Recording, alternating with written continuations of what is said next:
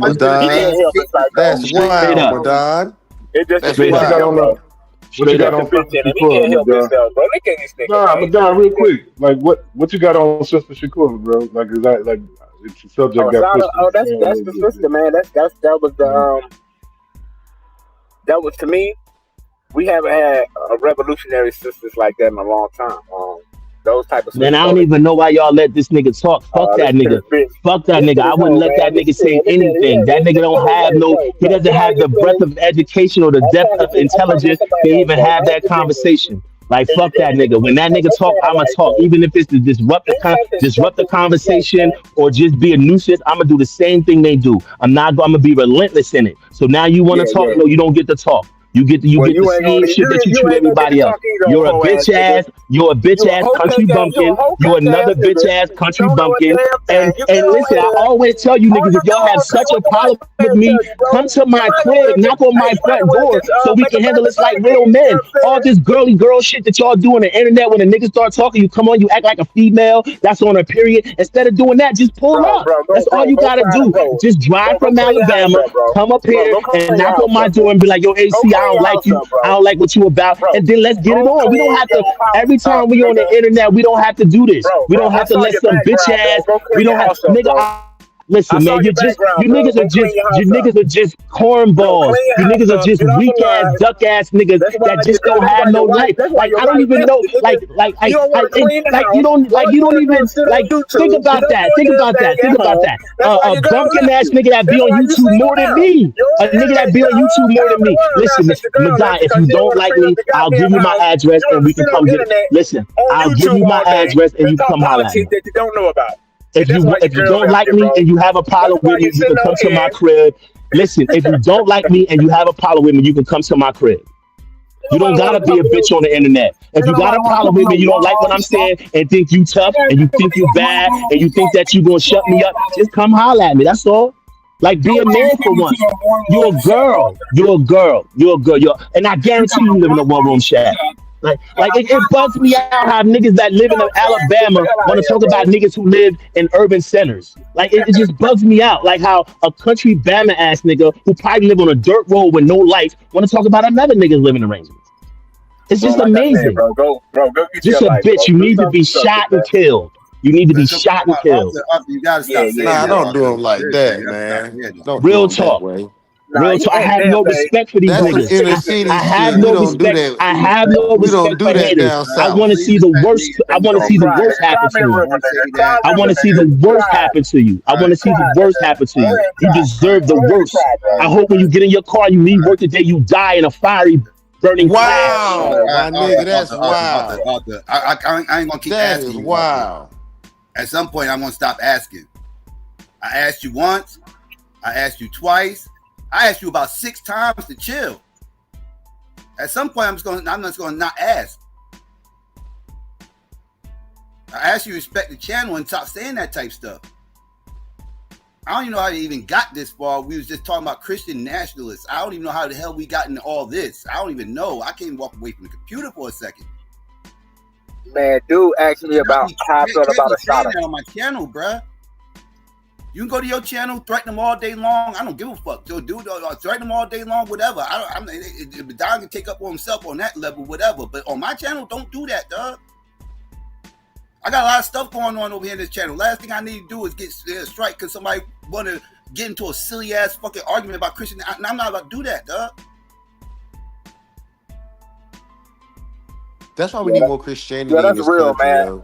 That's why we need more Christianity in this country. Hey, Psycho, no disrespect to your channel. This wasn't about Christian nationalists. I'm not going to keep letting people come on your channel and talk crazy to me and fuck up the panels because they think they can disrespect me. I'm not doing it anymore, bro. I apologize for doing that. I didn't threaten him. I said this is what should happen to him. I didn't threaten the man that one time. And this is the problem. They don't want people like me to speak. They want to saturate the channel with nonsense. They want to saturate. This is not emotions. This is how I feel about you militantly. This is how I feel about you truthfully. This is not about emotion. This is about we have to get our race. We have to get our race together, and we have to make sure that people like you are not a part of our race. We have to make sure that we eliminate people like you from our race.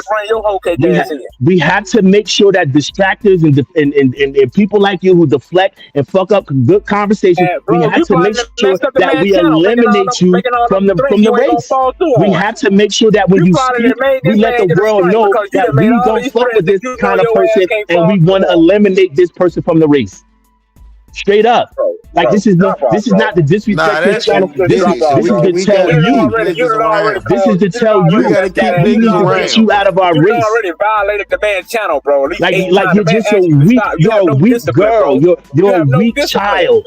You're a weak child. Bro, You're the a man weak asked me a question. child. We weren't even talking to you. You're a The man weak asked me how I child. feel about Assata, You're a but weak you had to child. dump your whole cake I'm ass not in just like you because you came in, overly just like you emotional. You came can't in control and you your fucked up the emotions. conversation. You're a I'm not gonna grown-ass allow man you to who can't speak. control your emotions, Just like you bro. came in and fucked up the conversation, I'm not gonna Hey, bro, allow you to you know speak. what you My need? emotions are You know under what you need, control. bro? I'm Let me tell speaking you the what you truth need. about what I want to see happen to you. That's not emotional. Bro, I That's don't a care what you confident think. I don't care standpoint. what you think. It's You not think just like the emotional. white man. The white man It's think not the same thing. emotional. You think I give a damn?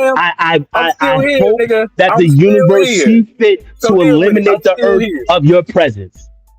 Bro, I just hope fall the back, universe man. see fit to eliminate the earth of your presence. Well, whatever God that is, to Man, hell with that's that not too. real, But dog. like I said, man, the brother was asking me about Assata, but this whole You cake don't ass nigga deserve to can't talk, control his live, or emotions. breathe.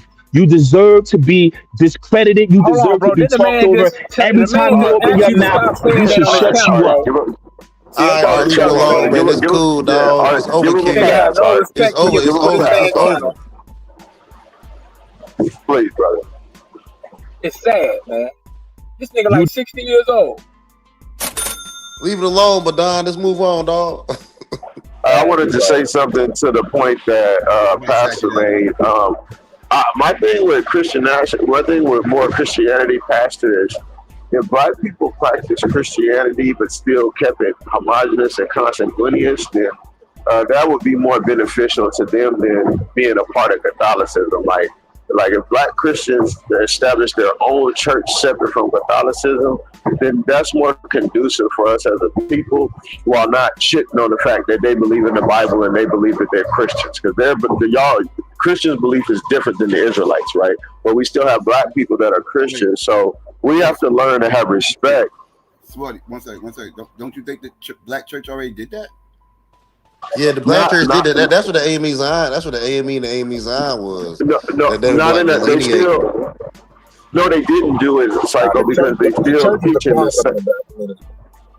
They didn't do it in a way. They didn't do it in a way where they separated from Catholicism and did their own investigation of the Bible and stood on some of the uncomfortable truths. You don't think so? Because I don't look at the black church. It would benefit black Well, the people AME Zion Church, we more. still do say we say the Apostles' Creed, and it does have the Roman Catholic Church inside the Apostles' Creed. Right. It's still a part of the family of Catholicism, and that's the problem. Are you talking about like the Trinity? Are you talking about like the Trinity? Like it's still associated with the doctrine that came from manifest destiny. You see what I'm saying? That is true. That is true. It's still associated with white nationalism, and if they want to, if black people want to believe in the Bible and establish their own Christian church, then that to me is more conducive for us as a race. It's the same thing with the Kemetic community, though. The same thing with the Kemetic community. If they establish churches, but they still put it in the pot for black excellence, then that's what's most conducive for us. You know what I'm saying? The Moors that have sense, the black atheists that have sense, our brothers that are in political science that are black, our brothers that are in the science. It's about getting the most reasonable of black people and coming together and building that that safety of self-preservation. It's getting to the point where we can't be looking through people's window wondering if they practice it, what the fuck we want them to practice. I guess it's a state of emergency, black people. But my only thing, Psycho, is black Muslims and black Christians not being consanguineous and still kind of having a universal state of mind. Not saying you can't be peaceable or respectful or do business with the other races of people, but like we don't have our own institutions, and it's a result of us not doing that the right way, not being the right black Muslim or the right black Christian or the right black person that believes they're an Israelite or atheist, because we still didn't come together on those fundamental things that would grant self-preservation, and we wouldn't be looking to ask anybody to do anything for us. And I even believe it will give us more political power to come together like that. Well, the problem with that is we don't practice it the same. I think when the brother was bringing up the whole Christian nationalist, he was talking about the violence that kind of come with it, right? Because that's what that whole replacement theory. I think you're talking about the rhetoric in general. Yeah, the rhetoric, like the replacement theory and Charlottesville and all that stuff kind of comes out of there, right? So I don't think it's the actual Christian nationalism. I think it's the violence. Everything y'all niggas is saying black people don't do, they do. We have staunch opposition to building. when you have anti-black institutions that actively work to undermine black organization, black efforts, black progress, black growth, it's not a question of whether or not we come together. It's a question of the obstacles that are created to actively push back against the type of organizing we're talking about. Like the problem is that we always assume that the reason why we see deficiencies in black communities is because of what black people are actually doing. But at the same time, we recognize that we live in a society that actively works against black interests. We can always improve. There's always things that we can do better. But when there's a constant conversation of what we're not doing, black people, we're not doing this, we're not organizing, we're not coming together. I can show you 100 organizations of black people coming together.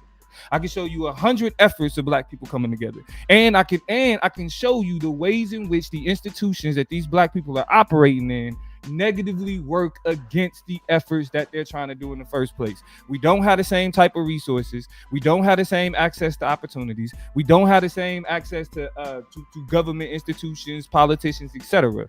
Right? So with that being said, we need to stop saying what black people aren't doing and do more to support the black people that are doing it.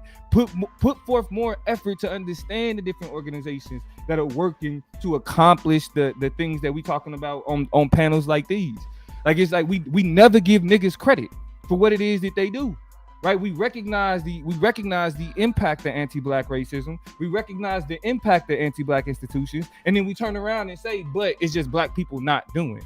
Nah, we need to play defense and support the organizations that are doing these things and push back against the efforts that undermine them. This is a part of the reason why I was so adamant about being against Donald Trump, because regardless of whether or not you think he racist or whatever else, what we knew he was going to do was he was going to empower the anti-black institutions to be even more anti-black. He was going to empower the institutions, the government that he's in control of, to undermine black efforts. And it started on a symbolic level. And when it started on a symbolic level, niggas was like, oh, don't nobody care about this, don't nobody care about that. And just to turn around and then be like, oh, well, this is what niggas is not doing. Nah, the efforts of black people are always consistently under attack. Always. We are doing it. We are all the things that we say white people do, that's what we need to do. We are doing it. All the way from black capitalism to black religious organizations. We are doing it. We just don't get the same outcome because of our status in this country. But I guess what I'm not disagreeing with nothing you said, Domo, but I guess what I'm looking to say is, you know, why is it that still we see our people asking other groups of people for help if we're really doing it in a way where it is self-preserving and conducive? We live in a society, like, first of all, when niggas talk about asking other people for help, black people pay taxes. Black people contribute to, like, financially and with our own labor to the building of this country. So when niggas say that we shouldn't be, like, quote unquote, asking for anything, what we're doing is we're demanding the result of our efforts. If we pay taxes, that means that we have the right to make demands of the government. If we work towards building this economy through our labor, that means we have a right to demand things from these economic institutions. It's not a question of going to these people asking for something. No, we are demanding the result of our efforts. Like, all of us pay taxes. Why would we not petition the government? So we saying that we should allow the government to take our money, but then don't demand that they do shit for us? That's crazy. But Domo, does the government have the power to deny our demands? Yes. So why even chance something because like that? Why not take control of your own destiny? They are still taking our money. So if they say no, then that means we push back even harder. If they say no, that means we fight even harder because they are still taking our taxes. So while you telling while niggas is out here, not you, but while niggas is out here telling black people don't ask the government for nothing, you're not telling them niggas not to pay taxes. You're not telling them niggas not to contribute to society. You're not telling niggas not to go to work. Good point. Damn good points. I'm not saying any of those things, Domo, but what I'm trying to inspire black people to understand is it would be nice if we had a couple generations of children that didn't have to go to work. that own businesses, that had an inheritance, if you will. It would be nice to have a generation of black men that. Let me finish talking. Let me finish talking. Let me finish talking, brother. No, I don't believe that bullshit because fuck the rest of fuck the fact that the other races of people don't want to do it. That's even better for us. No, you keep talking about what people we need to move that way. That's not real. Like you getting upset and you getting all loud and getting hyped, but what you're saying is not realistic. Okay, but you know what? It can be real. Black people just don't want it to be real. No, that's that bullshit religious thinking. Like this is. It's not on the conversation. Hold on, Domo, because I listen to you speak. It turns right back into Domo, I listen to you speak. I'm for black people putting all bullshit and pride to the side and getting together and not trying to police each other's houses or practices, but just understanding it's about 3 fundamental things that we need to agree on. So it's not coming from a place of religion, man. Go ahead, wiser than thou ass nigga. No, I'm not, bro. I'm not wise. I mean, a whole 2 generations that don't work is kind of crazy. Tired of sitting on the internet. Why would you want your children to have an inheritance? Pastor, it's not impossible. It's not impossible for us to set a standard. It's not impossible for us to set a standard. And I'm not saying you can't show that, Domo, but what I'm saying, it's not impossible for us to set a standard of establishing a few generations of children where the young men and women start off with resources and they have the best opportunity to be successful in their lives without having to work for anybody else. It is. But they still have to work. They still have to work. Because like, yeah, but not for other people though, Pastor. For people hold on, Bill. I'm not saying we should do it because Bill Gates does it, but I think it's not about. Hold on. Whether generational wealth is it literally? It's not a question of black people just not doing it. I'm not saying black people are not doing. What we have to understand is that the disadvantage. Everything you said black people are doing, Domo, I'm acknowledging that. I'm not even asking you to fact check it or nothing. I can identify that that's true. But what I'm saying is, it's not to the point where we're in a position where we really feel comfortable in America with our particular status as a people. Like black people are still, they're trying to put laws in place to stop reparations. So we're not to the point where we feel comfortable because we're demanding something that's owed to us. And they're trying to legally stop us from getting that or penalize anybody that tries to give it to us. So for me, it's like I'm tired of waiting. It's time for us to take control of our own destiny. I'm just tired of waiting. Swarthy, you're waiting. It's millions of black people that's not waiting for shit. We're waiting. It's not about me. 2 to 3 generations of no working. No, that's what I'm saying. The point that I'm making is crazy. There are millions. But it's not. I'm not talking about working an everyday job. I'm talking about generations of our people owning businesses, practicing waiting for nothing.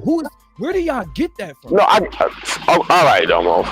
So what's the point of pleading for reparations then? No, we are not pleading for. We are demanding reparations as a part of American policy. Reparations. We've seen the U.S. government pay reparations for harms that were caused by the U.S. government. So if we demand reparations for those harms, that's not pleading. I don't understand why y'all. I don't understand why we view black people in such an infantile state. We're waiting. We're begging. But even if we do get that money, we can't. Demanding what we owed and what we deserve. But even if we do get that money, we can't go generations without working. We got to keep working, even on our own businesses.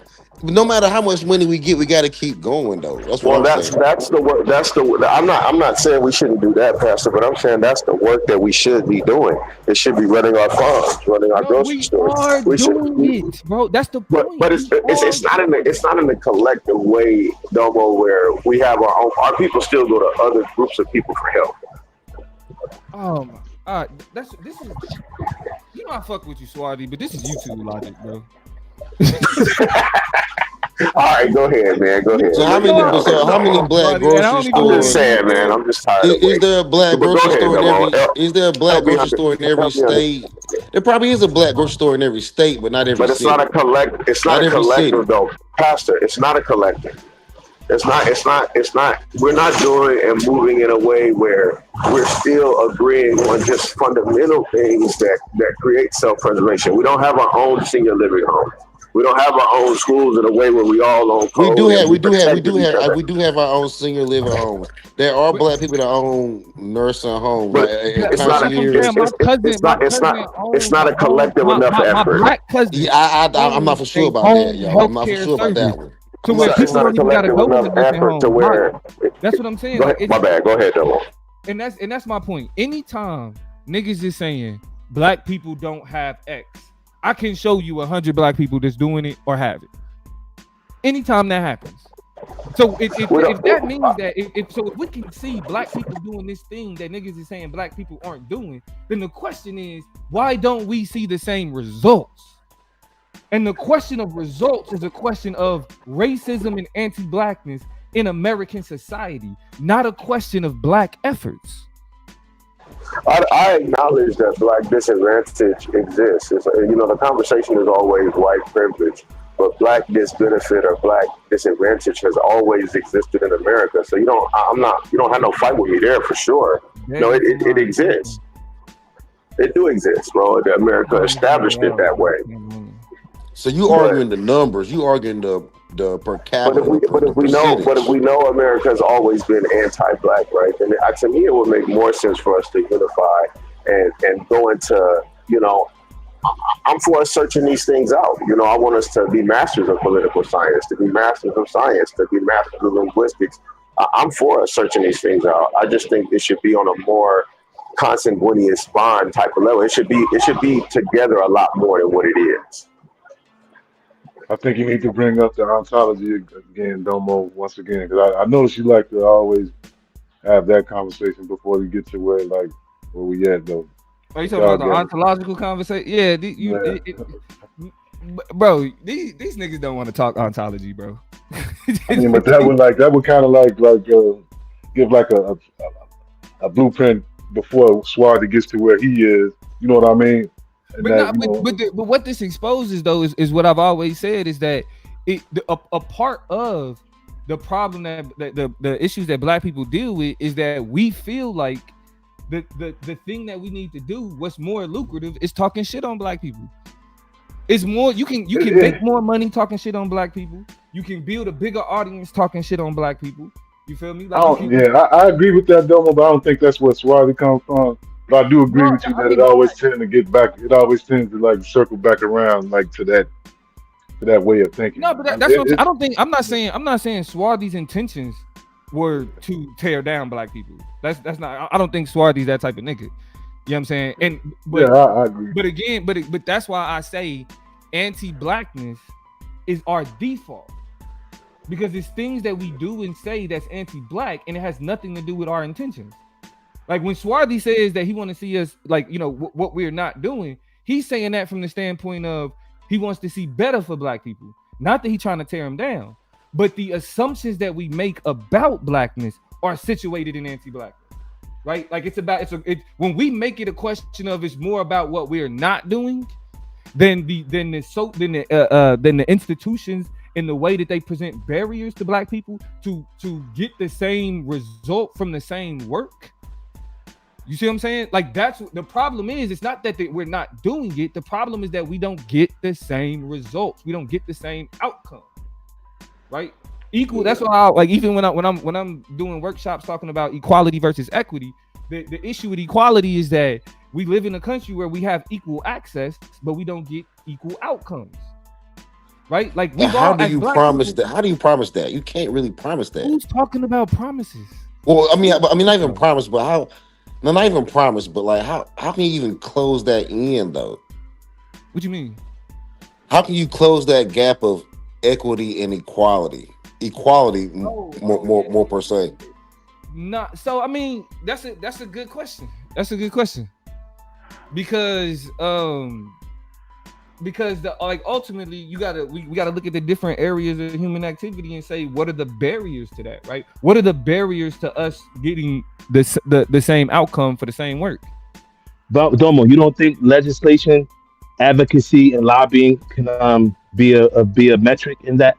Because when we talk about like the difference between me and you is we on the same team, but you're we're gonna demand them like you're young, full of energy, so you in their face. Where me, I'm like, we gotta lobby these motherfuckers now. We gotta get this motherfucker in the corner. They be like, yo, my man, yo, check this out. You know what I'm saying? And then negotiate from there, whether it's monetary, whether it's whatever, whatever the paradigm is there. But you don't think like I think what happens, Domo, I think a lot of times, like you said something very poignant.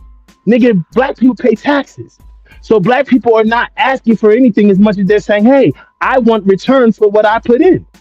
I want an ROI on my taxes that I pay. I want better roads, better schools, blah, blah, blah, blah, blah, because I'm a tax-paying citizen. You don't think that sometimes they miss the boat in understanding civics, governance, and advocacy or activism? No, I wouldn't say niggas missed the boat. If we being more like if we being sympathetic, right? I don't want to be sympathetic. I want to be honest. I don't want sympathetic Domo. If we being honest, I don't want sympathetic Domo. Yeah, nah. If we being honest, I guess if we showing grace, right? If we being honest, we being honest and showing grace, right? Black people are disenchanted because we see that we don't get the same result for the same, you know what I'm saying, for the same efforts. Right. So once we see that over generations, then you lose faith and you lose trust in even engaging in that shit. But like, can I ask you, is the effort pushing others that we think are going to push the method, or is the effort in seeking legislation and creating organizations that lobby and advocate for what we seek? Right? Because they're two qualified things, right? Like we can get behind somebody that we think is going to get us to the finish line, or we could be the motherfuckers running the race.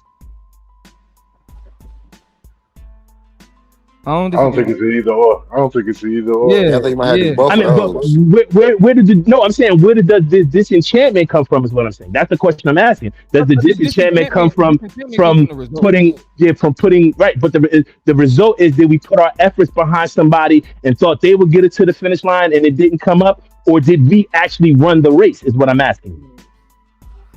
Well, you in the race no matter what. I think, like for example, if we use a more contemporary example, like Obama, for example, right?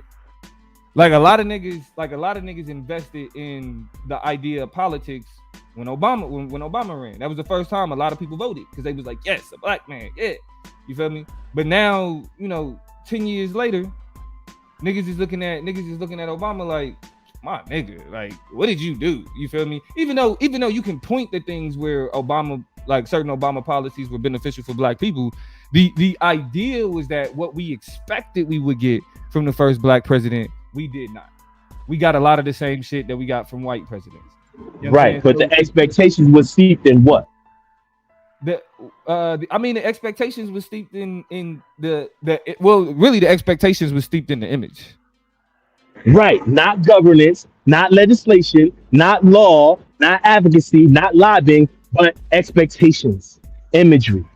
Right. So if you put your expectations and you put your means behind that, and then that dissolves because it's not a resolute thing, it's not a tangible thing. How is that Obama's fault?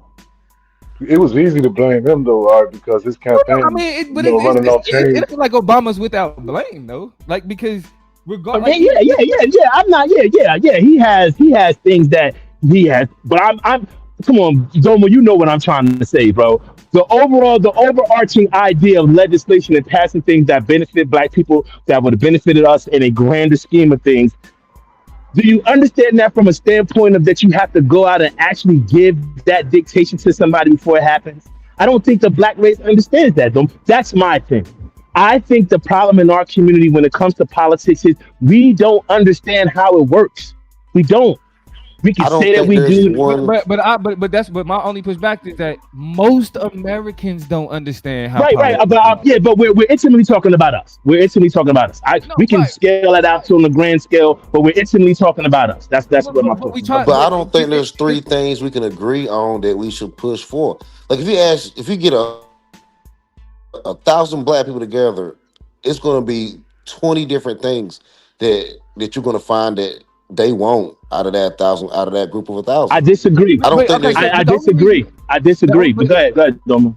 The only reason I bring up most people don't understand politics in that context is because other people not understanding politics don't produce the same shit that we say black people not understanding politics produce.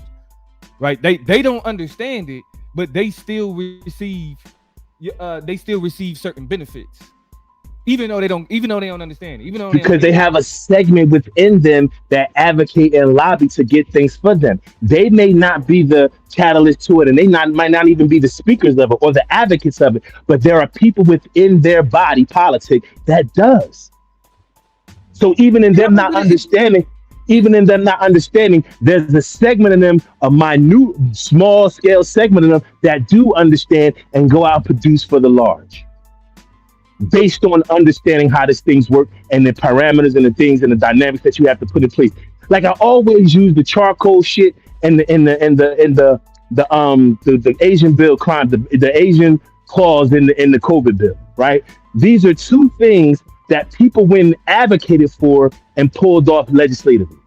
No, and I hear you, right? But I think though where we run into the difficulty though is that like what we as black people, we demand more material change. And the reason why we demand more material change is because of our circumstances. When it comes to like, let's just use white voters, for instance. Specifically, let's just use white voters, for example, whether Democrat or Republican. White voters vote on the basis of cultural values. That's the advantage that they have. Because white Democrats can get up there and say racism is bad, corporations are terrible, we need to protect immigrants and all that other shit. And then Democrats get up there and none of their policies back any of that up. Right? Democrats have policies that empower corporations. Democrats have policies that are detrimental to migrants. Democrats have policies that niggas just voted. A nigga like Hakeem Jeffries just voted for a Charlie Kirk memorial. You know what I'm saying? So as long as, for white people, as long as politicians get up there and reflect their cultural values, then they're okay with what it is, whatever comes out of it. Black people, we can't even expect our cultural values to be reflected. Saying racism is bad is not a reflection of our cultural values, because black people are anti-racist. We know, saying racism is bad doesn't change the impact that it has. So for us, we demand material change, and when that material change is not met, we are not satisfied. That's a part of the problem. That's why our logic has more to do with the lesser of two evils, because who's going to have what is going to be the material impact of a Democrat versus the material impact of a Republican? And even that distinction makes it to where they're more satisfied with the results they get, even though they still get the short end of the stick, right? They still poor, right? They still losing their jobs, they still losing their benefits. Insurance is still fucking them over too, but their cultural value. But as long as I'm white, as long, I tell people a story all the time about this crackhead lady living in a abandoned building with an HIV positive black man, and got mad at me because I only gave the nigga $150 to do the snow with me. She's like, you should have gave him $200. I hate you niggas. Like, think about that. She thought that I'm still better than you, even though I'm homeless. It's 5 below degrees outside. So yes, whiteness still rules the day. But the point that I'm trying to make is, even in that, I understand you bringing in the whiteness, but for me that kind of clouds it, because it's speaking on what they would accept and what we don't accept. But what I'm saying is, even in us not accepting it, do we do things further than what we've done to get better results? Is what I'm saying.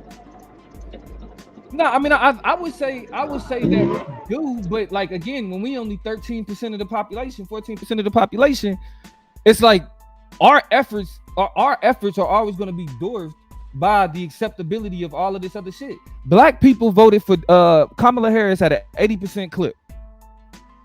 Now, is that low? You know what I'm saying? Is that low compared to what we did for Obama? Yeah. Is that a record for conservative vote? Yeah, but it's still 80%. So if it was up to black people, Donald Trump wouldn't have been elected.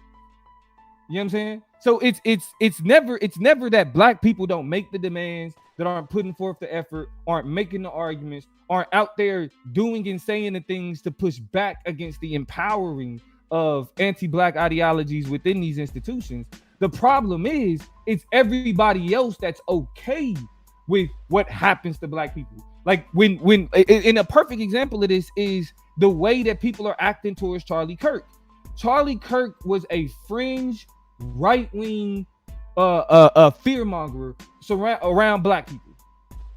That's what he represented. That is the baseline of the foundation of his ideology. And yet you have all of these people who claim to be against racism, who claim to be against anti-blackness, who claim to care about what happened to black people, that are showing sympathy towards this loss of life. And that's an example of us being reminded that this country is okay a white, racism. White, and not only that, but it's fear. Is that the white supremacists have put fear in the people who would speak up, because now they're afraid of them, right? And that's for me, that's what that also embodies, the fear that people say, well, I'm cool with racism because I don't want the people that's racist to knock on my front door. I don't want those extreme far right guys knocking on my front door. I don't want them to do anything to me. Like, I'm white. The black cause ain't my fight. That's not my fight. So I'm gonna just acquiesce to them because I don't want no problems. Like, that's what we're seeing.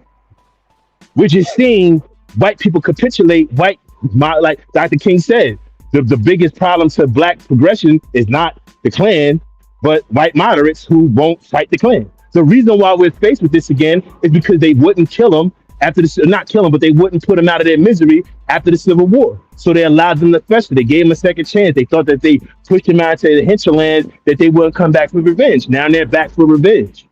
And I don't see, my thing is, I don't see where the preeminence of whiteness wanting to have its day again.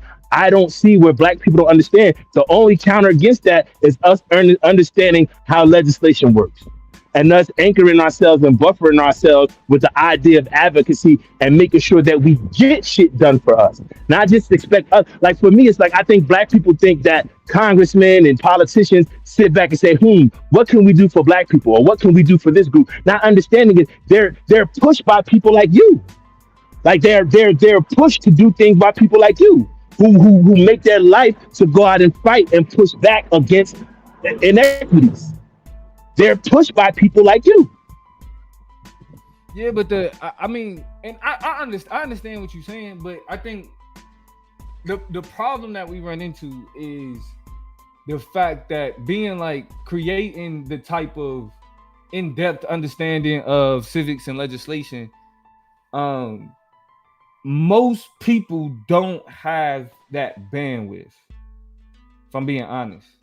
Like, most people, like, you being graceful as hell today. You being graceful as hell today. Yeah, I mean, I always think this though. Like, I want to smoke what you smoking. Yeah, this is some good shit too. But I need to go find it. Hold on. I gotta go actually get a lighter real quick. Hold on, I'll be right back.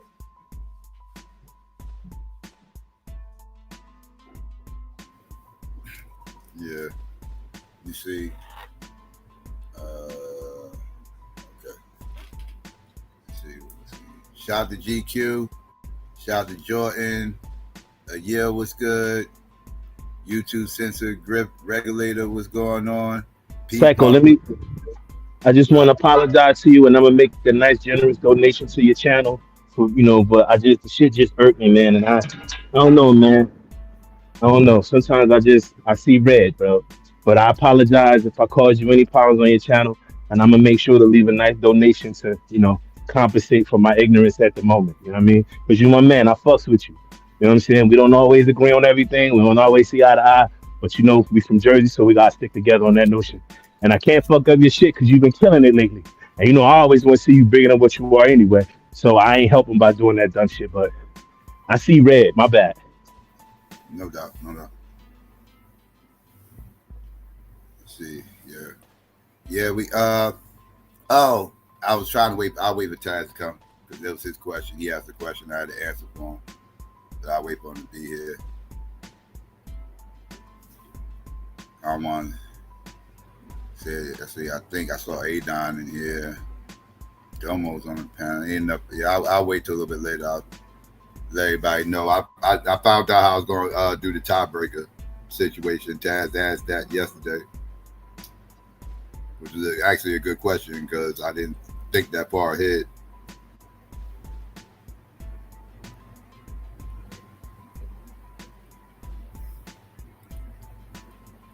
But Don, what up?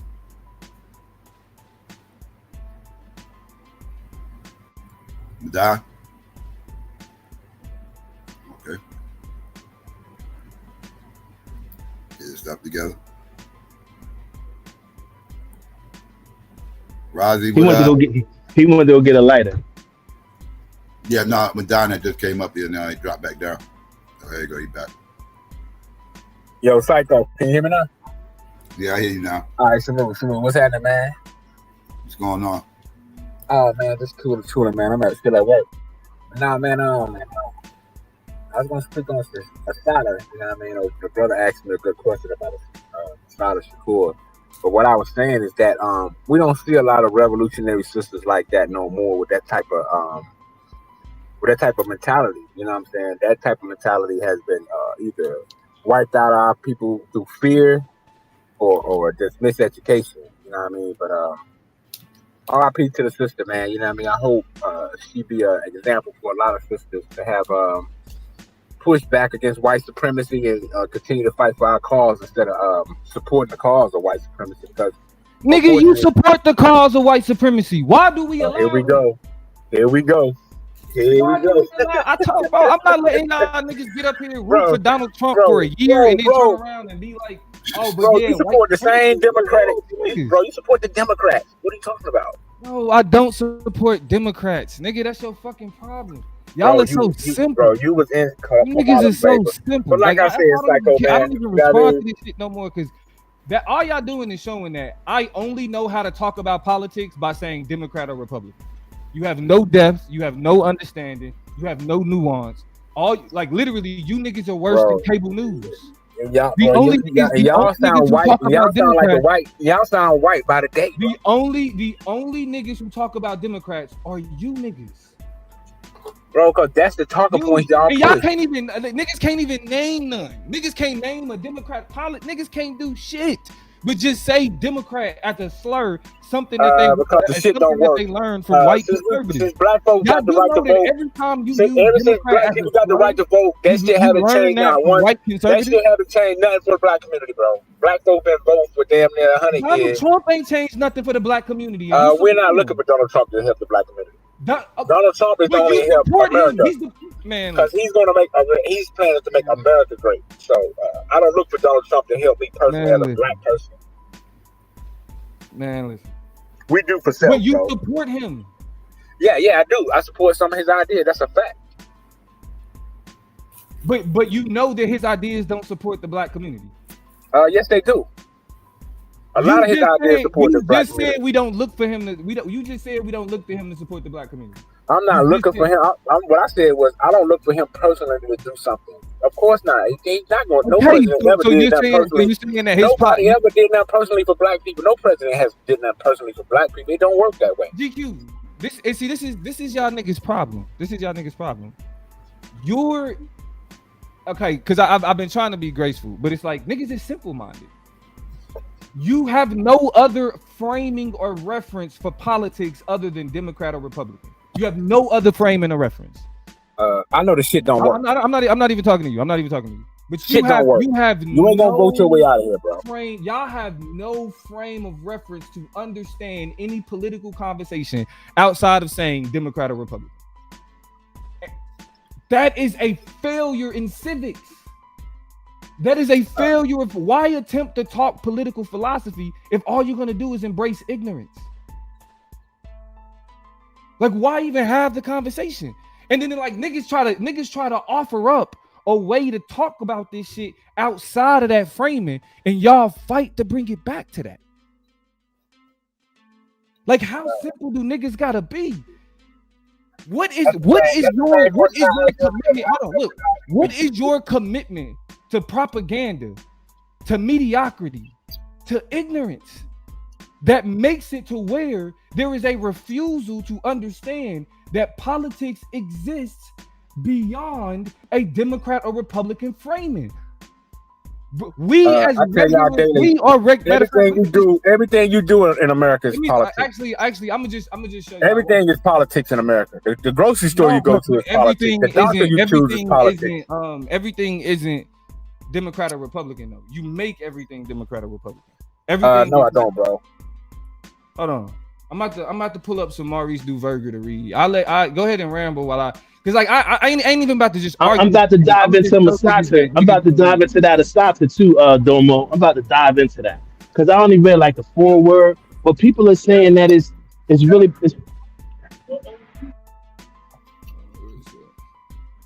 People are saying that it's on par with the biography of Malcolm X. Have you ever read the biography of Malcolm X, Domo?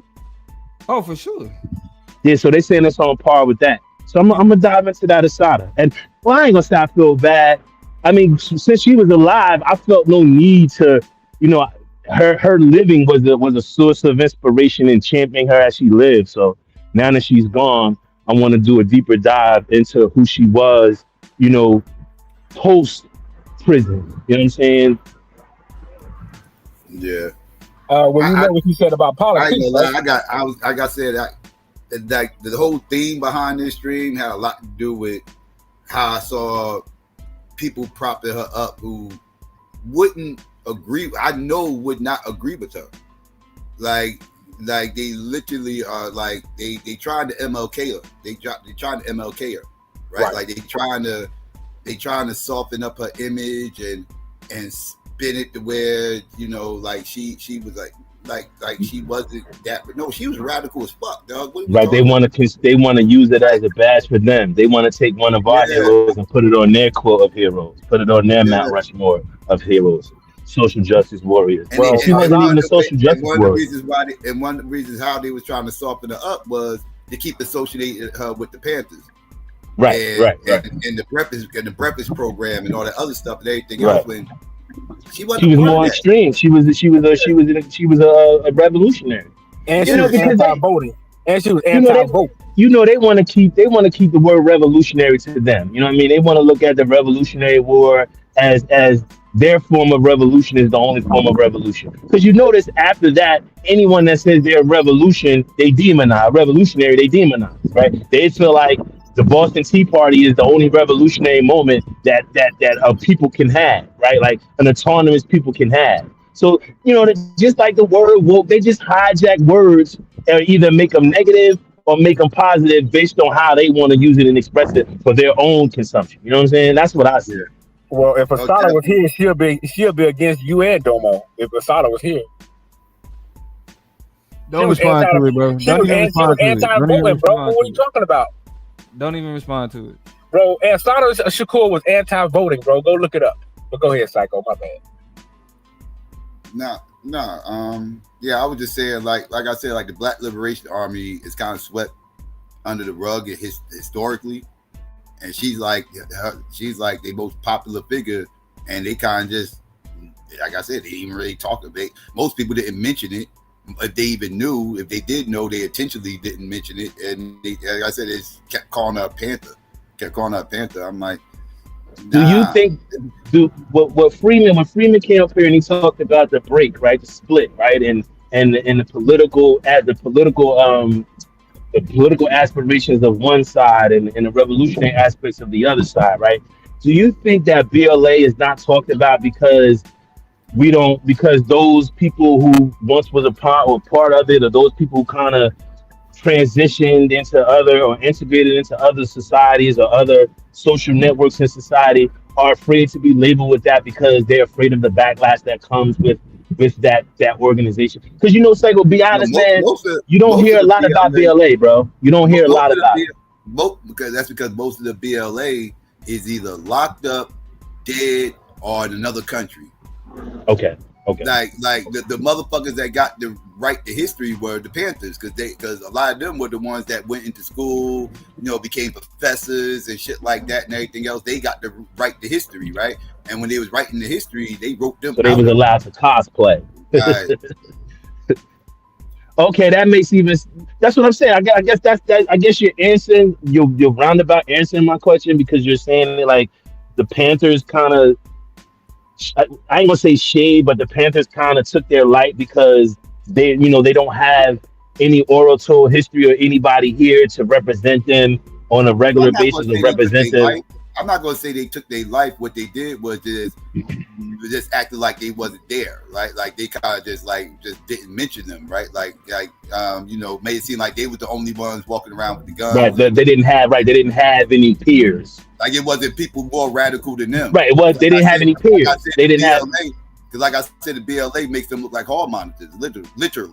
Like, and it's crazy but true. Like them motherfuckers wild, dog. They got they laundry list of shit they did, cops they killed, banks they robbed, hijacking planes and bombs, blowing up shit and everything else. They was working with the weathermen and shit like that. This, that, third. The Panthers were scared to work with the weathermen. Panthers made up the White Panther Party because they didn't want to deal with the weathermen. They was too radical for them. So the weathermen was dealing with those Black Liberation Army motherfuckers. They was running around here blowing shit up. They in 1981. Oh, so they had a white counterpart. Oh, I didn't know that. I didn't know that they did business. I didn't know that they. Towards the end, I didn't know that they had white. I didn't know. Well, for fun, white people. Yeah, I didn't. Yeah, I didn't. But they were more radical than the weathermen too. They was more radical than the weathermen. They was more radical than the weathermen too, though. Like the weathermen hit them up like they pretty much they hit them up to pull off that heist in 1981 when they got caught in a big bank heist in 1981. It was them and the weathermen.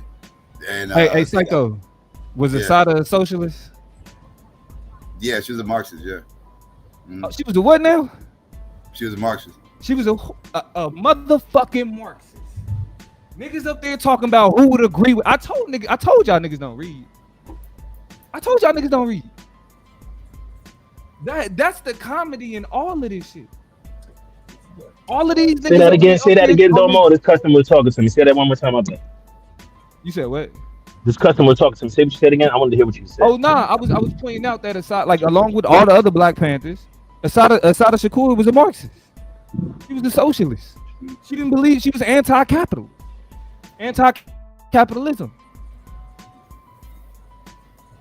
Niggas just talking about who Assata would agree with. And these niggas have spent years on here talking about socialism is the devil. Socialism is white man shit. Socialism is. But as soon as we up here memorializing Assata, yeah. So Assata wouldn't agree with you. Nigga, Assata wouldn't agree with you.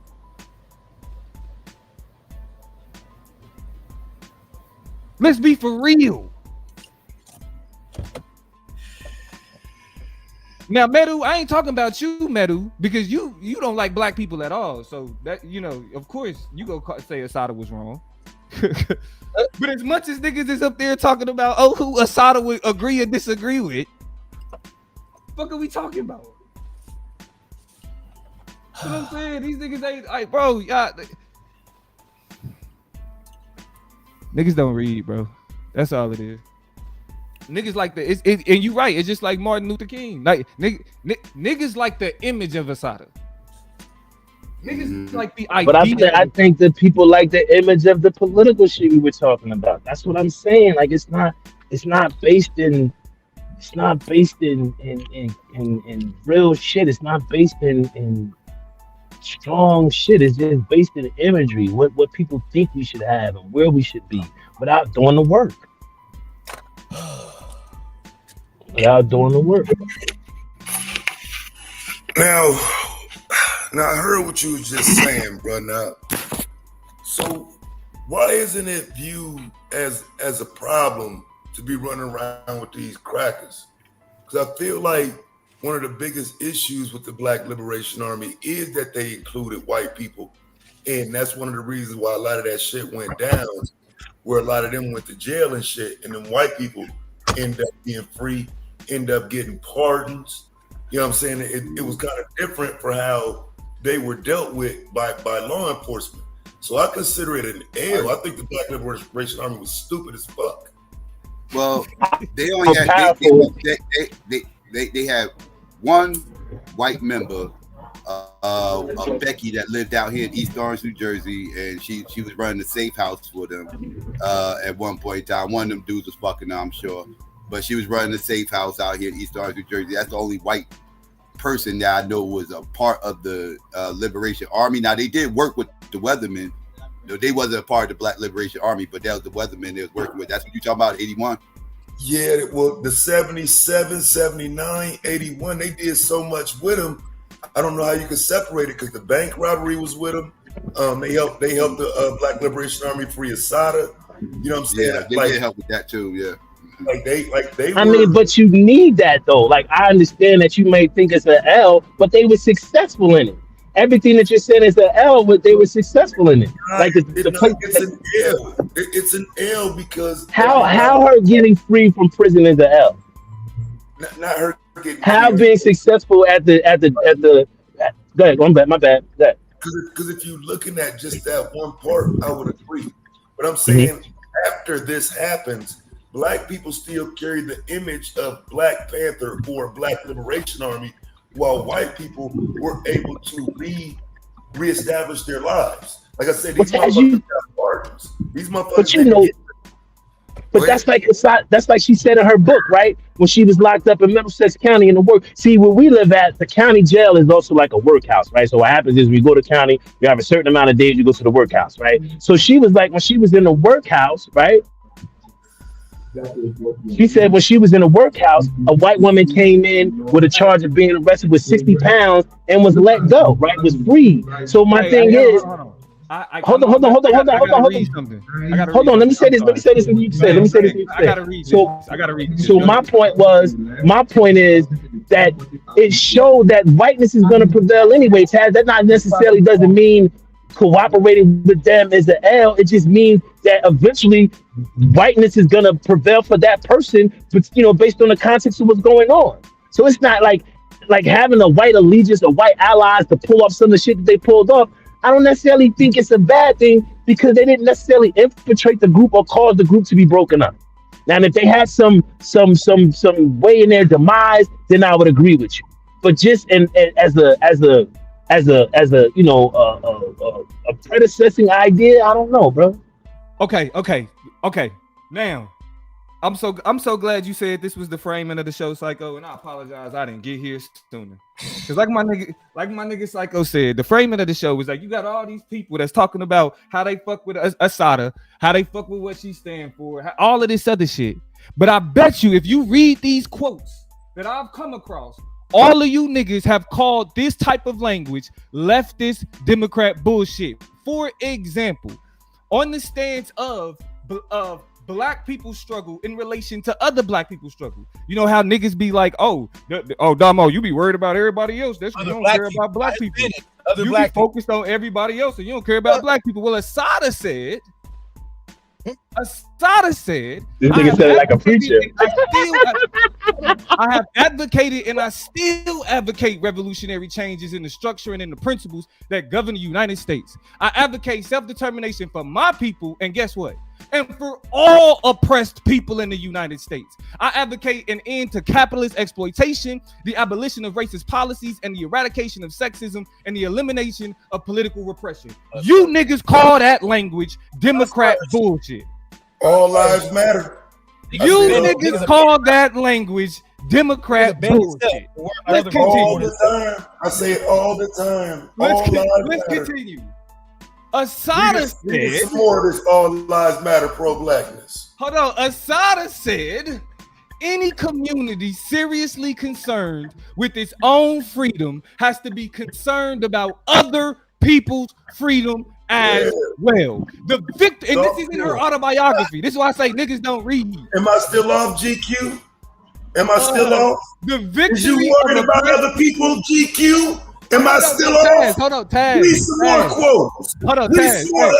Hold on, I'm not talking about you. I'm not talking about you. You ain't talking about him. You ain't talking about him. No more. Read some more of that shit. You ain't talking about him. Hold on. What I'm saying is Taz has no problem. Taz don't romanticize shit. He don't romanticize shit. He's consistent. You know what I'm saying? So of course he ain't got no problem saying Assata was on some all lives matter bullshit. He has no problem saying that. I'm talking about. I understand their struggle was different though. I'll acknowledge that they wasn't fighting for the same shit. They fighting for the. But this, hold on. These are quotes that she said recently. Yeah, I believe that too. Now, she on the run. She on the run herself.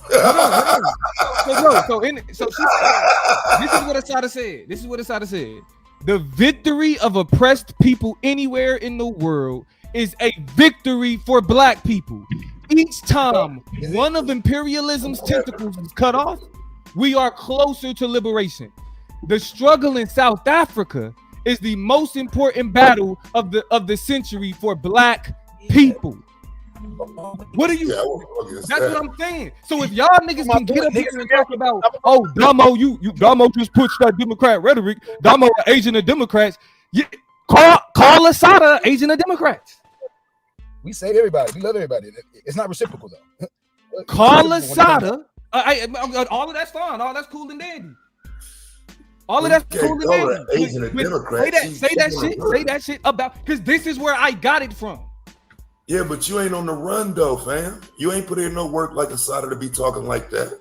Nick, yo, why do you always have to qualify everything by somebody putting in work? This nigga's crazy, man. Yo, you was different, man. You was different, bro. You can't say in the same breath that the battle ain't the same and then expect us to do the same fight, nigga. Come on. Look, on the run for a whole crime, bro. That's all I'm saying, but Taz, are you telling me that she got that from Democrats though? No, I think she got that from her experience. From her experience. Okay. So that means simply because somebody believes that that oppression, that anti-black oppression globally is connected, does not mean that they running with Democrat talking points. Yeah, but again, I would give her the benefit of having fought a different level of fight. And I learned it from her. I don't need to fight. I don't need to have to experience. Right, to have the same fight to experience the same thing.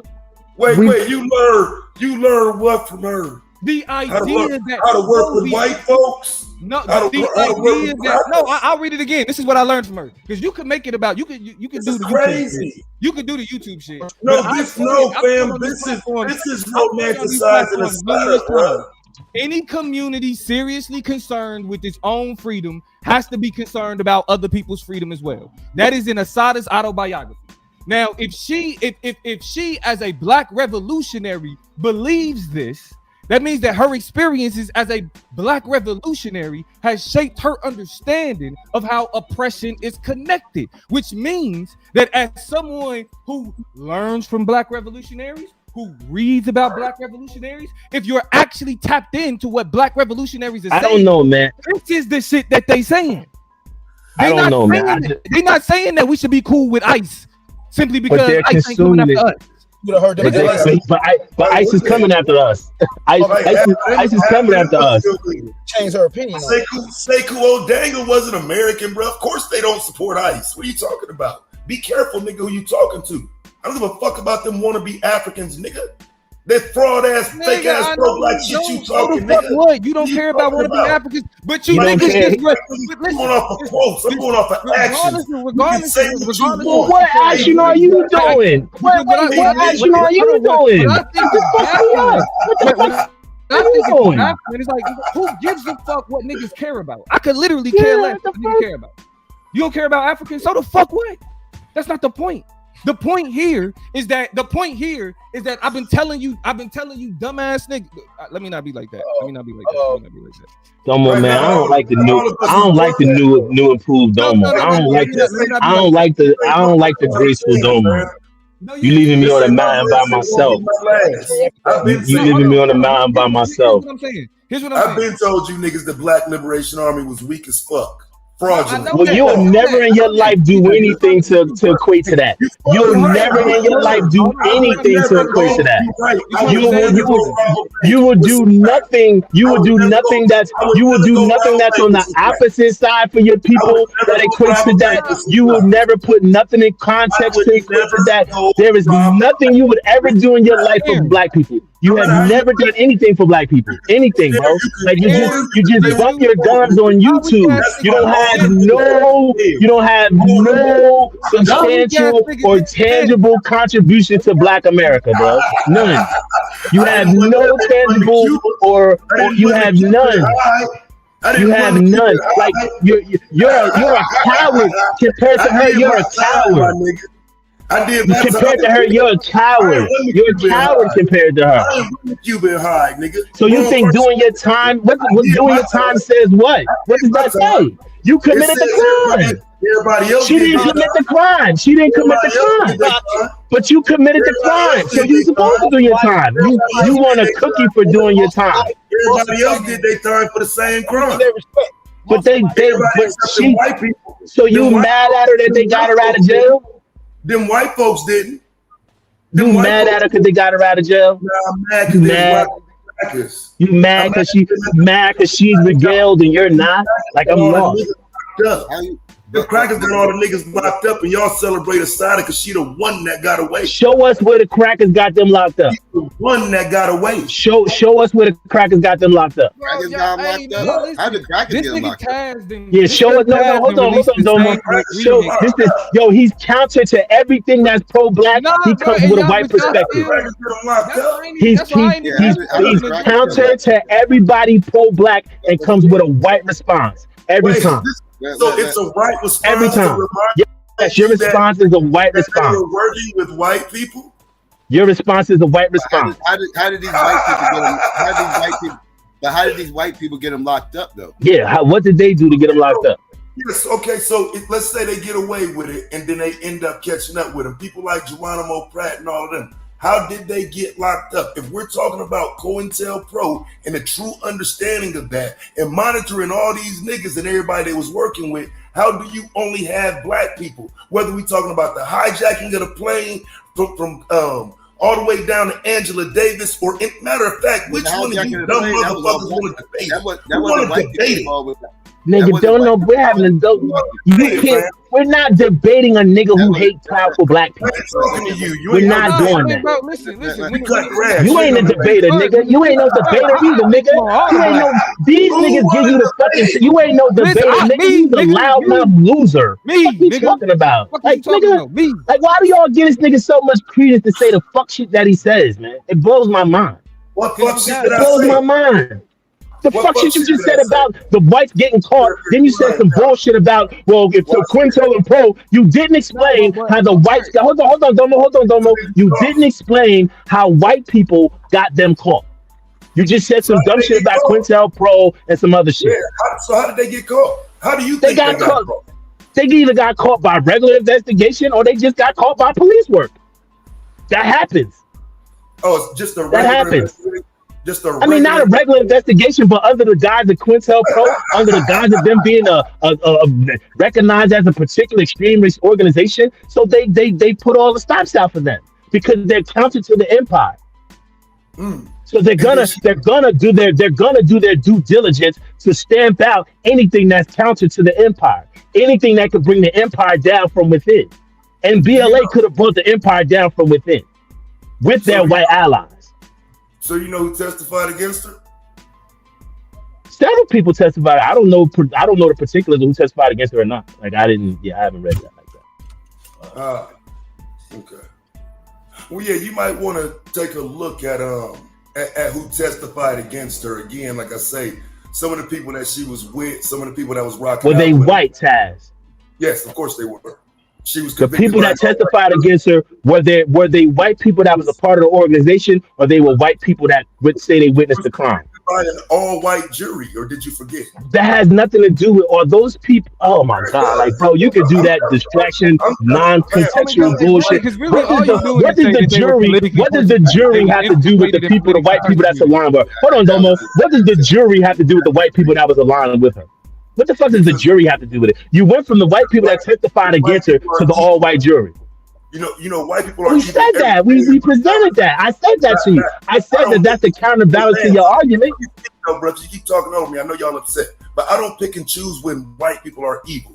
Man, you're on white people's side. You have to stop coming over here with that falseness that you're not for white people. You have to stop doing that. Nothing hurts, but like you're lost in your attempt to try to act like you're super black and you're pro. We know that you're not pro black. We know that you're not pro black, bro. We know that you have no stance for black people. You're not pro-black. You're not pro-black. But you're not pro-black. You hang with white people every day. You hang with. I bet you the white people in your neighborhood love you. I bet you the white people in your neighborhood love you. I bet you they be like, oh, Shannon is such a wonderful guy. He's such a wonderful guy. He invited us to our cookout last week.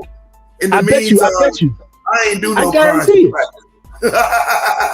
I know it hurts. Man, I don't even know what you're talking about, man. Like, you don't even make no sense what you're saying. In your head, you think you're saying something logical, but you're really saying something real illogical, man. Like, in your head, you think all the shit you saying makes sense, but it don't make sense, bro.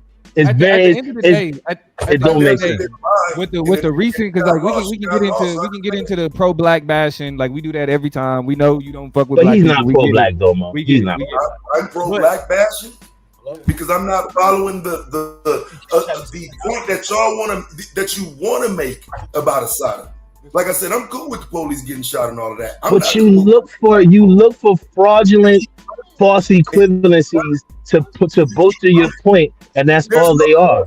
Equivalency. Black liberation ain't about working with white people to commit crimes, nigga. It's not about your black liberation is black liberation. If black liberation, hold on. All right, let's go. You the channel holder. Go ahead. You the channel holder. You got it. When they started turning up in 71, they wasn't fucking with no white people. When they was laying those cops out and everything else, they wasn't. Huh? That's a fact. Yes, I agree. Exactly. Like this white people shit came a little bit later when they funds started drying up and everything else. Because again, Eldridge Cleaver was not sending the funds out like he was supposed to. What happened? But can we be honest? People started going to jail when the white folks showed up. Yeah, people was dying too. We wasn't just going to jail. People was dying. They was already dying. So his point is that when they integrated, when they started working with the whites and made the whites allies, that the whites was the one getting them killed and getting them arrested. That's his point. No. The white people. That's his point. The white people. That's his point, Psycho. They started working with the weathermen because the weathermen, unlike the BLA, was actually getting funded. The weathermen was getting funded, like they had money, and the BLA ain't have no money.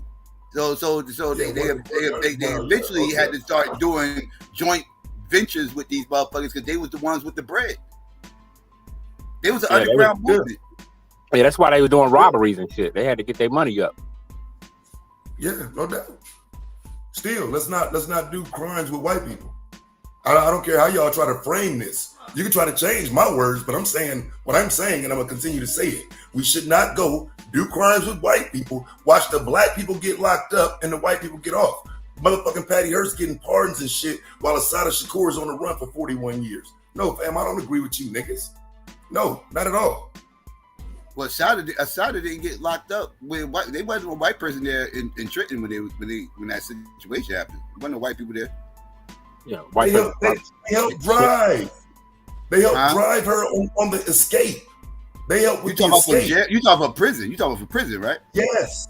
I'm talking about the initial crime that got her in prison. It wasn't no white. Yeah, but I'm not saying that white people had nothing to do with that. Right. So white people didn't get it locked up. They helped get her out. White people didn't get her locked up. They helped get her out. No. Okay. So here's what we're saying again. When we talk about white people, are you separating white people now? Because I don't. I'm not separating white people. I'm just saying what could accuse white people of. We can't say white people got Assata Shakur locked up like that, because they wasn't there when the situation happened with the cop. Now they was there and they did help drive when she got away. They did help her get away, but that's not helping her get locked up though. The white woman who testified against her, I forget her role in it. She played a role in it somehow. She was the main witness. The white woman that testified against her. But was she a part of BLA or was she just a witness to the crime? I'm not for sure. I can't tell you. Let me check that out. Let me research. But I know their main witness was a white woman. So again, it's always gonna be insulting to me that she did crimes with white people and white people helped convict her. She was convicted by an all-white jury, and we act like fucking with white people ain't the problem here. Well, Yeah, but I don't think you gotta salute those whites that helped of them. the BLA though. I would say that was the downfall of the Panthers. I would say that was the downfall of the Panthers. I don't think that was the downfall of the BLA. No, it wasn't, man. Wait, so what do you think the downfall of the BLA was?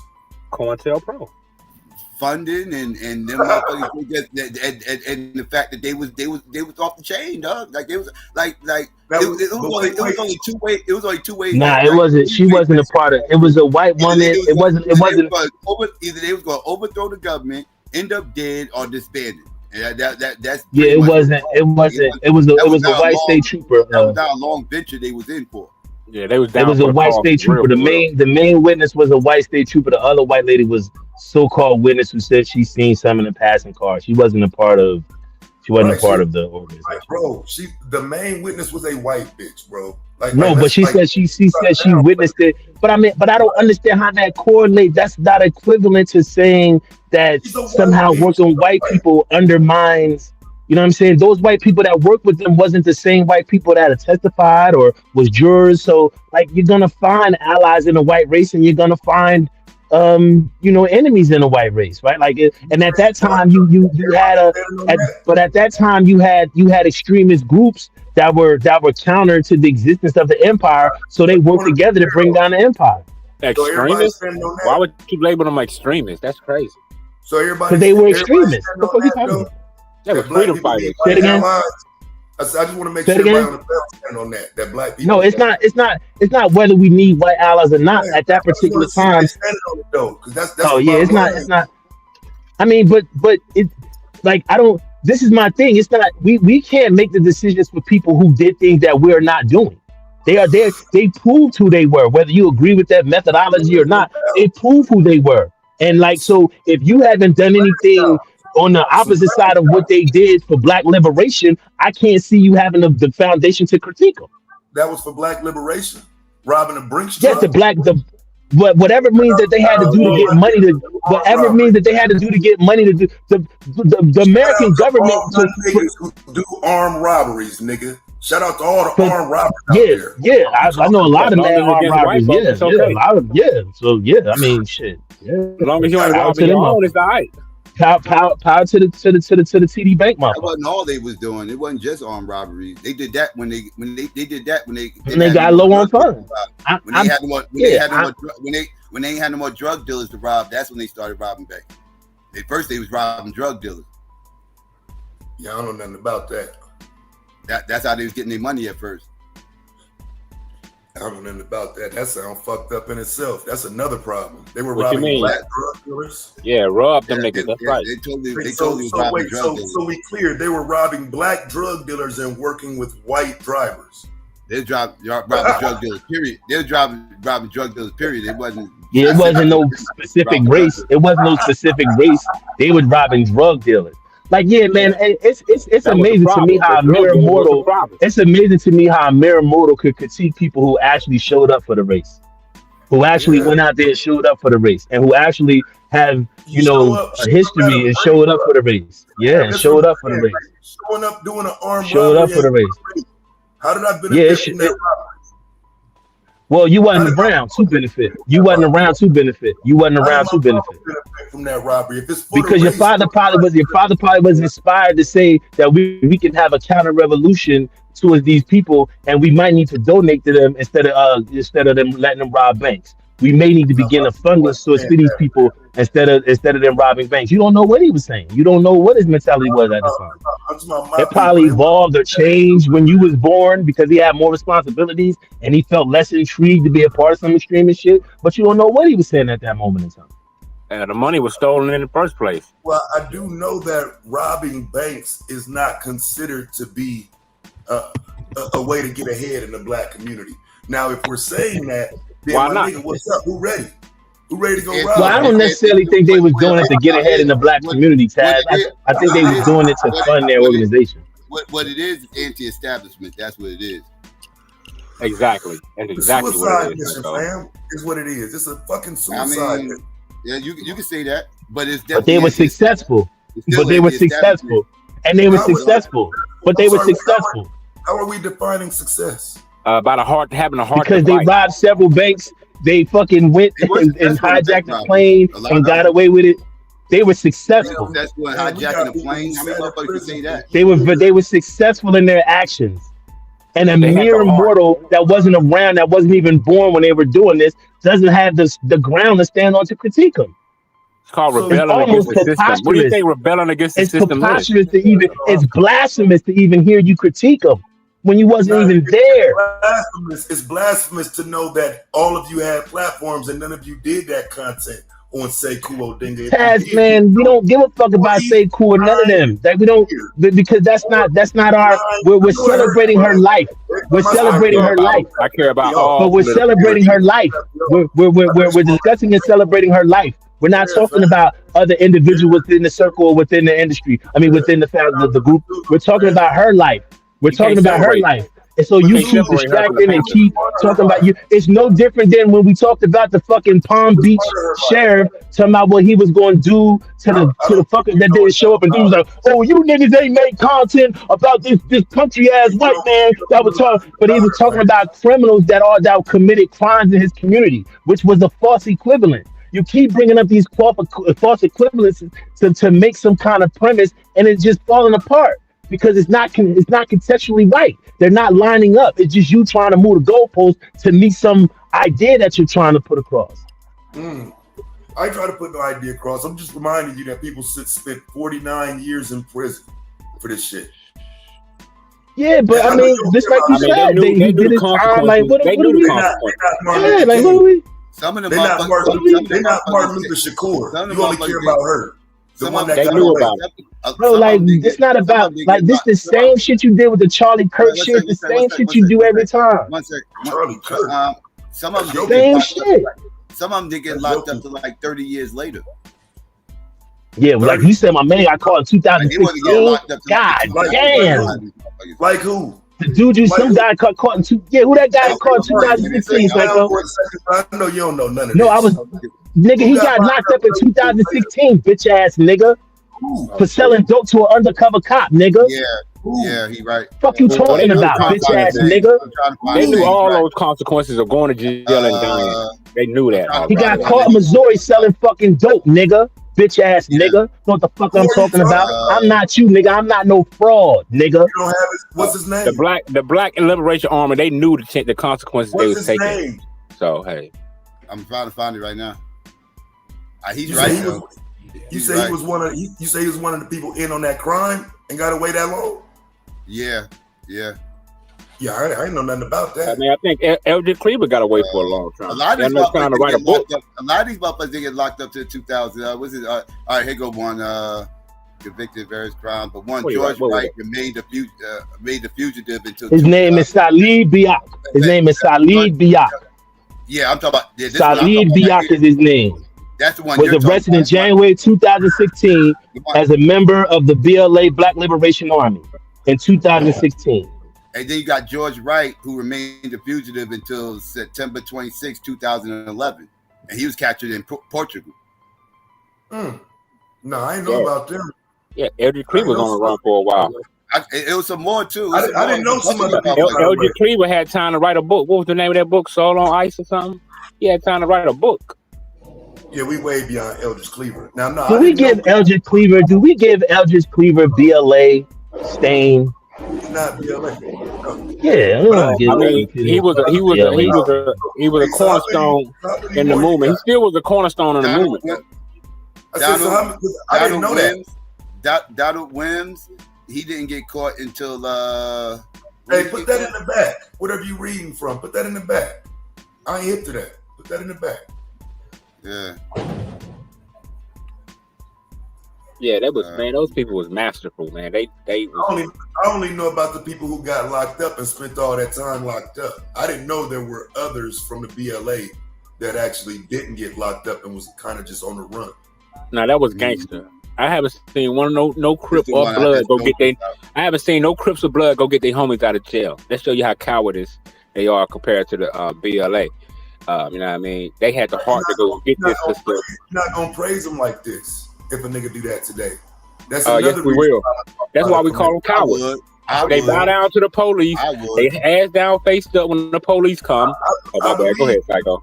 Psycho. But the majority of black people are not going to support black people going free other black people. No. Shit, I would. Yeah. Now the dude that Arthur is talking about, that's the one that got that's the one that killed the St. Louis cop. That's the one that killed the St. Louis cop that got caught in 2016. And was sentenced to 21 years for heroin. He didn't even get sentenced for the crime. He got sentenced for heroin. And that was in 2016. Yeah, all these niggas gonna do is wear a "Free My Nigga" t-shirt. The fuck you look like? You like a coward. What he had to do with the crime then? He was the one who shot. He the one who shot the cop. Yeah, he's the one who shot the cop. But when he got locked up, for selling heroin to an undercover police officer. That's what he got locked up for. Yeah, they was really about that. He just got OJ. That's all. They just double back. It was like, it'd be hard to convict you in 2016 of a 1981 crime. So we'll just give you 21 years for this dope, and you old now. So that 21 years gonna hurt you. Because he probably was in his 60s when he got locked up. 2016, that man was damn near 70 years old. If not, and just like Assata said, man, a lot of Negroes, y'all have gave y'all own consent to your oppression. When you let oppression pass by, you become pretty much what's the word I'm looking for? Used to it, for the lack of a better word. And that's what happened. We done gave up the fight. We done forgot about the fight. Yeah, that's why you got your face in Donald Trump lap, nigga. Donald Trump is just for America, and by whatever Donald Trump do for America, black people will benefit from what he does for the whole of America. Can I be heard? Does Assata believe that, Madonna? This is cap, bro. Oh, that's a fact. Can I be heard? Donald Trump George Wright, man. Whatever he's doing for America, since we're American citizens, we will benefit whatever America benefits. Oh, that was a bad link. No, George Wright is the one that did the hijacking on the plane. Yeah. That's right. That's what I'm saying. I said that earlier, though. I support them. But the one Arthur was talking about, that wasn't the George dude. The one Arthur talking about, that was the St. Louis guy. Hey, can I be heard in this conversation? If I can be heard, I wanted to jump in. Peace, brother. We hear you. Right on. Peace to you too, brother. I just want to jump in real quick. I hope to lend some kind of a fair balance to what I'm hearing in this part of the discussion, especially as it relates to the BLA working with white folk.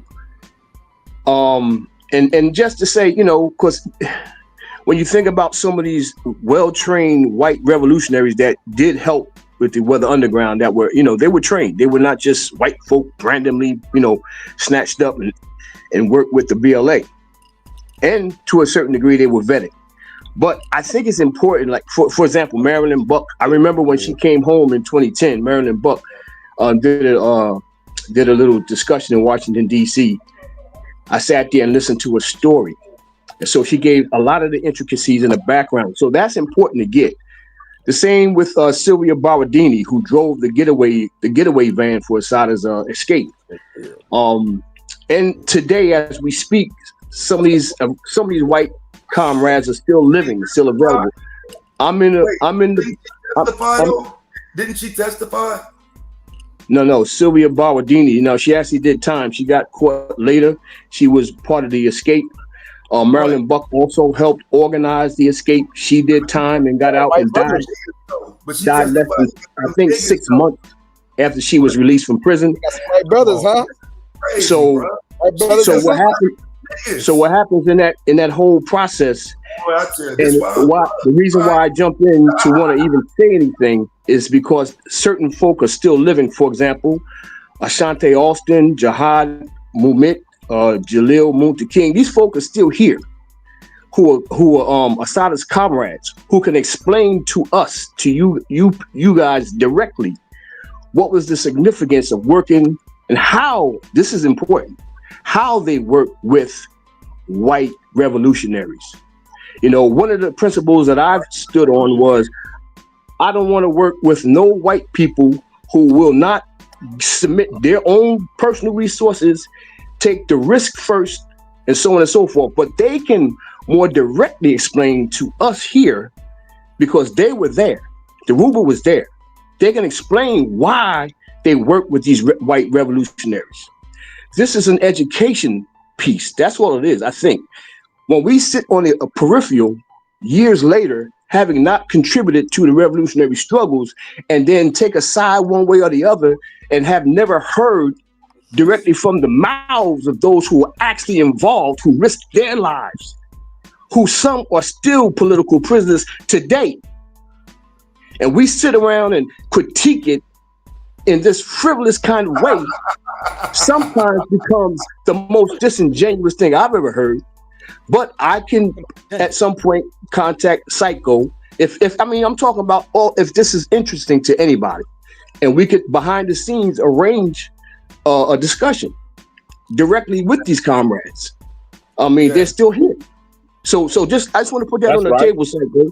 You know, I listen to the background, so I don't generally jump in. But I just want to make sure that's on the table also. We can have these discussions with experienced revolutionaries who were there. And we don't have to guess. We don't have to do mixed match research or anything. They can tell you. And I'll leave it there. But I just want to jump in on that piece right there, because these folks are still living, and before they die, they need to be heard. And then our children can have a better education. That's right. I just talked to a sister who was part of the original Panthers day before yesterday, and I'm gonna just sit down and do an interview with her and her husband, who was a part of the original Black Panther Party from Alabama. So you're right, you spot on. I'm gonna send. Yes, sir. I'm gonna send Psycho a message, a private message, with my phone number. So that if any of this does transpire in the future, he can take it from there. His show is very valuable enough to at least to invite these folk on. You know what I'm saying? So yeah, all right, y'all. I'm back in the background. Peace, y'all. Just want to jump in there and say that. All right. Yeah, I do think we need to be able to have discussions with them so they can tell you why they work with crackers. That way niggas won't call themselves talking that fly shit. You about your weak ass down to that ancestor. And I bet your ass won't be bad with working with crackers argument is remedial. I'm standing on it. That working with crackers argument is remedial. It's beyond remedial. It's a falsehood, Domo. It's a falsehood. It ain't even remedial. I just want to be heard. It's just I want to be heard. I want to say something. I just want to say something. I just want to speak. I just want to be a counter. I just want to be counter to what y'all are saying. I'm gonna go out of my way to be counter to what y'all are saying. The working with crackers argument is literally by definition the armchair activism shit. That shit sounded of people who ain't going to do shit. Of people who ain't going to do shit. Ain't got a plan. Ain't got nothing. So and then go work with crackers. I'm on top of so I can be heard. Because I just want to be clear then. So are you saying there's no black revolution without white people? Watch them die. Our revolution is without white people. Them assisting us doesn't have anything to do with our revolution. Having allies or having people that you can go to for resources, material information in a guerrilla warfare is not them aiding us in our revolution or aiding us in our survival. It's two groups that have like-minded tracks of ideas and philosophies working together to accomplish their shit, whether solo or in unity. Right? So it doesn't even equate to that. It's just you using it as a falsehood to strengthen a weak argument that you want to portray to everybody. It's not a falsehood for me. I got a son. It's a falsehood. So I got several kids out here. Right, we know. I got to make sure my one son though doesn't follow down the wrong path of believing some of these fake ass pro-black arguments y'all use. All of a sudden, my bad. What's an example of some? What's an example of? Let him go, Domo. Let him present his folk praise because he's the most pro-fake blackness on it. I'm asking you to disconnect black liberation from white people. It seems like you can't. Well, our liberation is not based on white people, and aligning with white people for material resources in our pursuit is not. Yeah, it's not. Who's doing that? Liberation to white people. He's saying that if you work with white people, they're aiding you in your liberation. That's not connecting. That's not connecting. That's what he's saying. That's what he's saying. He's saying that if you allow for white people to be a part of whatever actions or whatever guerrilla tactics that you implement in your seeking of liberation, if you use any white people, then white people have aided you in your liberation. Yeah, you can't explain what I'm saying, fam. Just say what you say. That's what you just said. You can't explain what I'm saying, though. Say what you're saying. But that's what you're saying. You're saying we need white people for our No one is saying we need nothing. None of us is saying that. We're speaking on the actions of people who utilize white people and white resources to accomplish their goals. That's what we're saying. So again, back to this allies conversation, right? I'm not of the belief that they are our allies. So when you got the driver, which he came up here and told you, she testified against black men. I know y'all don't care about that type of shit. I do. He said that she didn't testify. He did not say that she testified. Yeah, he didn't say that, but she did. She's the person that she was found guilty too. Right. She was found guilty of her crime. So how does she testify against black people? What did she get out of testifying? Did she get immunity? Did she get anything? I'm asking you a question. Why did she get out before them? Why did she get out? What do you mean? Like you said it before, because it's whiteness. What's your point, bro? Like all of us know that white people have a protection and a particular a protection, and with their whiteness comes white privilege. What the fuck are we talking about? It's a white empire. You said it was the limo. You said it was the limo driver. No, not a limo. Yeah, I think he's lying. I don't think the lady that was convicted, I don't think she testified against him, but I'm not near a computer to look it up. Okay. I was asking, like how was she involved? Because last I checked, when, like I said, when all that stuff happened, it was all BLA members on the highway in Trenton. It wasn't in Trenton. I'm not talking about on the highway in Trenton no more though. We talking about Assata's escape. We talking about that Assata's escape. Yeah, it was white people that helped with the escape. Yeah, Brinks truck robbery, all that shit. White people testified. That was 81. They was already pretty much. They was damn near done in 81. 81. That was actually the death knell of them. Was the Brinks robbery. There's a lack of acknowledgement of who testified against them. But what does that change, Taz? What does that change?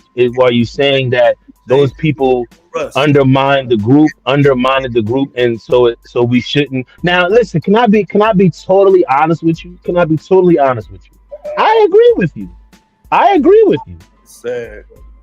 I agree with you. Like I like one rule that I live by, not to lower it or to make it a low vibration idea. But one thing that I didn't do is I didn't serve white people.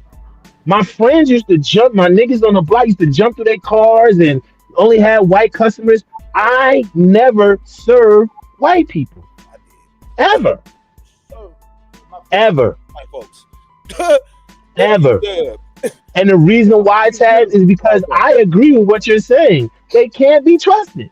You sound like so you rather poison your own people. Hold on, you rather poison your own people. You rather poison your own than poison the goddamn oppressor? That's what you're telling me? You don't even know what drugs I sold you, dirtbag piece of shit, scumbag. Nigga, you just confessed it online. I wish I was near you because I would pull up to your crib right now and I would do something really bad to you. If I lived anywhere near you, I will pull up to your crib right now and I would do something really bad to you. And that's on my dead mother. You don't pump. That's on my dead mother. If I lived in, I'm not trying to pump fear. I'm not trying to pump fear. I'm being honest with you. I'm being honest with you. If I lived anywhere near you, I will pull up to you right now and I will do something really bad to you.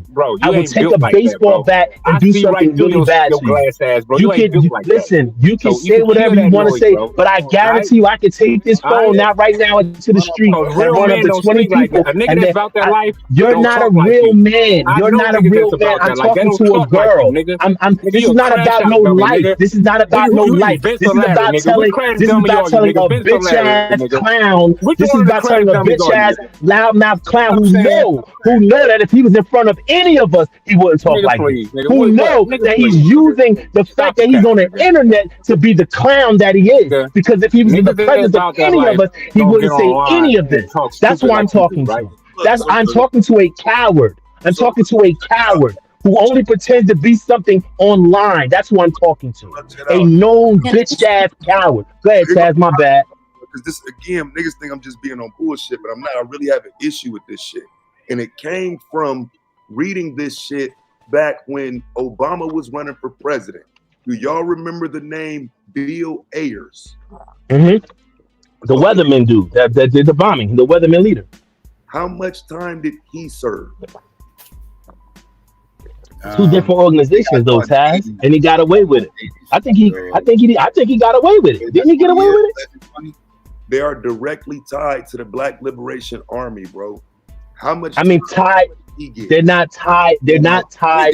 They're not the same thing.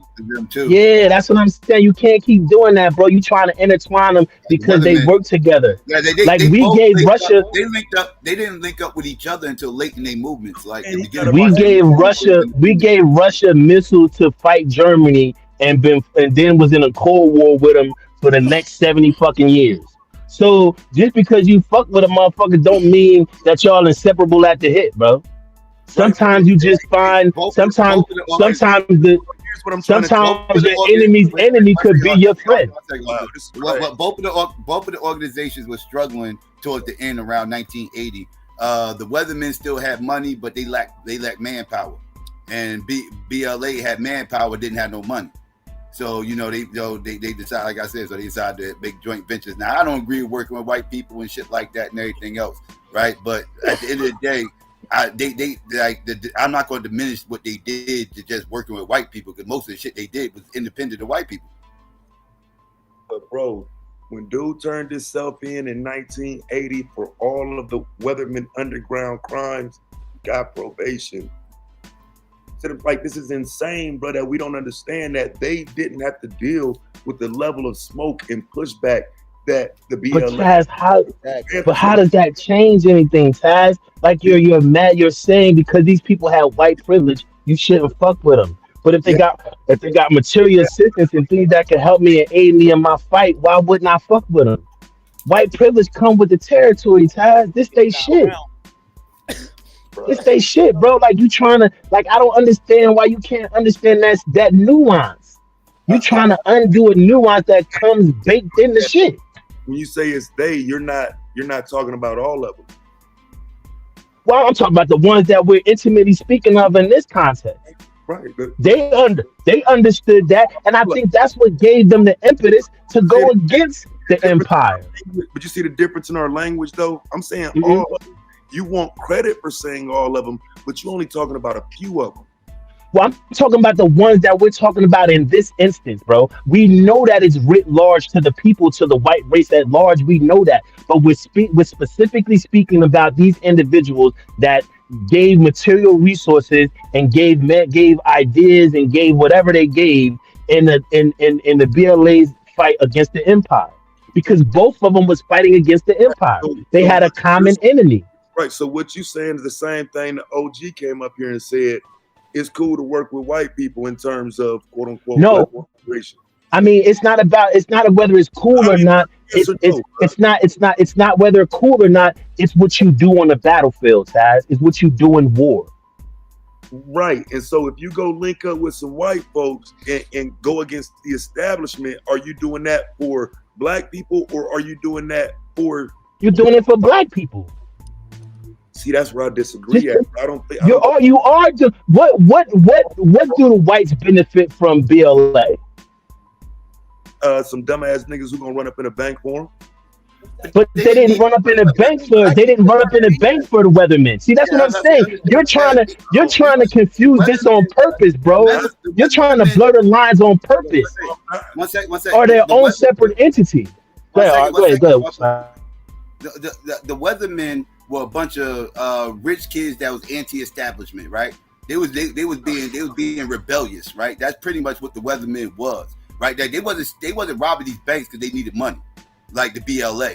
The BLA was that they totally needed the money. Like these motherfuckers wasn't doing the shit. They wasn't blowing up buildings and all this other shit. None of this shit was money motivated with the Weathermen. Like that wasn't what was going on. They were just participating for free.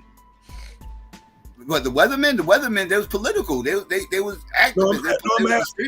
I've never even considered such a thing. You saying they just was there as drivers for nothing? There was nothing in it for them. No, I'm not. No, they was quote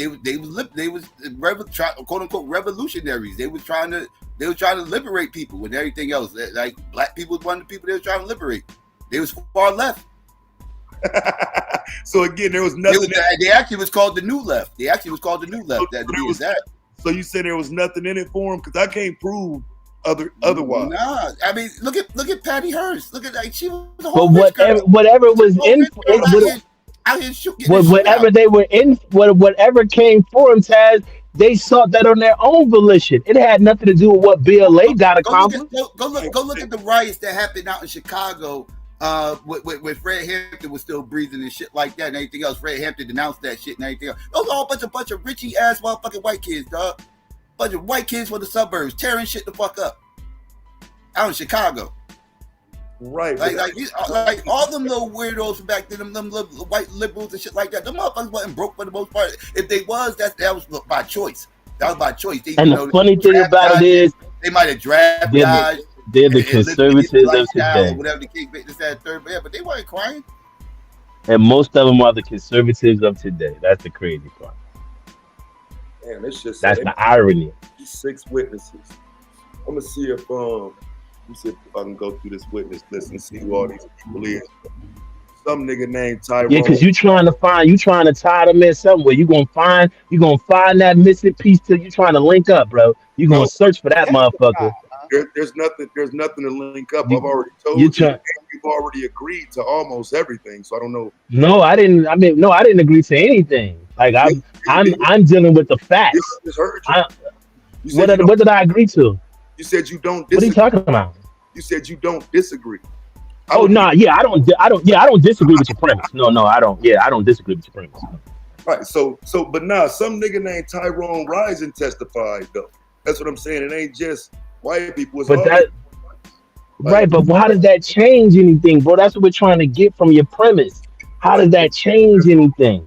A lot for me, but again, if on the battlefield, you on the battlefield, your allies are your allies, man. Like if you have a common enemy, your allies are your allies, bro. They have what their mission and what they're looking for. You have what you're looking for, and sometimes you share resources. With white with white people. Yes, with white people. Yes, with white people. Nah, you can't add shit. This don't got nothing to do with Jamaicans. This don't have nothing to do with the island of Jamaica. No, because I've been listening to. This don't have nothing to do with the immigrant populace. No, it's got something to do with everything. Yeah, it do. I'm just giving you a hard time, Buddha, man. I'm just giving you a hard time. No, the reason I'm saying this is because y'all once again y'all isolating Black Americans from the rest of the world, and then Madonna, other people. Well, why we ain't doing this? First of all, technology responded to what they was doing. Straight up, like because of technology, you can't do half the shit they was doing. So stop that. Second of all, at that time period, they was doing all of this. It wasn't just them.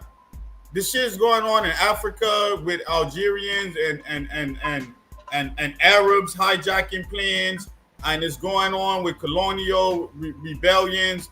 Jomo Kenyatta's around.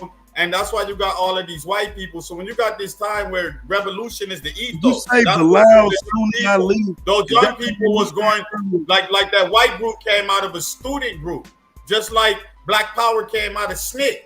They was the student something, the SDS before they became the Weathermen. So all of this was the atmosphere. So when the whole world is using nonviolent revolution, you're going to act on that. You're going to have a climate to participate. You don't have that now.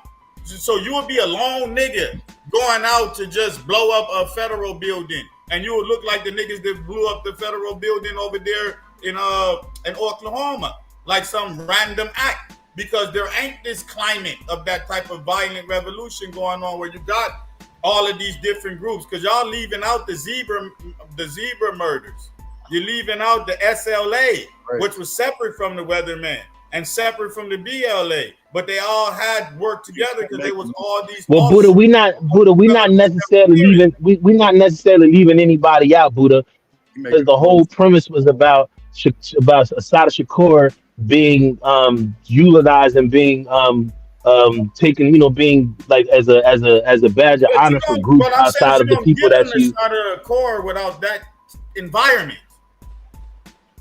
You just don't. I mean, yeah, but we're not talking about what was the catalyst to her origins. We're just No, speaking but about see, when we what talk she did about in her working times with of white living. people, what All I'm right, saying because is that was in the he's environment. changing the Revolution was in the conversation to environment, like so you're real. going to I work know with he other is, bro. I know he is, bro. That's why I was So let trying me to ask you, really No, you're in and going to tell you work with other what we was revolutionary talking groups. about. You're going to so know about Che if the name Guevara. earlier, You're did going you to know say about all of I this. Why do you think black people was just isolated from no other no revolutionary groups? no.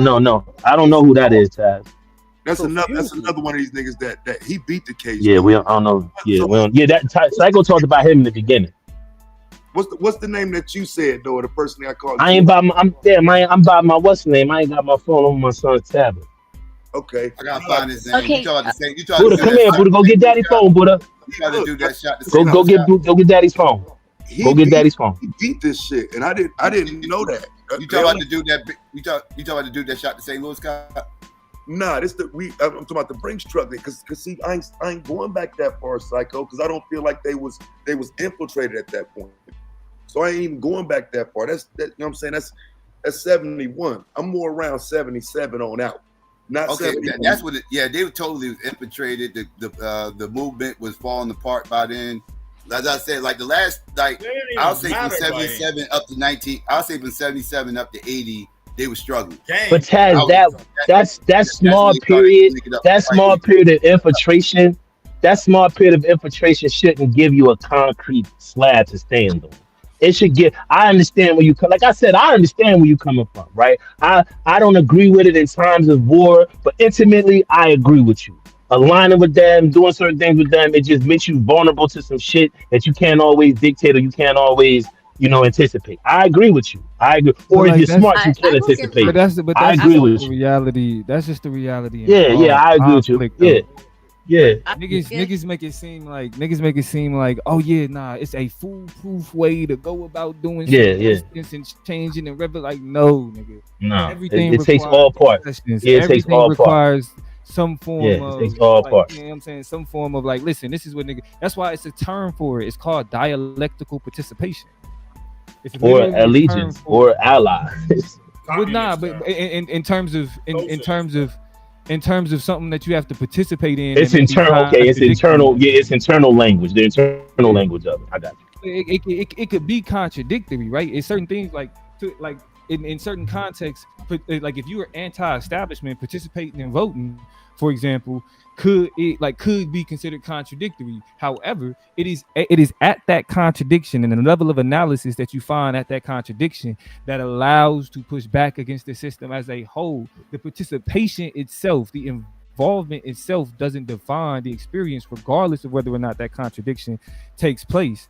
It's the purpose of the participation. What is the end goal? What point are we trying to reach?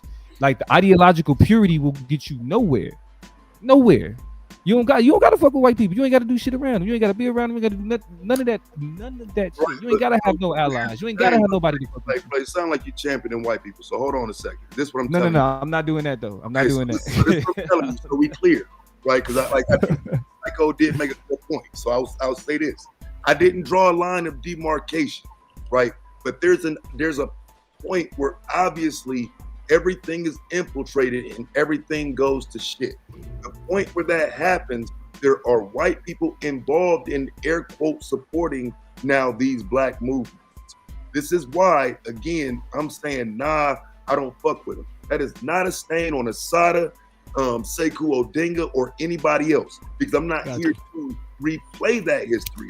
I'm saying in hindsight, I don't like that idea. And that shouldn't mean I'm shitting on their memory to say, nah, fam, they shouldn't have fucked with them white folks. Y'all could have did it on your own, because some of the stuff y'all was doing, you got away with it until them white folks got involved. They was doing their own shit. And nothing happened until them white folks got involved. Now y'all going to jail for shit. Yeah, I don't necessarily disagree with that. All criticism is, I think, criticism. But I didn't draw a line of demarcation. I did just throw everything under the bus. And there, you had you had a little disdain for him in the beginning. I will give you that, your premise did evolve, but in the beginning, you kind of had a little disdain for him, bro. Okay, so I'll say it again. Fuck them niggas that fuck with them white folks and thought that shit was smart. Cool, they broke out Assata. The rest of that shit fell to shit because they fucked with white people, nigga. But you can't say it's because they fuck with white people, Taz. You don't know. You don't have the intimate details to say that. You're just saying that based on what you think history played out or what you think was the cause of them falling apart. No, fam, I'm just making an assessment off of. I got you. I got you. I understand that's what you're doing. I would argue the movement would have died 4 years earlier if they didn't link up those white people. Now, why are you saying that? And I would say all of those revolutionary so you saying white groups, folks, white and black, white people, the ones that saying white involvement, white money is what kept them afloat for those last few years. Oh, white money. Okay, sorry. Okay, I got you say white. So white money. Well, white money is white involvement. That's what I'm saying. That's what I was just about to say. Money. It wasn't just white money. It wasn't just white money because they wouldn't have broken Assata out without white people. That was in '79. Doing with this white money. Hey, so I'm still trying to figure out how they leak her out of jail. Look, D.A.B.A.T.E. So you're not cool with white involvement. They had already helped Timothy Leary break you cool out of with jail. white money? Had been breaking. Malcolm even said. Malcolm said you can't join. Malcolm even said you can join. They didn't join. They didn't join. He wasn't Black Liberation Army member. But you can't join the movement. And helping and integrating is too, they that's diametrically opposed. Without white people, Assata Shakur dies in jail. See, that's what I'm saying. I can't say that. Damn, psycho. That wasn't the first time. That wasn't the first. They wouldn't have pulled it off without white people. They would have been pulled off. Make us inferior then? So that was inferior. I ain't say nothing about inferior. That's what I'm saying. There's nothing wrong with saying. What I'm saying is, if you look at how she got out of jail, you will say the same thing I'm saying. It wouldn't have happened without white people help. No, I can't agree to that point because that's not the first jailbreak. So they was the mastermind. Hold on. But Taz, I'm talking about her specific jailbreak wouldn't have happened without white people. That's what. So here's the thing. Because but see, Taz, here's the thing. Because this is where I think you're getting caught up. The assumption is always that nigga, y'all caught up. Yeah, nah, nigga, you caught all the way the fuck up. But look, the assumption is that because saying that it wouldn't have happened if white people weren't involved is like, oh, we need white. That's not saying that.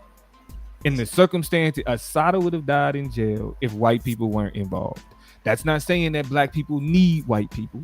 That's not saying that we ain't gonna get nothing accomplished unless white people are involved. But in the instance, in the circumstance of Assata Shakur, white people's involvement is what allowed her to be able to escape. Period. Like I don't understand what niggas is attaching. I get it now. I get it. I really You're right. I see that now.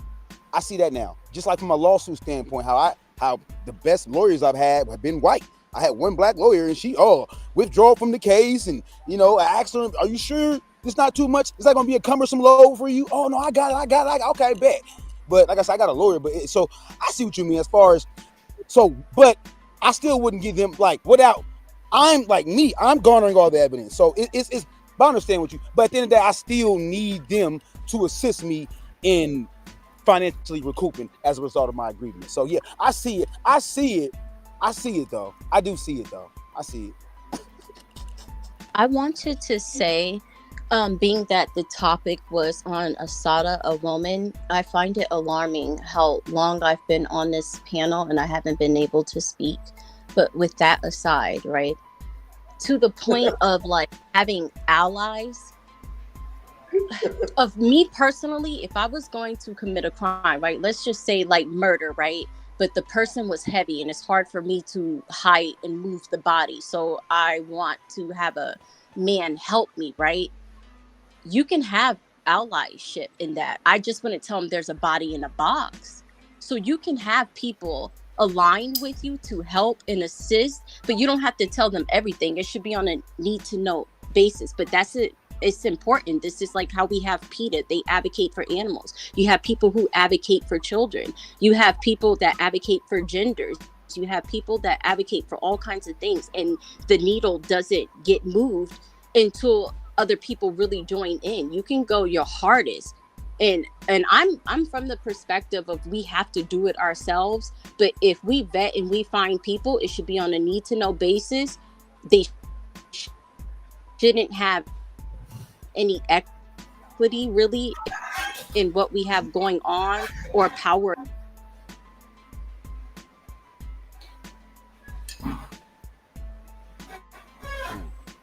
Yeah. That wasn't misogyny that cut your mic, sis. That wasn't misogyny that cut your mic. I repeat, that wasn't misogyny that cut your mic. John Brown said. All I know is many men. God, I go.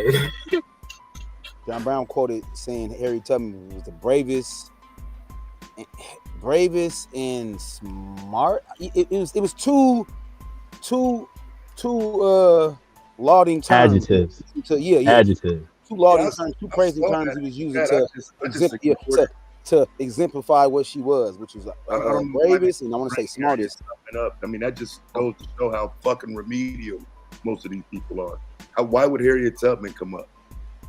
Like talking about John, because I mentioned John Brown. Well, he was speaking John. He was talking about a white allegiance. He was talking about how she had allegiance with John Brown. Catch up. It's cool. It's okay, brother. It's okay. I'm talking to people in the chat. Okay. That's right, dude. Because I brought up that you might want to catch up. They brought up Harriet Tubman to say that context is white people in close proximity. Go ahead. Well, it sounded like you was going to make a point. Go ahead. Yeah, because what they were saying was, well, Harriet Tubman helped white people that apply to her too. I would say no, those were not free people. Those black people were actually slaves. And 100 years later, there was a different context to it. So no, I don't think still slaves. Yeah, no, so they're you don't not. Think they still have to slave my as far as Harriet Tubman and John Brown. Slaves. Say it again, D.A.B.A.T.E, my bad. I said. So you don't feel like the example that I just inserted, i.e., Harriet Tubman and John Brown, you don't feel like that's a good, or not even good, but just appropriate? I think whatever. I think those are the legitimate examples of black people needing white people's help for liberation.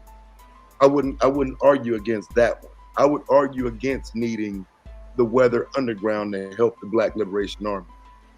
Free Assata. I think it's the same thing, and I think actually it's a more profound association in a sense, because to have whites go against the empire, to have whites to go against the empire at the same time is kind of a profound thing, right? For whites to try to undermine the empire and seek allegiance with a black extremist group to do it is kind of a more profound thing than, someone seeing the atrocities of slavery and aligning themselves to it. You know what I'm saying? Because, I guess it's an equivalent actually, but just one use other means, right? Well, because they both use violence. Have to align yourself with white folks to get reparations. Both use violence. They both use violence to enact what they thought was a legitimate cause. But I'm just saying that the leader of the Black Liberation Army, Assata Shakur, had to flee to Cuba.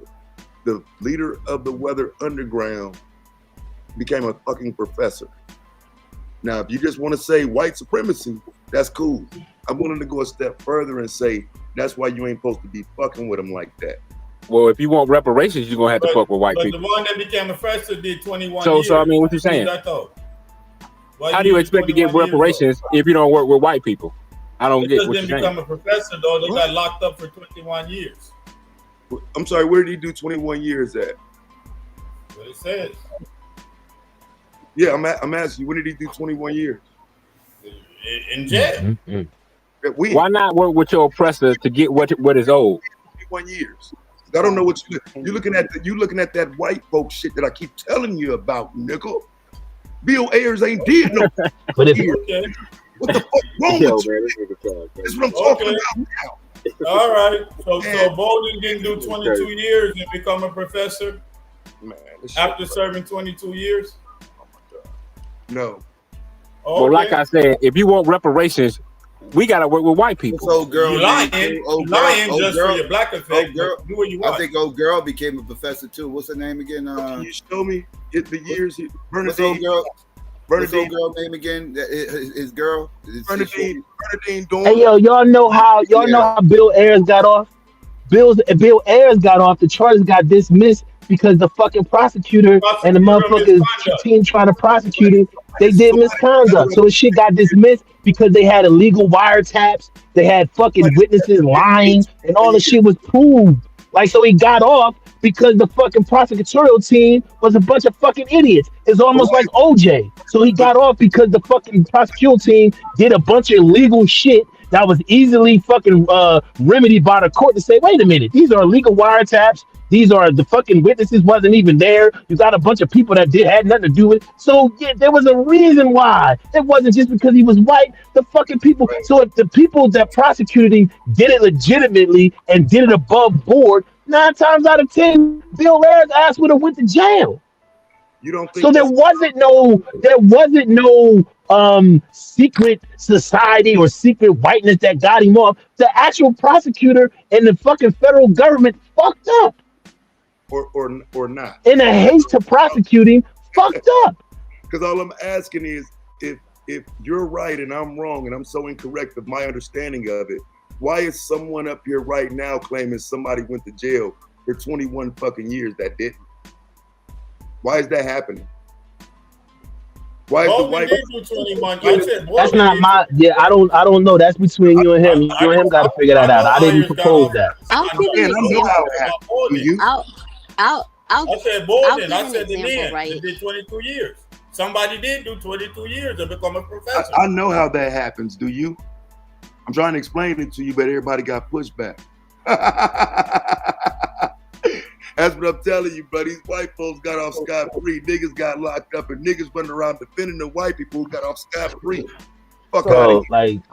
Like you can't, like you cosplay pro-black on the weekends, my nigga. Like, yeah, because this shit is crazy. The shit that you do is the most craziest goalpost cosplaying move shit I ever seen in my life.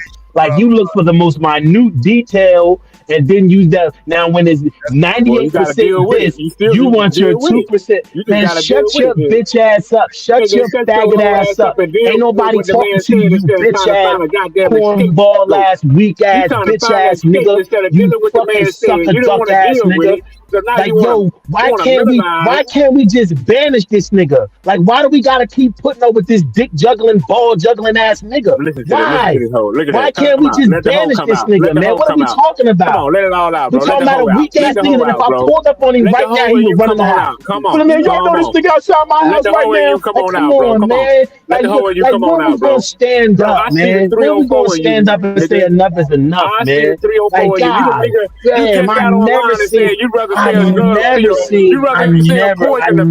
my life seen a bunch of people except a bunch of bitch ass niggas in my life. Never in my life seen a bunch of black people call themselves real and all this. Listen to this nigga right here. I've never in my life seen it where niggas know that a nigga is a bitch ass duck ass nigga, and instead of telling him, hey my man, like Taz said that day, Taz said this is the nigga that we was on the block. Niggas would chase him off the block. Like, he would chase him. I'm not trying to get no cosign. I'm trying to put in context what would happen to you in real life. Like, if you was around real niggas, we would send you home. We would send you home. We would send you home. We would send you home. You are a weak man, bro. You are a weak duck ass nigga, and we laugh at you. We laugh at you. About how much you've been we laugh. I don't care about nobody in the chat because they're weak like you. They're weak like you. Like, look at what you say. Look at where's your woman? Where's your woman? Show us your woman. You're online way more than I am. You're online way. Listen. You ain't got no goddamn discipline. That's what's wrong with you. Listen. I will turn your camera on. Turn your camera on. Let us see you. Let us see you. Turn your camera on. Let us see you. Let us see what you look like. Let us see you. Let us see what you look like. Right here, nigga. Let us see you. Turn your camera on. Let us see you. Turn your camera on. Let us see you. Let us see what Madonna look like. Let us see you.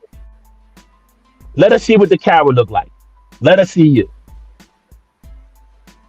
Look at this nigga, y'all. Look at this. This nigga look like a fucking broke ass Bill Cosby extra. What are we talking about? With an Nigga, that's uncut black power, afro. nigga. You see the fro, nigga? Come Look at on, you, nigga. y'all. You like, Come look at, on, nigga, y'all. you a Come on, white boy, y'all. nigga. Come on, y'all. Come on, y'all. Come on, y'all. Look at Did this nigga. y'all This nigga just see white. this skinny, weird looking ass nigga? The nigga look like an extra on I Hate Chris. What are we talking about, man? Why do we Bro, have to listen to niggas like This that? We nigga, seen what that nigga look like. Come on, man. We're bro, I bugging see right why now. you act like you We're act, bro. bugging.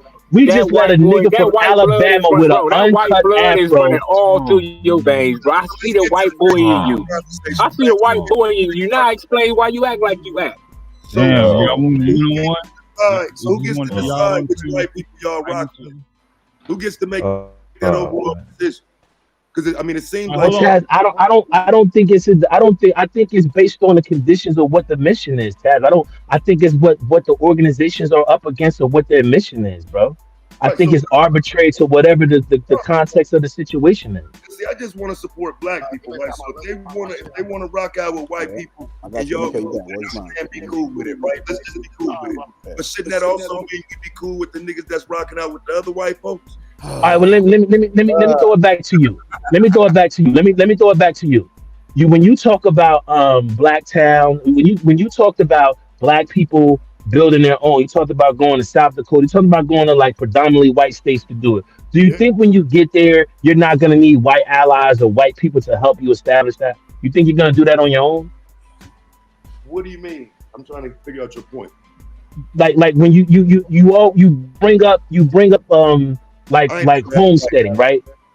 like No, like you bring up homesteading, right? And you use South, you say, yo, we can go to South Dakota and get this shit popping, right? And I'm saying to you, that's a predominantly white state. So when you get to South Dakota, don't you think there's gonna be white people there that you're gonna have to work with and you're gonna have to align with to make your shit come to fruition? no. And would they be liberated? So you think when you get there, you're just gonna be on your own and you're gonna do it without their help? Yeah, you can do it without their help. Absolutely. You can't do it without their help because you're That's going to need the help of the governors. You're going to course. need the help of the county commissioners. You're going to need the Yes. help of the local people. You're going to need the help of white people to establish that homestead, Taz. Wait. Approval or help? Those are two Help. options. Both. No, Help. I don't think. Both. I don't, so again, Both. so just back to my original question: are you saying we can't do shit without white people help? No, what I'm saying is if you go into a predominantly white state, you're going to need white people's help to establish anything in that state. That's what I'm saying. Okay, And I okay. stand on that. And I To stand on that. establish what? Wait, to To establish establish whatever, to establish the entity that you're talking about, the land, the homestead, the community that you're speaking of. Wait, you could just go buy some land in a white state, bro, and don't have nothing to do with the rest of the state. How are you going to establish yourself without dealing with the do you think that there's no laws and there's no zoning laws or there's no infrastructure things that you have to do in order to make this thing sufficient? Do you think you're just going to go and put up a bunch of tents and modular homes and that be the end of it? Do you That's understand urban planning or not even urban planning? Do you understand planning period? that's approval.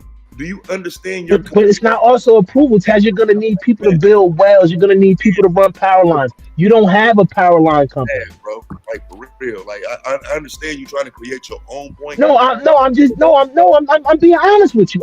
I'm speaking of the infrastructure. Right, but I'm not. Yeah, I'm not trying to. I'm speaking of the infrastructure. You're implying that you can go anywhere in this country and just start throwing up buildings or some shit. Like I get that point. That's not the help I'm talking about, though. Like I say, when we talking about this situation with black liberation and whatnot, we're not talking about help in terms of reparations or laws or anything like that. That's a different conversation. So you saying any material help outside of that is a deal breaker with you? I'm not saying it's a deal breaker. I'm saying how do we trust them? Which is it's a deal breaker, bro. Because that means you ain't fucking with them. Yeah, well, I'm fucking with my people though. So if my people, right, I'm talking about you're not fucking with people outside. You're not fucking with the white. Asking why are we fucking with them? Like these my people that's fucking with them. So I'm saying why are we fucking with them? I think because when you're in a war and when you have a liberating mission. All right, for instance, right? For okay, in the Revolutionary War, blacks helped. Like this was one of the most profound moments in my life. Young lady took me on a date to the museum in New York. Right now, I live in Trenton. I live 2 blocks from the Delaware River. 2 blocks, actually, not less than 2 blocks from the Delaware River. Right, the famous Delaware River with Washington Cross and all that shit. Right, bro. All my life I've been living here. I've seen that picture occasionally or whatever, Washington crossing the Delaware, but I didn't pay intricate, close attention to it. I didn't see 2 black people on the boat, right? So what I'm saying to you is, in times of Revolutionary War, your allies aren't always the people that aren't always chosen for you. Sometimes things just happen. Now, and I'm with you. I'm with you 1,000% that they're not to be trusted in other instances, and majority of the instances they're not to be trusted. But in war, bro, sometimes you can't pick your allegiance, bro. Sometimes it just comes with the territory. Is all I'm saying. I'm gonna say this, right? With the history between men and women, right? We'll say women are black people and men are white people, right? There's been a lot that has happened to women, even currently, but women still try and compromise with men. From your logic, that's telling women to just not ally with men. No, we love you, sis. We love you, sis. We ain't got nothing to do with whatever you. Yeah, we whatever definitely happened love with you. Hold on, let me just clear something up. I'm not saying anything happened. I was using that as an example. Like there could be thing. No, I'm familiar. You got I'm going familiar with with the gender language though, and race. because it sounds like you arguing that women don't benefit from being pro-black.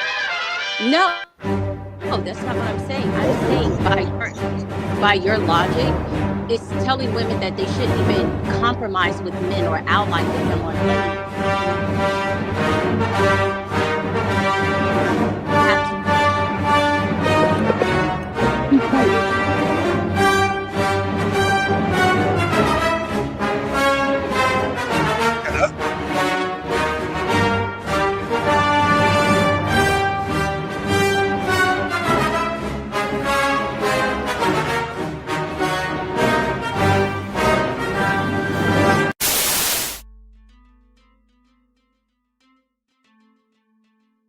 Where you draw that conclusion from? I'm kind of just having a little banter with the fellas for real. I'm not against Assata at all. Hold on, let me just clear something up about Assata and her relationship with the BLA. First of all, she was not the leader. She was never the president. Me. Nigga. Okay, to you. That's how she got deemed public enemy #1. No, that's why it had nothing to do with her having control. She had no desire to be leader of the BLA. It's kind of like Kevin Samuels in the Manosphere. You know right. They propped him up. Yeah, he was propped up. Yeah, he was propped up. So the same thing. And also, she was never charged with any other crime. All the shit she done in the late when she finally broke off from the Panthers and got with the BLA, she never got charged with nothing. That state trooper shit was the first time she ever got seen papers. She was never on paper for anything. It was all propaganda, newspaper, rumors, shit like that. So I just want to clear that up too. Yeah, she the GOAT though, fam. She's 41 years on the run. I couldn't even last 2. I thought shit was sweet. Right. She didn't go straight to Cuba. She kind of I don't want to say chill, but I mean, for a black person, Pittsburgh, Pennsylvania, early 70s, yeah, that she better stayed out the sun the whole fucking time. That's where my mom's from. That's why I know a little bit about that. You know what I'm saying? Man. That's all blue collar, especially during that time. But a lot of this stuff was grounded in anti-Vietnam War. The position of the United States government was also debacling just as fast as these goddamn movements. They position for foreign relations and their position, especially in an active war was falling just as fast. No one on the international community supported them from a general perspective, other than governments. The people in America, Republicans and Democrats, the left and right, they both were like, hey, what the fuck we still sending our men over there for? We had a lot of animosity in terms of government policy. So for me, anti-government in that particular time didn't necessarily mean no relation. Being critical of the government, I think, is being kind of conflated. So you can be critical, you don't necessarily have to be disassociated with or have nothing to do with anything related to the government to be critical of the government. So I think we kind of conflate that shit. No, I agree with that. Yeah. But I do think we have to be careful because, again, which is my point, our anti-government position isn't equal to a white person's anti-government position. You know what I'm saying? So while their anti-government position is looked at as going against the grain, ours is criminalized. And I bet you Damo don't chime in and say shit now. You know what I'm saying? So again, it's easy to push back and make it sound like I was saying some crazy shit. But no, fam, they don't. But what about the ones who were found criminally negligent in the cases of going against the government? All of them didn't get away.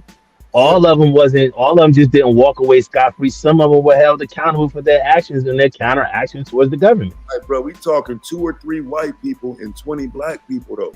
But I'm saying, we don't in the sense of 20 black people, yeah, we could say that. But that doesn't mean that the whites who did it wasn't prosecuted. Like we're not heavily invested in white counter organizations. We're not invested in their history. We're not invested in what happened to them, how they were dismantled and all that. Like that's not our purview, right? Like you know what I mean? That's not our purview because we already understand that. It's like you're arguing against a nuance that we already understand. And it doesn't change that you will need and white allies will assist you in your efforts if you have a counter government revolutionary entity. Right. It doesn't change anything. When white people assist you, niggas go to jail. That's what I'm saying. Well, that's your premise. That's your premise. But even in that premise, you kind of come up short in proving that. You haven't proved it. You just made a bunch of assumptions and just what you think happened based on, your opinion. So let's run it back. So how long did Bill Ayers do? Well, we said why Bill Ayers, but Bill Ayers wasn't going to jail for being with BLA. What Bill Ayers was going to jail for what Bill Ayers did for the Weather Underground. So that's what I'm saying. You're trying to conflate two things and say, well, Bill Ayers didn't go to jail for aiding BLA. No, he wasn't charged with aiding BLA. Bill Ayers didn't say anything or get anybody in BLA convicted. Bill Ayers was charged with his actions with the Weather Underground. So why would he be charged with his actions with BLA? Why would that even be a part of your argument? Because he's the leader of the Weather Underground that orchestrated. Right, and he was held accountable for things with the Weather Underground. Held accountable how? He went to trial and they fucked the trial up. He was put in jail, put on trial, and they fucked the trial up. This is unreal. The motherfucker. What are you talking about? All these Bill Ayers was put on trial, Saz. We just explained to you what happened. He was put on trial. The prosecution team. Probation. I explained. He didn't get anything. The charges was dismissed. No, Bill Ayers got probation. He got probation for some other shit. He didn't get probation for what they took him to trial for. They just trumped up the new charges to give him probation. Y'all niggas, bro. Y'all bro. Where I'm reading the shit right here, my nigga. Okay, so again, I told you he got probation for his involvement in the 1981 Brinks robbery, bro. I told you that wasn't the Weather Underground that he went to trial for in 1974. We know you moving the timeline up just to find that increment But even in doing that, you don't see nothing with Bill Ayers ratted on anybody. And you're trying to say because he got probation, he ratted. Or it was something. I don't know what you're trying to say. I moved the timeline up to show you when white people got involved. But they were involved in the previous timelines too. She escaped from jail in 79 and no white people told. They was a part of it in 74, no white people told. White people was a part of it in 71, no white people told. What are we talking about? They were part of it in 78, no white people told. Underground in 71 and 74 working with the BLA. They were working with several underground groups. I'll wait. Yeah, the white girl Marilyn Buck, the white girl from Texas, she was helping them get guns as early as 71, 70, 72 up in there. Yeah, show me that. Before the trooper. Pull it up, show it, let's see it. All right. And again, it seems like anybody bringing guns to the Panthers is a problem. The last motherfucker that was bringing guns to the Panthers was a motherfucking agent. Right? I mean, this is crazy. Like, the black dude. Like we understand these infiltrated movements, but we don't want to talk about how they got infiltrated. We like the black dude. I mean, it was infiltrated by black people too, though. Yes, I don't disagree. But I'm saying turning this shit into some fucking rainbow family coalition to go against the white man was a problem. We can't ignore that, bro. White people going against this. I mean, but you act like it was so profound. You act like it was thousands of members. They didn't even have white members. They just aligned themselves for material resources and information sharing to fucking do what they were doing on an organizational level. Like, I mean, they were not infiltrated to the point where they were white BLA members. There was one white lady in East Orange, New Jersey, but there's no history of others, so they didn't necessarily infiltrate the group. Aligning with someone and working with someone for material information and resources is not them being a part of the group. It's not. Listen, so this is what I'm trying to explain to you. Well, they might as well be. If Dev pulls up that white girls were supplying guns to these niggas as early as 1970, y'all dead. How we dead? How we dead? Because you're dead. Because what that's gonna prove to you that there was the infiltration didn't create no situation where they were getting ratted out and going to jail and all that. And white people were the CIs or the confident informant. So that you're dead. What are you talking about? It's gonna prove this was never a black movement from the inception. Because white people have provided them with weapons. It's still a black movement. You can't take blackness away from its head because they utilize white weaponry. What are you talking? They utilize white people to get weapons. You got to get them shits from somewhere. They're not a part of the organization. They're just one of your suppliers. What are you talking about? Yeah, suppliers. So then what happens after that? After you get the supplies, suddenly you get raped. Whatever the relationship is, y'all keep doing it. Nobody got raped. See, you're trying to create the narrative that they got. You're lying. Like to make your point. I'm lying. To make your point, you're lying. Like that's what you're trying to do. You're lying and saying, well, then what happened after that? They gave them the guns and then they got ratted on. You have no proof of that. So I can't. So none whatsoever. That's your assumption. Show you the FBI raid, and it didn't happen. I can't show you that happened. What happened? I can't show you the United States government raiding the BLA before. But you can't. But you can't say that it was based on the white people bringing them guns. You can say that they got raided, but you can't say because white people brought them the guns. What are you talking about? Wait, I'm sorry. What should I base it on? What should I base it on then? Who should I base it on them being investigated, base it on them being spied on, all kind of shit. There was all kind of fucking thing. I'm sure. Come on, bro, what are we talking about? Man, I can't. You lucky we on Psycho Channel, man, because I would say some shit to you, man. Oh my god, man. Like, oh my god, man. Why do we even tolerate this dude, man? Oh my god, man. Like we can't. Like, why do we even like Jesus Christ, man? I just never in my life. You think some Panthers gonna buy some guns and the white man don't know about it? Man. Just never seen it in my life. You think a group of Dominican blacks gonna buy guns and white folks don't know about it? Man, just a Bama ass Just a Bama Nah, ass bro, nigga that's your out of mind, his bro, your depth, mind, man. bro. Just out of his It's depth. sad. Just a It's silly sad. clown ass nigga It's who need his sad. It's so teeth kicked sad in, how who niggas need his only jaw get broke so he can just revolutionary. sit down and be quiet and listen. Just need his jaw wired so he can just shut the fuck up and listen, so he can just Man, learn for once. where Just you a ignorant clown, niggas coming from, just bro? bozo the I don't know where clown, you man. bitch Just niggas a come from, clown bro. ass Like, nigga. it's sad. Like, why do we even tolerate this shit, man? Just a bitch ass clown ass nigga that Bro, just devolved the panel into bullshit. Don't even have bro, you be on these the calls, mental bro. capacity to deal with us, man. Get a Just say the life, man. same dumb shit Bro, you need over to and get a life, over and bro. over and over Get and a life. over and over again. The nigga be on the Okay, panel 10 times more than me. can we Bro, just 10 stop the times chat. more than me. Stop the chat. 10 times more than me. Just a bitch, Y'all just a see that? girl, just a can whole childish bitch ass girl who need his Yeah, sit jaw back in your broke. pickup. So he Sit can back just in be your pickup, quiet and nigga. just Sit shut back the in your fuck pickup up truck, and nigga. Shut the hell up. just not say And nothing. let's hear what Just the a sister weak got to ass say, bro. We don't clown want to hear ass your nigga. dumb ass all day. Just a Okay. girl, like just a girl. Just a All right, all right, girl. all right, All all right, right. but that's enough of that girl shit, bro. We gotta All right, there you Just go, he a Ted. girl. I don't give a fuck. He a girl. You niggas ain't All gonna right, stop me from saying what I'm saying. He's a fucking Bro, girl. get the 304 up out you, bro. Stop. Goddamn. all right, He's all a right, all right. fucking girl. It's All not right, an here you insult go. to be a girl, man. Chill out. can we Busted. Yeah, they're He gonna said that's an insult to girl. Okay, busted in 1972 on charges that connected her with aiding members of the Black Liberation Army. Her arrest came at a time when the government and the media came together and were conducting mass campaign to discredit members of the Black Liberation struggle. She was tried and convicted and given 5 to 10 year sentences. More charges have followed, as well as transferred ground the country's prison systems. Most prisons in the country refused to even accept her. She was too dangerous. Finally sent to the DOC, Cook County in Chicago, and eventually to the maximum security prison out there in West Virginia. That's the bottom of it. Go to the bottom of it. Let me read the rest of that. So she did Fed time.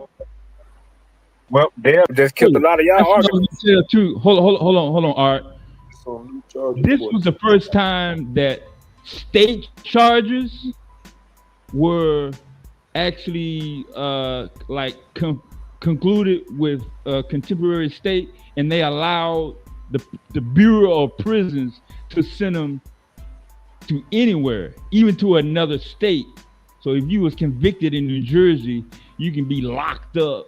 Hey, hold on. So wait, you got a problem here, though, fam. It's gonna be a whole lot of deaths around here.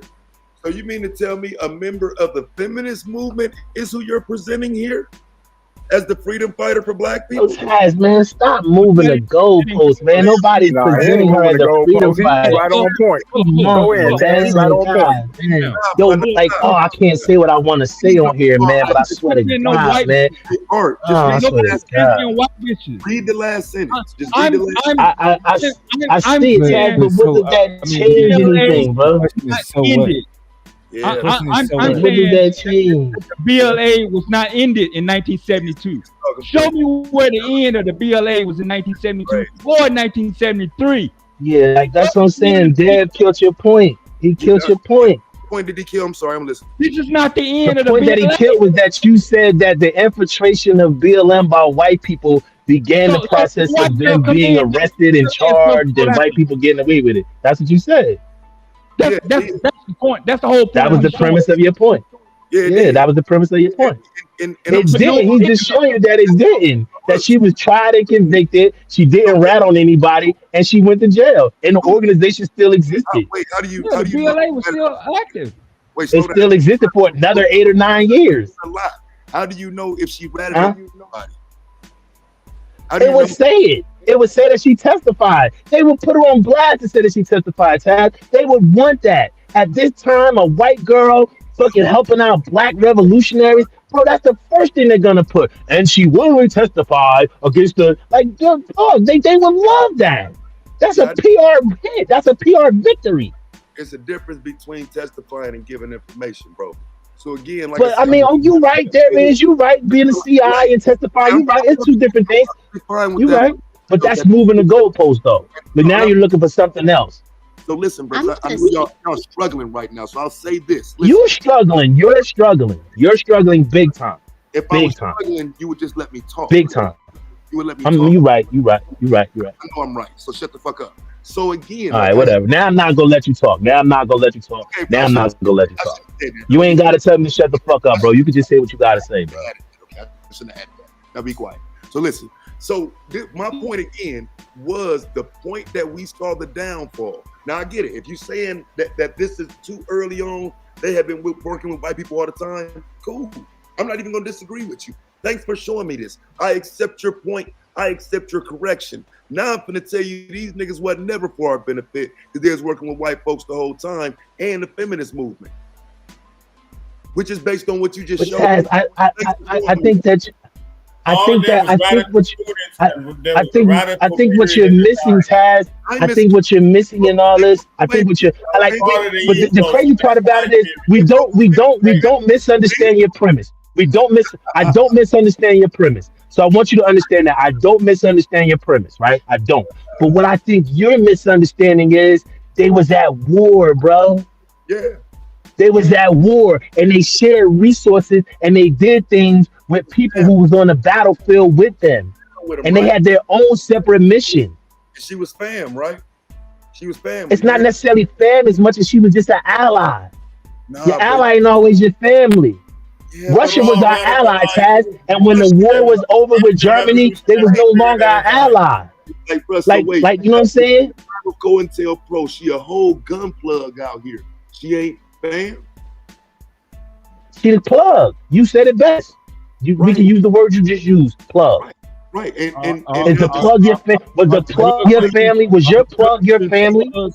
Was your plug your family? This shit make for good YouTube content. Hold on. But was the plug your family? Hey, fam, I'm perfectly fine with it, bro. Yeah, hell, the plug was fam. What you mean? The plug wasn't your family, man. The plug wasn't your family. I've never heard that, Chaz. I've been in Chicago 30 years. The plug wasn't your family. The plug wasn't your family, bro. That mean you don't know the plug is. I know that. Listen. I see the plug. I talked to the plug about 2 months ago here in Jamaica chilling. I see the other plug every day we speak, but they not my family. No doubt.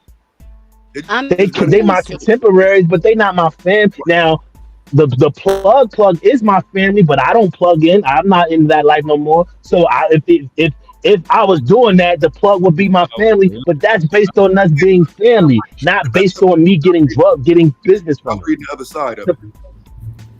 The plug is not the family, bro. The plug is the plug. Yeah, that ain't fair. I'm gonna say this. I agree. Right, that ain't fair.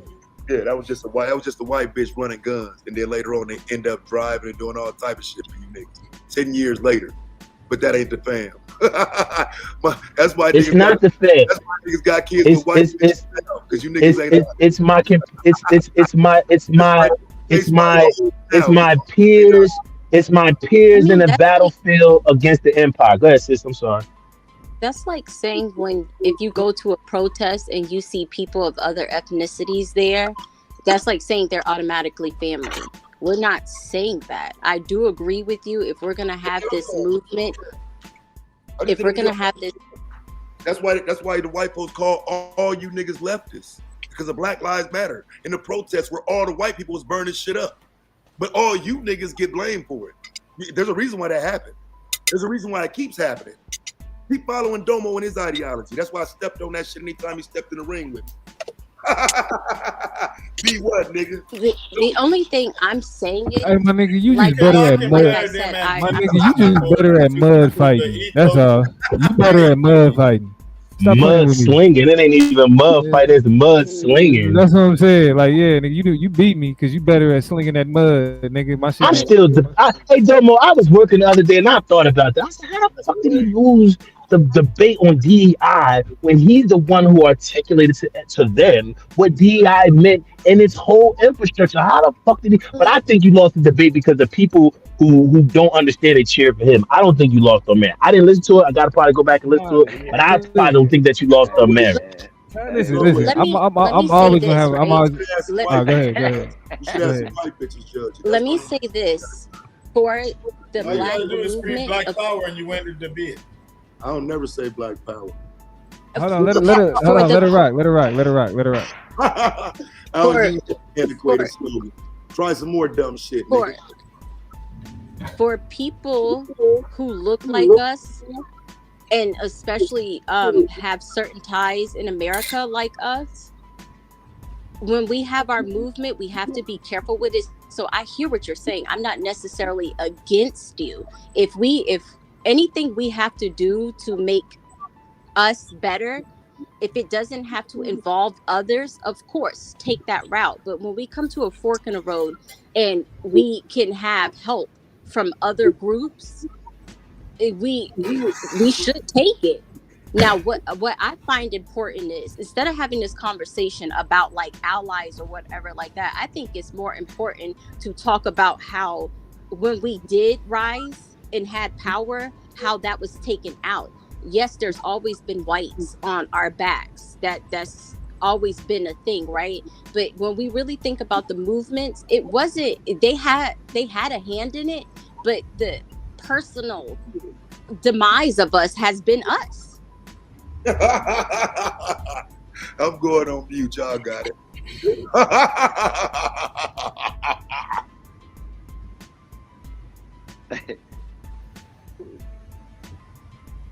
Damn, what's up? Y'all don't agree? What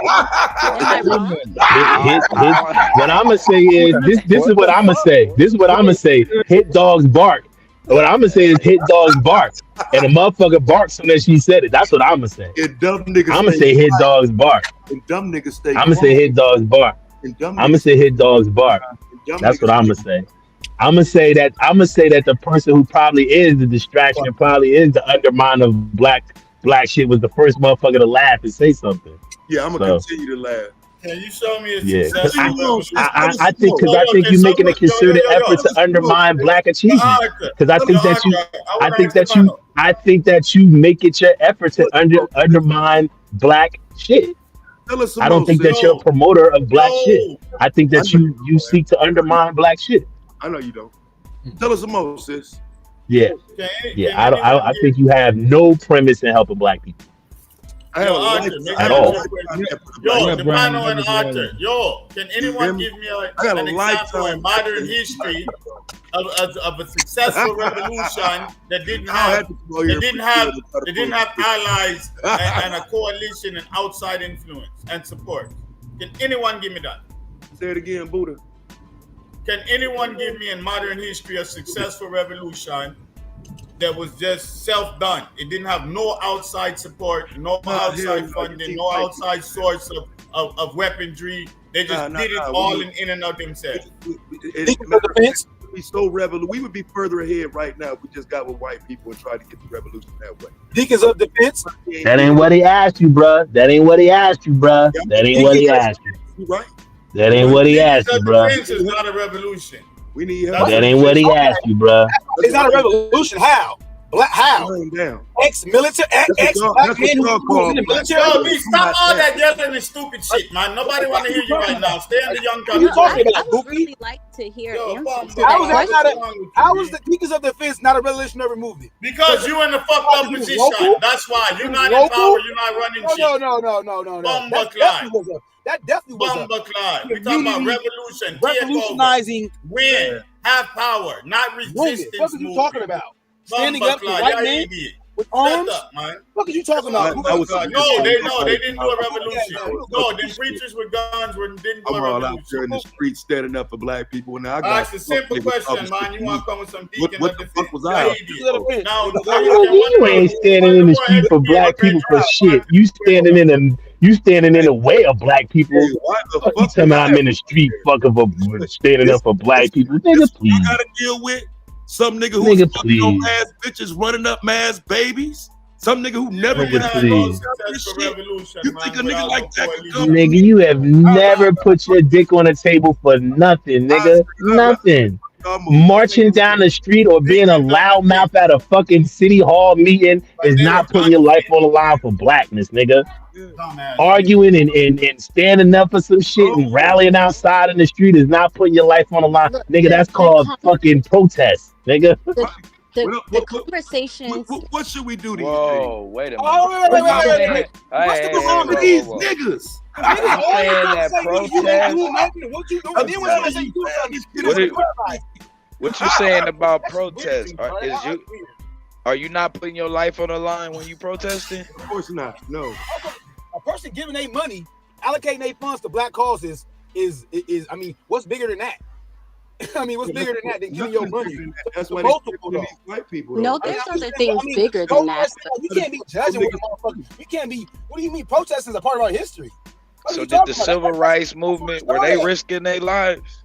Marching and clamoring in the streets. I'm talking about that nigga. I'm talking about him. I'm not talking about them. I'm talking about him, nigga. I'm talking about him, nigga. I'm not talking about what others did. I'm talking about what Taz did, niggas.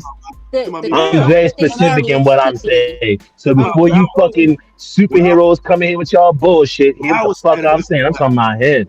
We know that nigga ain't put his life on the line for shit.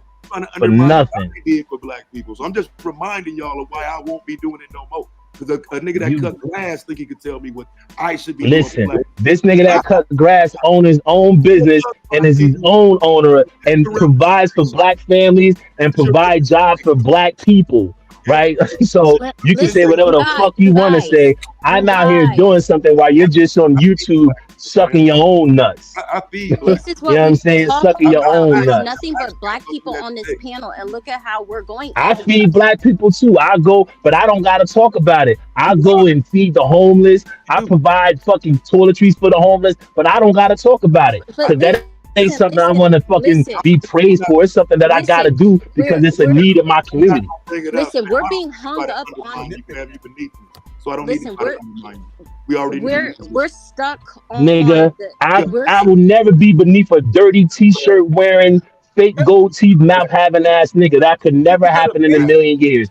A nigga that come on here and make these fucking disjointed fucking fake ass arguments and pseudo ass arguments to tear down black people that's done more to him because he's a hater ass nigga and hate on people that make choices and changes in life that he could never have the fucking courage to do. That nigga could never be beneath over me. Ever. Never, ever, ever. Ever. You are in the same boat with Madon, nigga. You are in the same boat with Madon. This takes the whole fucking damn thing. We're being stuck on the basis of how much we agree with each other, right? For black people in the movement. That nigga's so a Democrat. I'm a nigga. Even if we don't agree, we're still on this panel. And if we don't agree, we're still on this panel, and we still need to come to a conclusion on how to be better, right? So if we're split on do we enlist allies, well, we need to be talking about that. Okay, what should be done without them? And if we do come to a fork in the road, what is that situation to where we would enlist allies? It sounds like nothing can be done without them. That's what made niggas mad in the first place. But nobody actually said that. You start crying when I said that? When I asked? Because I just asked. I only asked, right? And niggas got mad at me asking, well, it seems like you niggas saying that we can't do anything without the help of white people. Then niggas start flipping it around and trying to make it seem like I said something other than that. No, fam. Well, that's not what you said. That's not what you said. Well, that's a part of what you said. I'm gonna say that's 1B to your 1A. This one like right? Your 1A was white people joining BLA was the beginning of their end. Now, if your 1B is you niggas are saying we can't do nothing unless white people are involved. But your 1A was, I don't agree with BLA allowing for whites to be a part of their organization and helping them out because the whites brought them down and infiltrated them and set them up for failure. That was your 1A, bro. And none of them went to prison. They did go to prison. Devastating just brought a fucking whole article up here and showed you that the white lady that was the plug for the guns went to prison. Yeah, that was 1970. And then you moved the goal. Okay, but right, so your timeline is 1981, but the totality of the organization started before 1981. Since the beginning. Say that again. Psycho chimed in and said that way earlier. And I said, okay, I agree. But from 77 on, we determined that earlier. but because I understand that, bro, but I still thinking even you doing that, you didn't prove how they infiltrated and brought the organization down. Even in you moving the timeline, you still didn't show where the infiltration brought the organization down. what is COINTELPRO? What is that? COINTELPRO is a federal entity, not a white entity, not the allies. COINTELPRO is not the white people that assisted BLA. COINTELPRO is a government entity that went in to get intelligence What's the to difference bring between the down. government and white You said people? it's not a white entity. The difference is the white. This is the difference, Blue. Before you start juggling these balls and fuck up the conversation, we're We all not heard talking you about. say something Listen, gay, Blue. dog. Listen, That nigga always say something gay, listen. man. We all heard you say All it. right, well, whatever. Listen. Because he's trying to say what the difference between what we're talking about is. Listen, what we're talking about, bitch ass nigga, is the white allies that they had. We're not talking about government officials. We're not talking about, well, the government is white. We're not doing that. We're not doing no sucker ass goofy shit. We're talking specifically about individuals that was a part of the Weather Underground that assisted BLA in their actions. That's what we're talking about. So before you try to move the goalposts and generalize, we have a specific target that we're speaking of. Said Bill Ayers, and y'all ran and found all his underlings. You do realize that, right? No, but we talked about him as well. We talked about why his case. We talked about Bill Ayers and why the case against him fell apart because he was charged for his crimes. That's where you said you agreed with me, though, right? No, yeah, Bill Ayers is not where I agree with you. I agree with you on the entire premise that inviting white people into our entities could be a precarious thing. Has nothing to do with Bill Ayers. That's what I'm saying. You just do fuck shit thinking it makes sense where I'll stand up and say what I'm saying. You don't have to take me out of context. Let's acknowledge that. You don't have to take me out of context. Yeah, hey, listen, I acknowledge that point, and I gave you that. Argue about.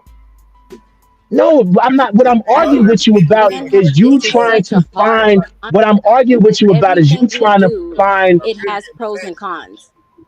What I'm trying to argue with you. Everything Yes, it's my bad. has pros and cons. And with that acknowledgement, we should be talking about how we maneuver with the pros and cons. If you don't want to work with white people or anybody else, that is fine. But being that we're all in this group and stuff, put your input in and your 2 cents about if you niggas do work with white people, this is how it should be done and this is what we shouldn't do. Yeah. Well, considering that this conversation isn't about that, I mean, I get your point. You know what I'm saying? We were talking about something progressive, but since we're talking about Assata and that history, no, I don't think they should have. I don't. And so, again, I don't know why I should have to agree that we needed white people to help. I don't agree with that. But I understand why y'all saying it. I just don't agree with that. Okay, so let me give an example, right? With pros and cons and, you know, like the Trojan horse type of thing. Everything we do in life, if you're against something, at some point you have to compromise. So for the people who are against pharmaceuticals, right? For whatever reason, at some point, if they get sick or whatever, they're going to need a shot or they're going to need medication. There's pros and cons with that. Everything we do, we have to engage with the others. Let's talk about how we engage with the others and what will lead us to that. Yeah, I think that's an important topic for another day. Another day where people sitting up here crying and talking like white folks are the devil and blah, blah, blah. Because again, today it seems that white folks are beneficial to black people's movements. So again, I'm not the one who switches my energy from day to day. They always crackers to me. They always the devil. They're always the problem. They always the issue. But it seems today niggas making room for them to be to our benefit. So I want to stay there a little bit and have a little fun with it. Right? So just stay there. Don't go outside the race issue. Because that's where we are, and we're dealing with people who typically would call that white man that devil, the problem, the orchestrator of all confusion. But today, suddenly, they want you to believe he was a benefit to us. Do you understand that? I can understand it, but two things can exist. Yeah, I know. I agree. I agree they can exist. I agree. Now, hopefully they do. I think the options were limited at the time, and the reason why the options were limited at the time because there was constant heat and pressure, and I think after the trooper incident on the turnpike, I don't think there was no trusting system to even preserve life, even if it was in jail for the rest of her life. So for me, to her, it became survival. Whether she used coons, Sambos, white people, you know, FALN, Puerto Ricans, Italians, or whatever.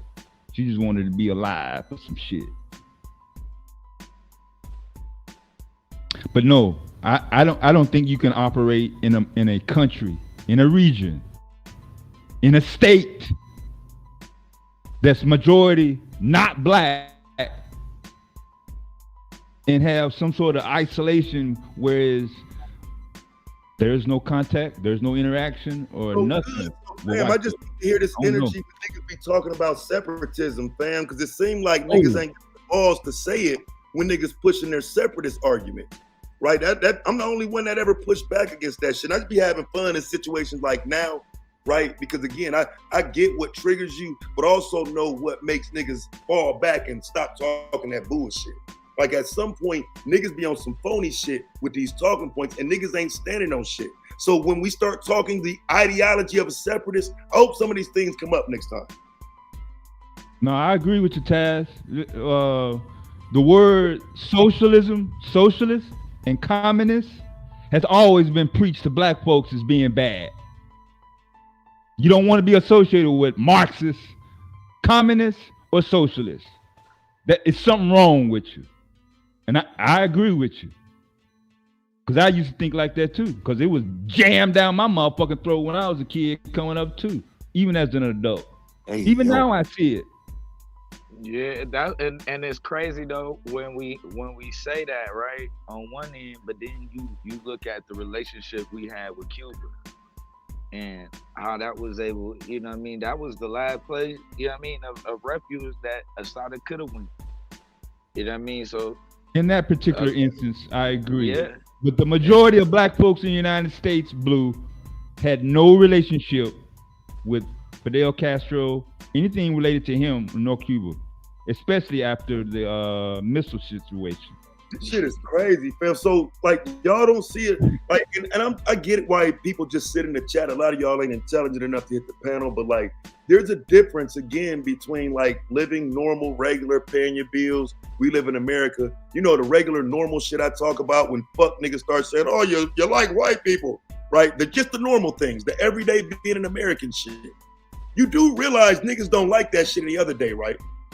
You do realize niggas be super over the top, extra super black power every other day, right? And it's today all of a sudden now working with white people make you a coon. Any other day. Today you can work with white people. Today white people can actually help us get ahead. But any other day, Madonna coon for saying that. You niggas don't see that? Madonna never left the box. I do see that. I'm just asking, fam. Like, am I crazy here or something? Like, Madonna gets his ass up here and say shit like that all the fucking. We need white people help with the white man, this and that, and niggas call him a coon. Niggas talk shit to him. If another stranger come up here and says we need white people's help to ... I want to understand. But see, that's what I'm willing though to admit. To me, that's our we got like multiple weaknesses. Where did I lie at? Where did I lie at? Neil Rigger? Where did I lie at? The fuck? Yeah, no, y'all need to pound. You niggas sit up here and talk shit to Madonna and anybody else who remotely sounds like what you're talking about today. And I'm just having fun with it.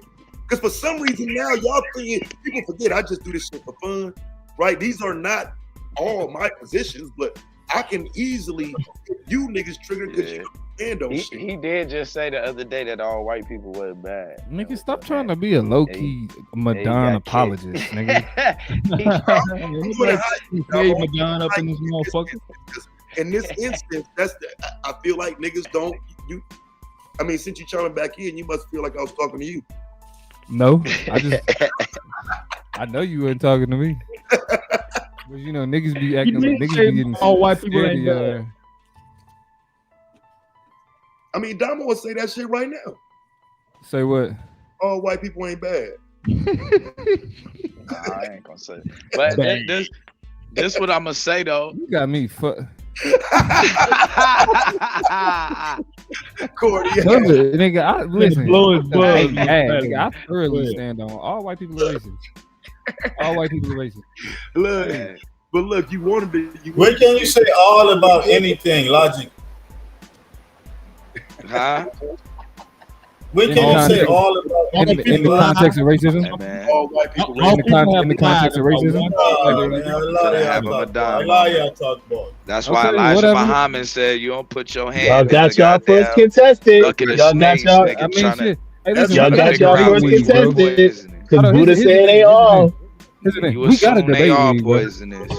Yeah, Buddha got us. Y'all got y'all first contested. Niggas have no problem sitting around talking about, oh, I disagree. Yeah.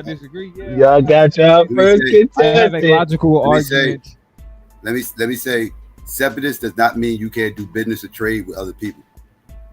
That's not what separatists mean. Now, the people supplying guns and everything else, that's trade, right? That's no different than trading. Commerce. Whatever. Yeah, that. Now, joining the organization, I'm hands off on. Nobody, the white people should not be joining any liberation organization. But if you got somebody you work trade with and everything else, that's how nations work. Ain't no nation surviving without trade. But ain't we separating from white people? Context though, come on, bro. Even if you separate, you still got to have trade with white people, Asians, you still need trade.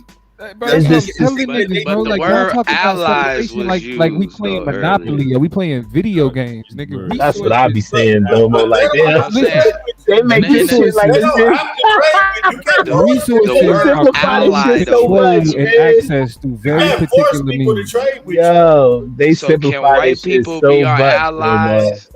Y'all niggas act like Grand Theft, like life is like Grand Theft Auto. Yeah, man, this shit is crazy, man. Like they simplify this shit so much, man. Like all we gotta do is go somewhere else. Logistics and the commerce and the shit that you gotta do to develop a separate nation and the who you gonna trade with? What's your GDP gonna be like? Allies. We finally made the people. What people you talking about? Hold on. Right now. Psycho. What people are you talking about, Blue? The ones that was providing the weaponry. Yes, they were allies. Yes, they were allies. So can white people be allies to black people trying to separate from white people? We're not trying to separate from white people. We're trying to separate from a nation. I believe the Ku Klux Klan can absolutely help black people separate. I believe that. I believe neo-Nazis can absolutely help black people separate. I totally believe that. I don't believe that. I wouldn't want their help. I mean, I can't say what happened, but I wouldn't want their help. Like I'm not saying that is not true, but I wouldn't solicit their help. Yeah, I wouldn't solicit their help. Yeah. Like done talking, he jumped ship. That's what I'm talking about. Weak ass nigga. Soon as you how we jump ship?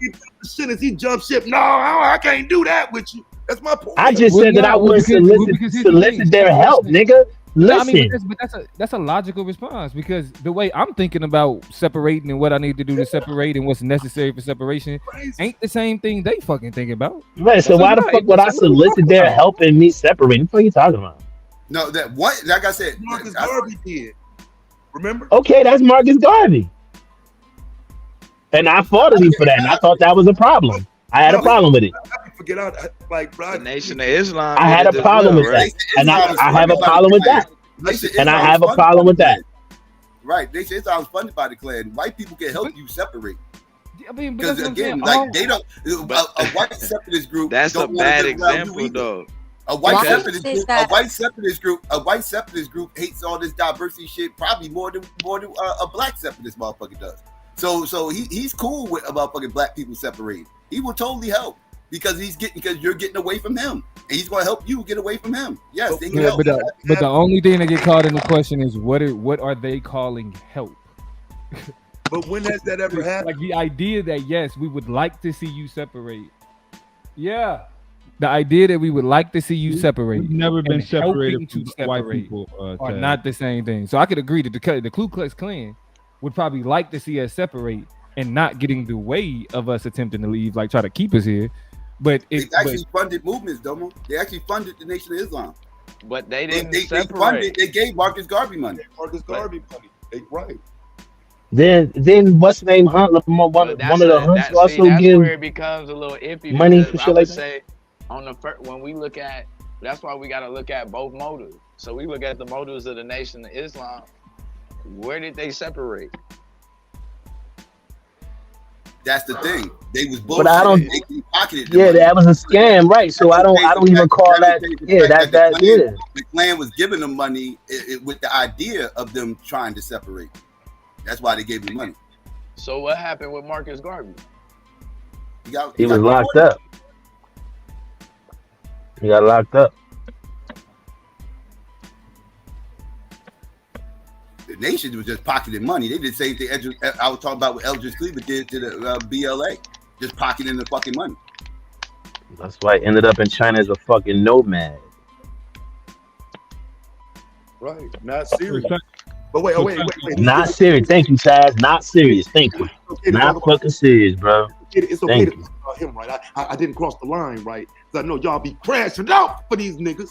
So it's okay to talk about him, right? You cool. You ain't gonna defend him like you just try to defend others, right? Fake ass. Nigga, what do you be talking about, nigga? What the fuck is wrong? What the fuck are you talking about? Get it. What the fuck are you talking about, dog?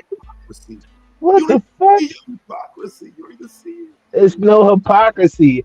I like me acknowledging that Eldridge Cleaver was a piece of shit is a not hypocrisy. He didn't accept money from white people. Eldridge Cleaver didn't accept money from white people. He accept money from Nigerians. I got to stop. A nation in Africa. He did. No. He did. He took money from Russia, China, North Korea.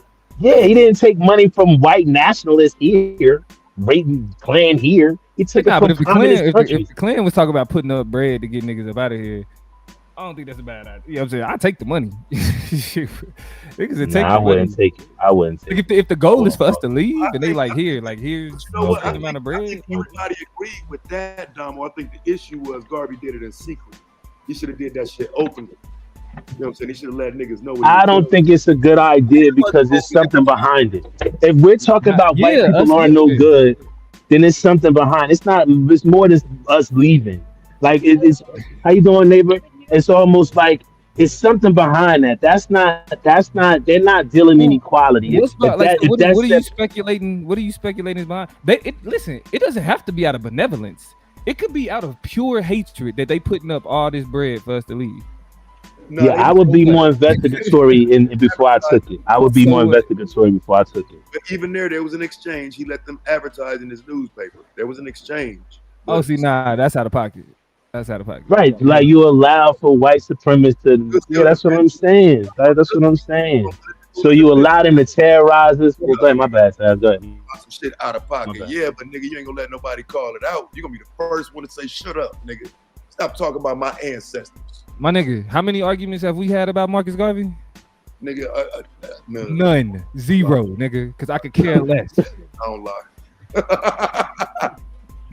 But you thrown him into your arguments though. Don't make it seem like you ain't used the fact that I'll call that nigga out. Nah, I think it's what I've identified more is more so a willingness to highlight, you know what I'm saying, certain aspects of black leaders and a willingness to use very vulgar language. You mean like today? That nigga said you very vulgar. Like, you mean like today? Like today? Hold on. Yeah, like a nigga show up like Marcus Garvey, bitch ass. He ain't never did fuck that. That's I don't talk that's like next that. level. Not with Garvey. Like, he got his part. Psycho. Have you? Go to do me a favor. Take my blanket. Have you ever considered the plug? The shit where you get your shit from? Is that the fam? Like automatic? They that cool? If you getting guns from that motherfucker, I can't hear you. What you say, Dad? Have you ever considered the plug? The shit where you getting your shit from? Are they automatically the fam? Like they that cool, trustworthy? Yeah, yeah. I don't want to talk too much. Yeah. I'm good. I'm good. Yeah. No matter what. I mean, they I mean, blew away. I don't know. I don't think I can say about nobody. No, I got a Mexican but I trust the motherfucker though. I trust the motherfucker. I think how they're presenting it is different. Like what he's saying is, if you were dealing in a high stakes situation and you had an outside source that you sourced to get the things that you need, would you consider those people business associates or would you consider them family? It depends, bro. They almost have to be at some point family. Depends on how long you long. Say it again. Fuck with you on the regular. Like, Say that again, Todd. My bad, Blue. My bad, Blue. My bad. Is this just? Well, no, it's a consistent relationship, Blue. It's a consistent relationship. At that point, you a fan, bro. I'm dependent on you. Dirty, it's underground, fam. So we both saying to go to jail doing this shit, and because of that, that's why I'm saying they fam. They united. Fam at that this point. is an illegal move. Yeah, some could get the other one fucked up. Yeah, the plug, the nigga, Was man, Tony listen, Montana, the plug ain't my Tony family, Montana, bro. Was Tony Montana and Sosa family? Yeah, No. he fucked up. No. They was family. No. But he always had plans of undermining Tony. Like this, what I'm saying. Like you could buy. Check it out, Blue. All Check it out, Blue. He had to do was do his job, my nigga. Check it out, Blue. You could rock with you. Was do his You job. right, but I'm saying in the real world. I ain't even saying in the motion picture. I'm saying in the real world, right? Like So Blue, you do I your know job, niggas bro. who. You in the plug straight.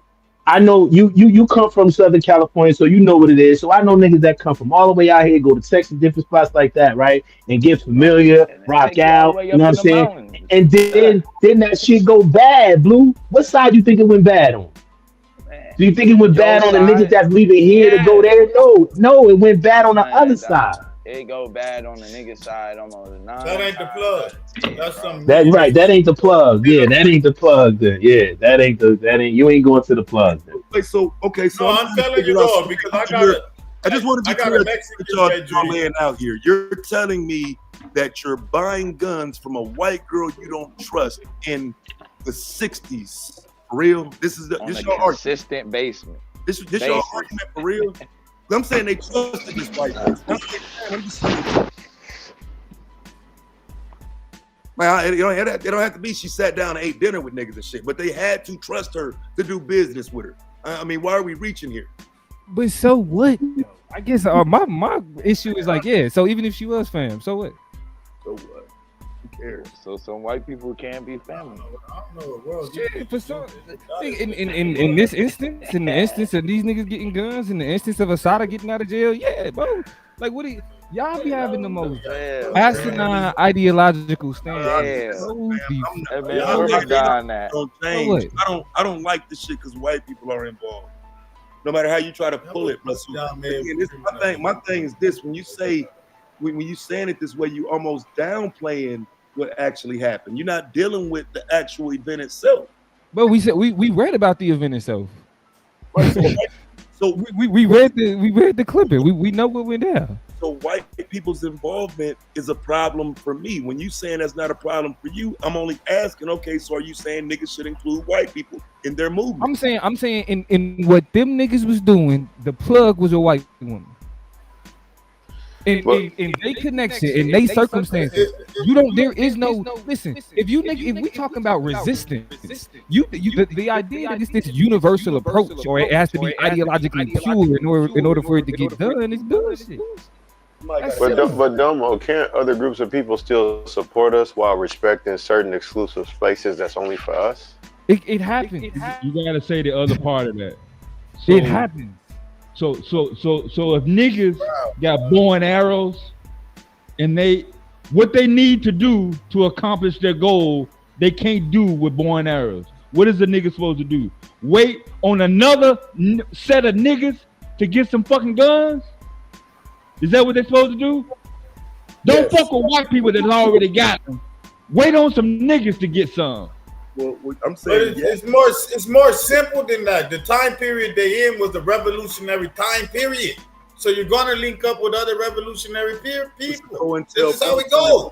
It's the COINTELPRO. Just like now, if you're in environmentalism, you're gonna link up with other white people in environmentalism to get your environmental projects done because this is just overall an environmental conscious time.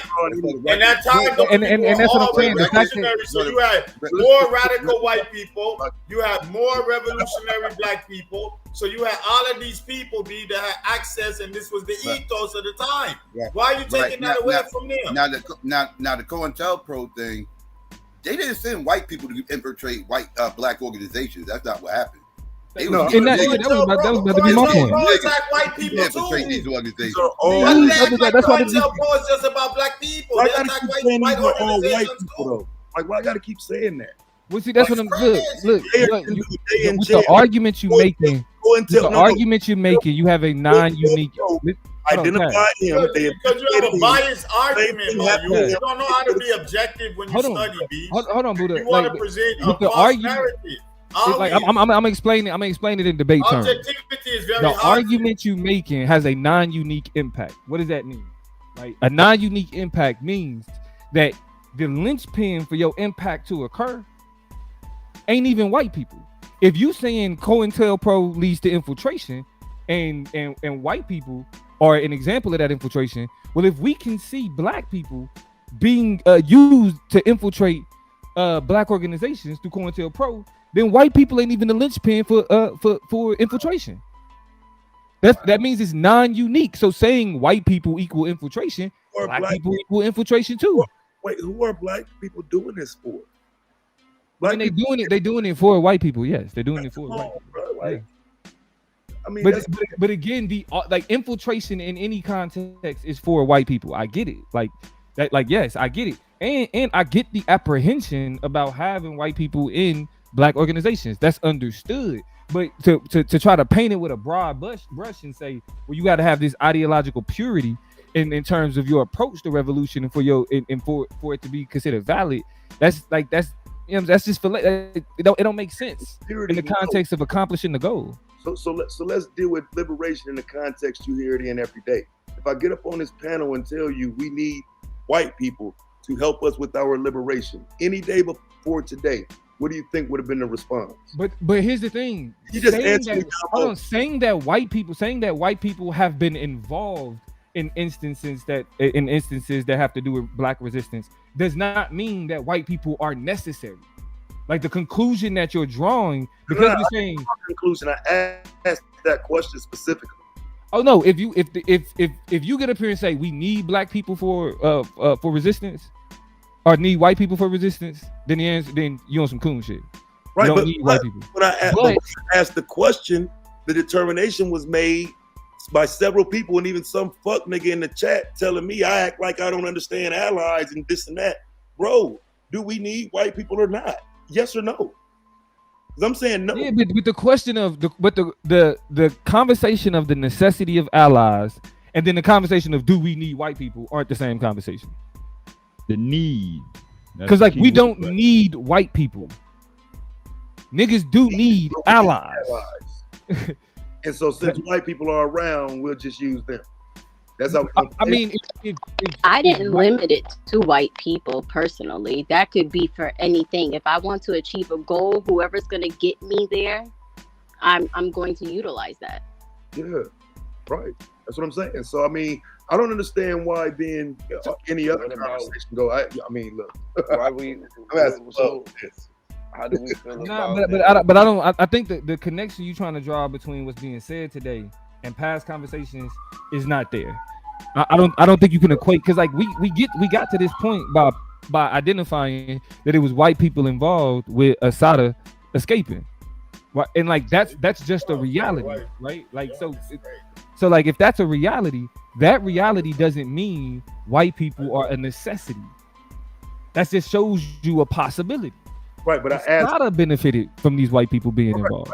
But about natives and Latinos around it though?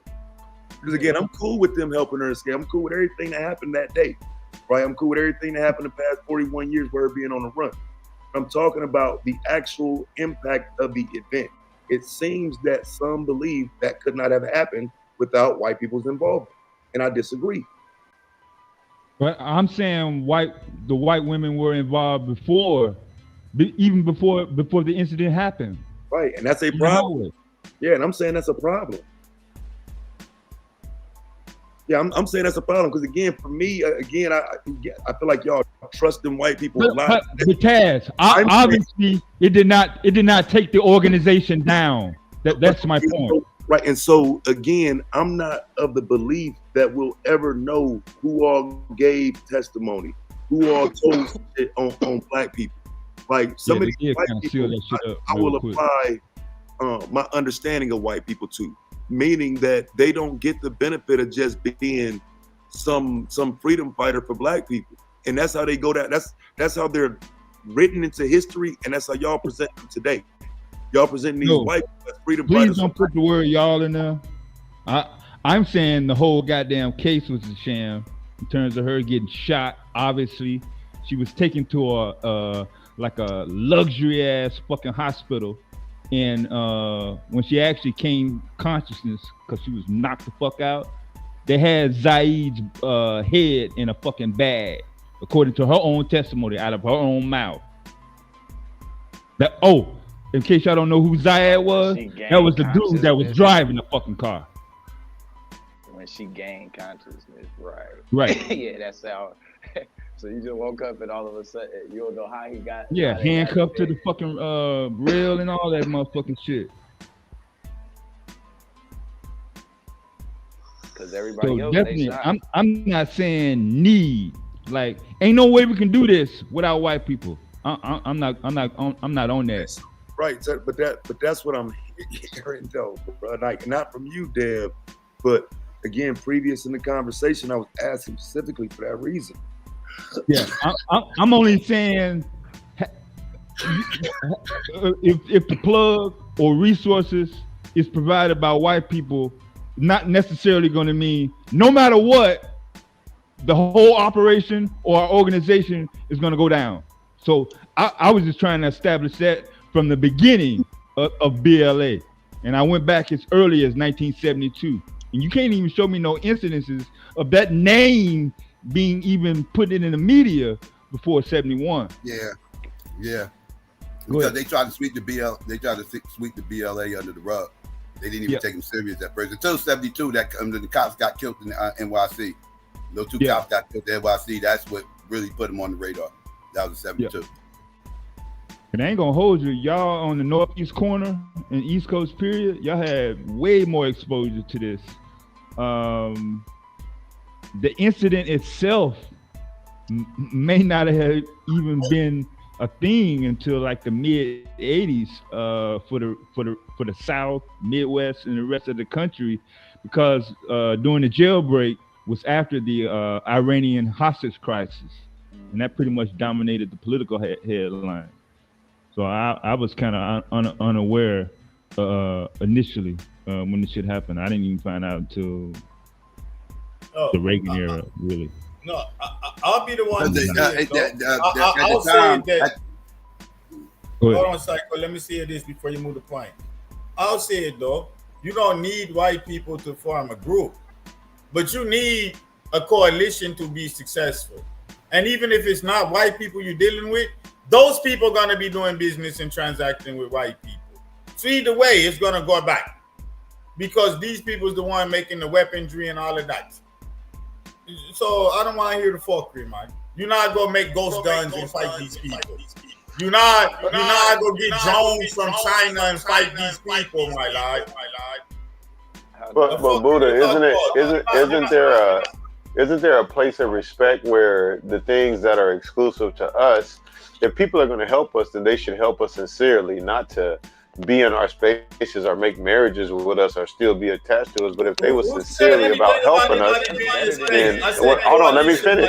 Just let me finish. I didn't say anybody said that. What I'm saying is I do believe there's a space for us to do business and trade with other nations and people while having some exclusive areas to ourselves that other nations and people can't come in. We need a nation first. We gotta build to that.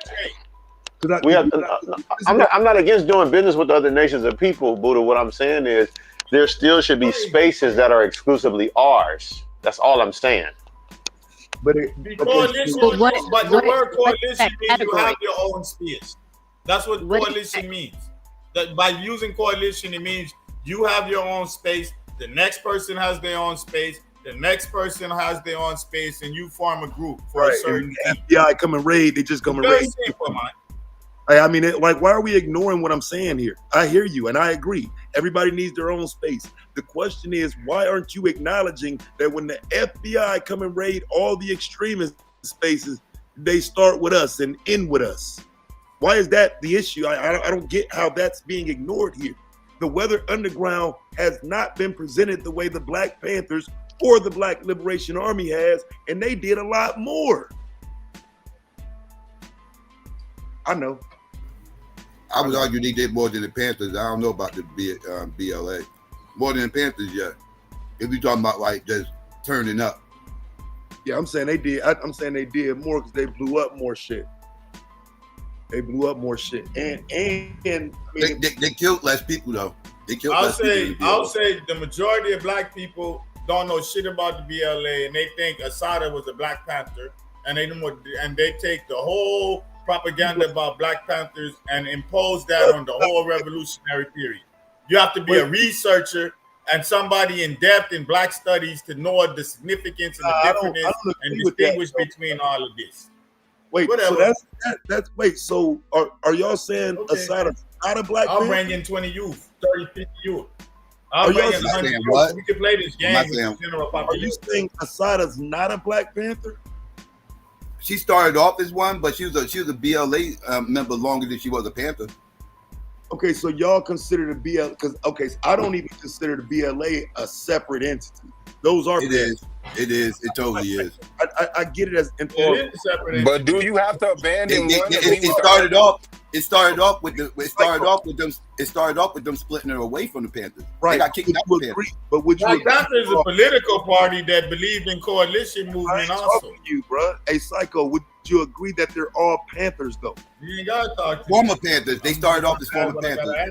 Former Panthers started off the BLA. But they're all Panthers. Like, I get what you're saying, but like it's crazy that we'll remove that and move them on to another organization.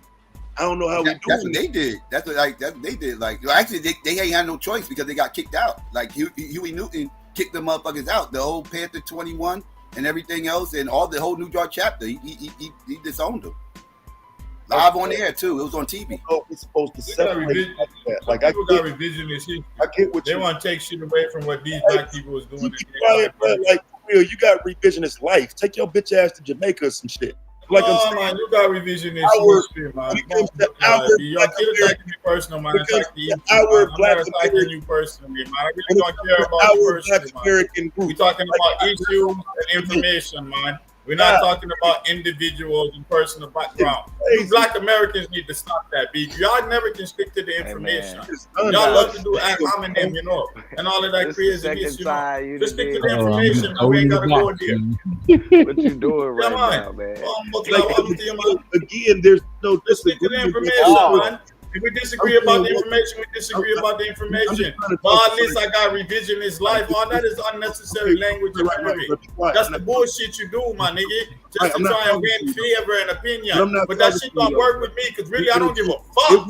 I really don't give a fuck about what you think and who you is. I already told you, nigga. You came out the manosphere fucking bitch ass niggas that didn't know how to get pussy. And you don't have nothing to do with me. You are no type of voice to me. You don't have no historical perspective to me. These niggas rate you because they're afraid of your loud voice. I grew up with Jamaican.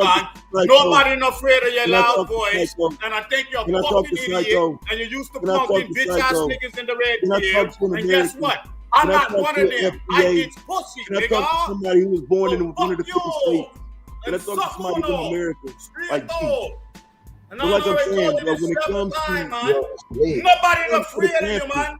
Go back to the red pill and punk niggas that couldn't get pussy. I was you on can't punk me, cause me fuck gal. I mean, well, fuck your gal. Let's not derail the conversation. Pussy, Lord. Disagree.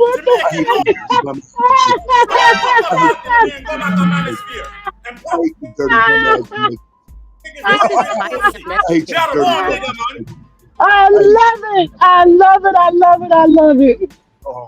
Anyway, like I was saying, bro. So once a Panther, always a Panther. You saying that's not a legitimate statement. You saying that's crazy to say?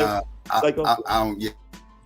I don't agree with that. Once a Panther, always a Panther.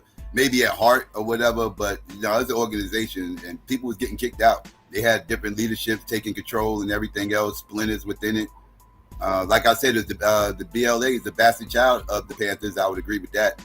New York chapter, be specific, but yeah, they turned into something else. They got denounced by UP News. Let me ask you this: so, do you think the BLA hurt the Panthers then? I would say no. What do you call hurt? What do you mean by hurt? Because the BLA is the ones that's doing all the extreme shit, and the Panthers are getting labeled the extremists. Well, I would agree the Panthers got jumbled in together because the white people was all the same shit. I would agree. Like as far as white people perception, they all was Panthers in their mind. So I would agree on that perception. And yeah, that's why the original Panthers actually had issues with the BLA. They had beef. Right, but that's my point. So that's what I'm saying. Are we and so because I'm not trying to rewrite history, I'm trying to understand how we should teach that history. So you think we should teach that history as two separate entities working against each other? At one point, they was against each other. Yeah. I mean, if you're going to teach the history the way it is, then yeah, you're going to have to. If you're going to talk about the BLA, you got to talk about the skimmage between them and the Panthers, because that's how they got created. I mean, ain't it easier to just say that the BLA members broke away from the Panthers without going into? Yeah. That's Not you're trying to give a romanticized version of it. I mean, because you're trying to get a romanticized version of it. What I'm trying to prevent is the extreme version of it that's taught by the mainstream. And I think if you start giving the Black Liberation Army story in a way that presents them as those terrorists, they get that benefit of tying them back to the Black Panthers. That's exactly what's happened over the years in media. Yeah, well, yeah, in media, they like I said, they all presented as Panthers. Like it was making me want to throw up. Everybody kept calling it Shakur, excuse me, a Panther, and I'm like, she was barely a Panther. She was really a Black Liberation Army member. Like that's where she she was with the turn up. Like she wasn't out there giving out breakfast in the morning. That ain't what the fuck she was doing. No, she started there though. She started there. Yeah, she started off as a Panther, but she wasn't there that long. Yeah, but I'm saying, but you got to be careful when you say she wasn't doing that, because she was part of the breakfast program. That's what she came. Famous, man. She came. The breakfast program really was kicking off around the time they got kicked out. It wasn't too long. Like so I said, like the breakfast. That's one of the things that Eldridge Cleaver and them was criticizing the Panthers about. They wasn't too crazy about the breakfast program stuff. They was like, because he looked at the Panthers like, okay, what are we? Are we the neighborhood friendly Panthers? Or are we revolution? Are we the vanguards of the revolution? It was. That's what the split was all about. Because they wanted to go the more social political route as far as UEP and over there on the West Coast and all that. And motherfuckers out here was ready to turn up, because this is right after the MLK riots, right? This is right after the MLK riots, his assassination. After he got assassinated, that's when the ideologies within the Panthers started to splinter away, like different segments. Like I said. You had the social political motherfuckers, and then you had the motherfuckers that was like, okay, enough's enough. Let's get into some shootouts. Well, see, if go ahead. They unify their sticking points, they would have been a lot stronger. And if you're going to be a group that takes over and gets things done, you have to have a sector that's militant. You have to have a sector that's hospitality. You have to have a sector that's diplomatic. There shouldn't have been no. If you like to bust heads, okay, well, you're a leader for the army. No, it ain't no army. Nah, that's what I'm saying. When it shot up 2 days. It was 2 days later. Yeah, I talked about that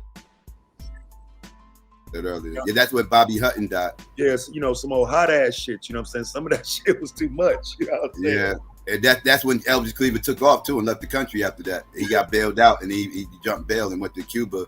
Cuba kicked his ass out of Cuba. He got kicked out of Cuba, and that's when he ended up in Algeria. Yeah, it was the 6th. I said a day, but 2 days. But yeah, that was a hot ass unnecessary mission though. You know what I'm saying? So I mean, that's the kind of shit again that you would later see the Black Liberation Army doing though. And so again, I get why we should even, I would say, I agree, you should give them their separate entities, but I don't know that we benefit from creating that separation intellectually though. Because they are Panthers. They still are Black Panthers. They just no longer Black Panthers. They're now their own organization. They former Panthers. I would say they probably wouldn't exist without the Panthers, but yeah, they definitely was a different entity though. They made that. I'd say that separation could be looked at as a political move because they knew what they was gonna do, and why dirty up the Panthers group? Why not make a separate entity and do the same thing that the Panthers don't really disagree with, but just don't want to do it under the Panther flag, under the BLA flag? Like, I would look at that as more as a political move. Like, yeah, let's make an extremist, more radical party, and let's do our shootouts with that group and keep this hand clean and publicly denounce them while working with them. I agree, but they both were treated the same, and they were both targets, and they were both deemed extremists. Right. Understood, just like Martin Luther King and Malcolm X. You know, but like I say, one of them one existence make it comfortable to talk to the other motherfucker. I don't think it's like was never labeled as an extremist. I don't think they looked that way, but it never sold. But they did try to sell it. But I don't think it ever sold. They never got to King being an extremist. Yeah, same outcome though, right? Hoover rhetoric. Hoover. I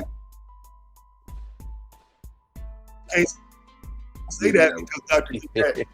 No, for real though, that extremist tag didn't stick with Dr. King. Didn't stick, yeah. I get that. No, I was just saying that, yeah, Gay Edgar Hoover did try to stick that on him though. Mm-hmm. Try to use his communist, quote unquote, communist ties and everything else to try to prove that point. word again. Now, do you think it would have worked if there was no Malcolm X? If there wasn't a clear extremist, do you think that he'd have more? Yeah. Oh, it did work with Malcolm. I mean, most people look. No, I'm saying would it have worked with Martin if Malcolm didn't exist? If they didn't have someone else to point to and say, no, that's an extremist. Do you think? I got you. You mean like okay, if y'all don't deal with MLK, this is what you got to deal with. If I would say that's what he was. I don't know. I ain't gonna say it didn't hurt my MLK. I'll say that it didn't hurt to have that threat of the Black militant movement lurking around.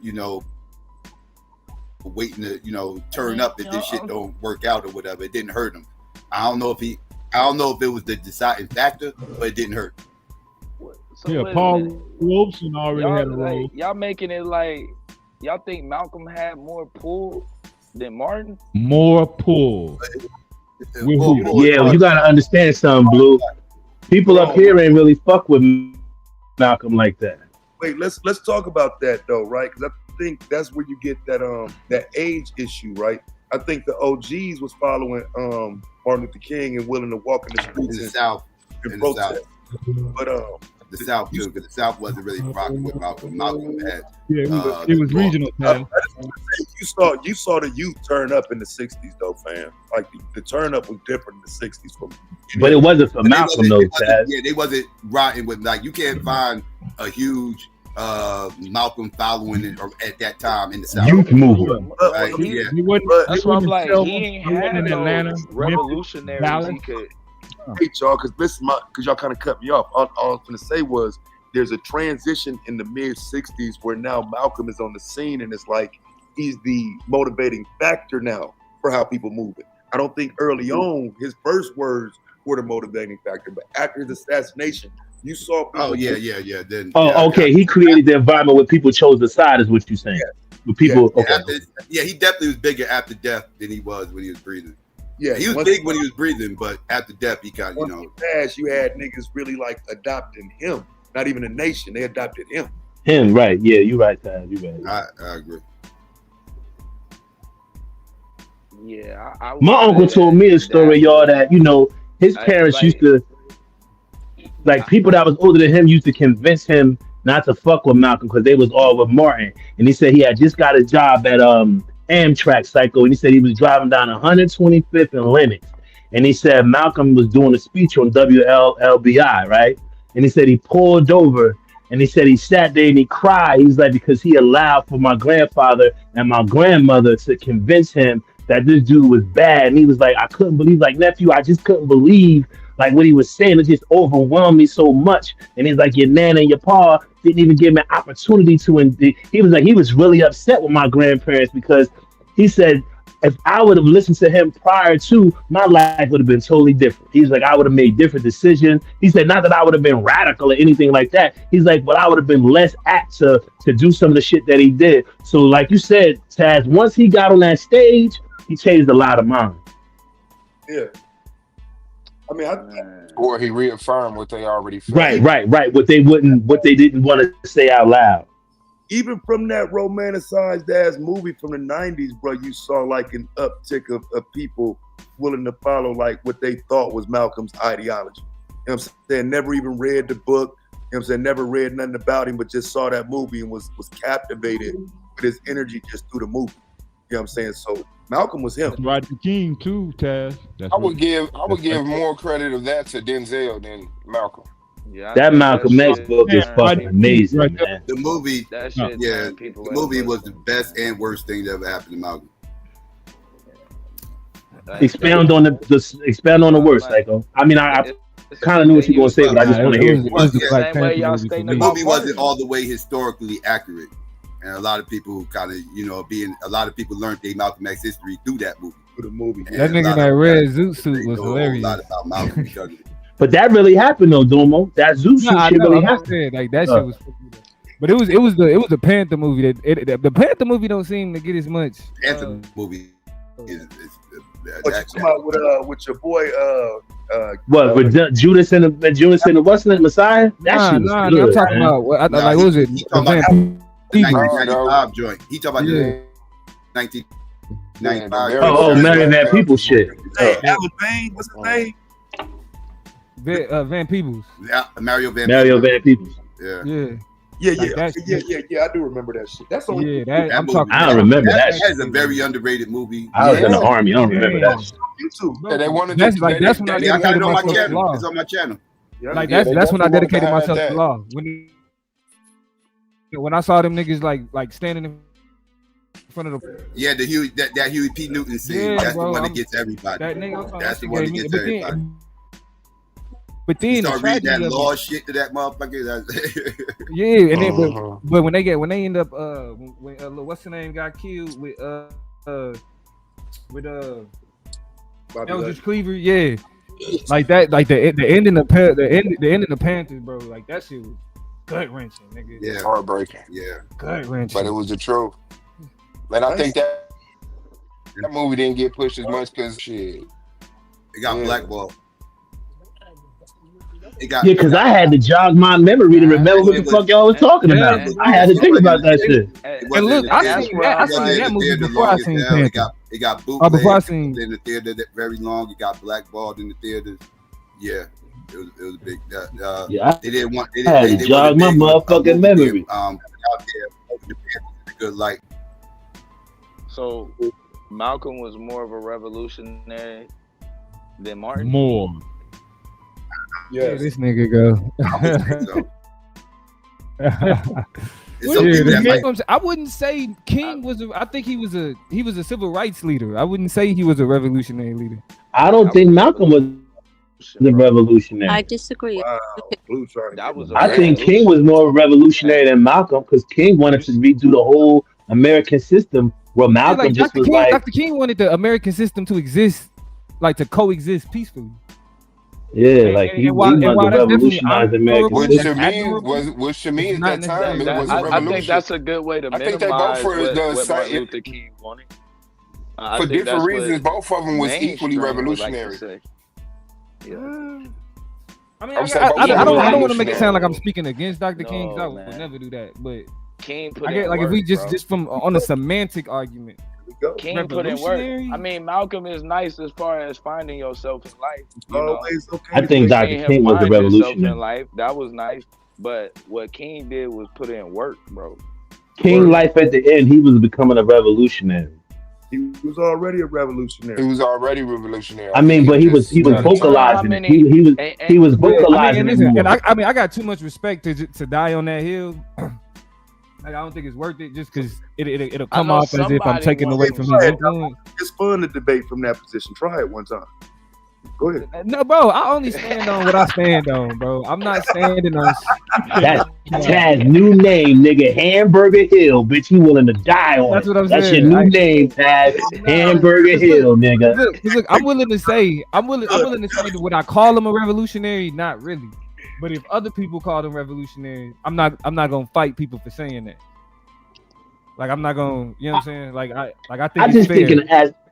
I just think in the aspects of him in his later years wanting to change America the way it was. He wanted to literally make America stand on the principles and all the shit that it said it would. Just like the revolutionaries of prior times wanted Britain to do the same fucking thing. Right, so, but hold on, but that's the point though. Standing on what they already established isn't a revolution. It's affirming the right. current ideological setup. Like we can recognize the contradiction, but pointing out that contradiction, you know what I'm saying, doesn't mean that you want to upset that system. But like Blue said, he also did the work. He just didn't stand on it. He also did the work. He also fought through legislation, the thing that I'm always big on, right? He went to the laws. He went to make the laws. And so and that's where I would say that's not like fighting for legislation isn't revolutionary. Is it necessary? I think coming from our position. I think coming from our position. I think coming from a black position.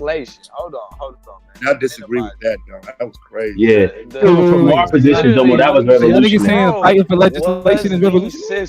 Yeah, I think coming from our position. Wow. I think coming from our position. Don't do it, Domo. Let him go, Domo. Don't do it. I see where you going. They threw an alley-oop to you, and you about to dunk him. No, Domo, don't do it. I'm talking you off the ledge because I see where you about to go. With that for a second, because I think don't do it, Domo. I see where you going. Wait a minute, bro. Hold on, Art. Because I think you're gonna agree with this. The further you go back, it almost has to be revolutionary to fight for change in the laws. We're talking about a Jim Crow-driven country, bro. So that revolutionary element applied to just simply existing within our civil rights. Would you agree with that? Okay, I wouldn't disagree with that. But so here's my pushback. Okay. The letter from Birmingham jail, and Blue know exactly where I'm going with this. Oh man. The letter from Birmingham jail is a great piece of black literature, one of the greatest documents to come out of the civil rights movement. Yeah, and again, I don't want anything I'm saying to be assumed that diminishing its value, right? Mm-hmm. But that nigga was dirty macking. That nigga was dirty macking in the. This nigga said he was dirty macking. Yo, that's the last thing I thought you was about to say, my nigga. I saw everything I love. No, because look, when he's literally threatening the current powers, the white moderate, with the possibility of the black radical. When he's saying, "Listen, y'all locking me up and shit, but I'm the better alternative." Because not me is something you don't want to deal with. You can't take away from his. I know, but you can't take away from his revolutionary act because he was just saying I'm the lesser two evils, Domo. Look, today that's you're doing a Taz move now. I love Dr. King, but literally that exact statement is literally anti-revolutionary. That's supposed to hell no. That statement is anti-revolution. Hold on. All right, go ahead. My bad. Go ahead. So you telling me that Martin Luther King pulled the Young Thug? Yes, bro. Hell nah. I am not fucking with you young niggas, man. Bro. I am not. He just wanted to be the revolutionary. You're right. It's the Domo. You're so right that it is the fucking prime example of dirty macking, right? But he's still a revolutionary. He just want to be the one they choose to fight. Come who did on, he man. name, right? I need somebody who know how to do AI to do those Young Thug tapes in Martin's voice. Listen, Who did he name? And this is not to diminish the legacy of Dr. We King get you. at We all. get you. We get you. But, We get but you. again, We like get you you. got to think of, especially when we talk about in the later years of the civil rights movement, as we start to see the transition from King to Stokely. You know what I'm saying? When Stokely said when they standing on the same stage together, you starting to see that shift in the energy. And King is saying at that time, listen, y'all got to give me some victory. I need some wins. Because if not, I can't keep this Black Power shit on hold. I need some wins for me. But that doesn't take care. That doesn't take. That makes it even more revolutionary that he had the language to articulate to them that that makes it even more revolutionary. It's leveraging white comfortability though. No, it's leveraging the lesser of two evils. It's leveraging, all right, you can deal with this motherfucker and this shit gonna just fall apart, or you could deal with me and this shit can keep going. But he's Because it ain't going to, it ain't just because I'm not having it, but I'm not having to just keep going for you. I'm trying to be a part of it too. You got me going. I'm off Jim Crow a little bit. Now let's get their engine revving and let me integrate some more of my people in, or let my people get it going. So it's just not the comfortability for them. It's like yo, fuck this shit burning down. Let's figure out how to do this shit and make some accomplishment. Let's get some shit done. But as soon as a nigga say fuck this shit burning down, let's not let it burn down. That's anti-revolutionary. Revolution refined. No, man, come on. It's too many means of revolution, man. Burning down the house is not the only means of revolution, bro. I mean, and he proved that. And King proved that. Everything else. And King proved that. Jim Crow. He burned down the house. No, bro, but Jim Crow just went from de jure to de facto. What are you talking about? De facto. De jure to de facto. I mean, but like it wasn't. It was still there because it's still here now. Like it doesn't really went anywhere. But he got legislation passed, man. He got legislation. This nigga Psycho is oddly quiet. He understood that it was more work to do. Psycho don't fuck with Dr. King. That's why I said he oddly quiet. Psycho don't fuck with Dr. King because he probably agree with you, nigga. He let you do the work, nigga. Like look at the young nigga go. That nigga Martin said Future still busting in females as a celebrity. This nigga said Dr. King wasn't a revolutionary. He was a revolutionary. Man, Dr. King was a great man. He was definitely a revolutionary. Y'all just tried the Young Thug, my nigga, though. Civil. Again, he was the face of the civil rights movement. Civil rights is a question of the system. Dr. King wanted the system to work for black people. Now, if your argument is Jim Crow, if your argument is that his demand for this system to work for black people like it worked for everybody else, if you're saying that's revolutionary, okay. That's what we're saying. No, and you know what's crazy? Crazy? I'm saying that there were two systems, and that black people was living under a whole other system that he literally dismantled. Well, y'all saying the same thing. But this is what I'm saying. I can't believe a person like you, whose whole being exudes demand and pushing for change and equity and equality for marginalized groups. No one in this space advocates for that more than you. No, but listen, I get you, right? But I don't view Martin Luther King was sliding for black people. Yeah, he did, right? But I don't view like legislation. The demand for legislation is not revolutionary. It is revolutionary. It's very revolutionary. That's because I have real respect for revolutionary. And know why it's systems. Like demanding legislation is the status quo. Like with demanding the destruction of a system. What is that? But he wasn't demanding the destruction of a system. He was demanding. No, I think Dr. King was a reformist. He dismantled the structure. Dr. King dismantled the structure. The proper term. Working toward the destruction of the false system that he was destroyed the structure. He wanted to reform. He was a reformist. Yes, he was calling out. Oh hell nah. And so I think the way he was trying to reform Jim Crow. Dr. King was a revolutionary. Man, he said Jim Crow must go. No, not reform Jim Crow. He was trying to Not Jim reform the Crow. U.S. government. Reform the And country, reform the empire. I think it was revolutionary in the way That's that he did crazy it. how y'all shit And on I, Dr. King. and I Yeah, think man, like Dr. You got King so forced the nerve, nigga. empire. Dr. King forced the That's so nerve. empire to accept the people that they didn't want to accept. Like that's Nah, revolutionary. man, don't do that, He man. forced the Stop. strongest That's empire ever to do shit that they wouldn't normally do. Like that's revolutionary, man. Like I think we forget like that's what we're living at. Like we're man. not You like this hold whole on. You thing of can't. Hold democracy and on, all that man. You shit. can't It is force what it is. nobody. But we live in an empire. Hold on. You We live in an minimizing it, imperial bro. Because nation. you can't make nobody accept this. That ain't what happened. He dismantled a city that violated a system that violated. It was over with. And then dismantling that city, a part of that just so happened to be holding the federal government to the U.S. Constitution. what city you talking about? He want to say country. He's saying country. He's Oh, saying my state. fault. Yeah. I'm about to say this some shit I ain't heard about. That nigga destroyed the city. I mean, he A dismantled system. Jim No, Crow, but system. Not my point is, city system.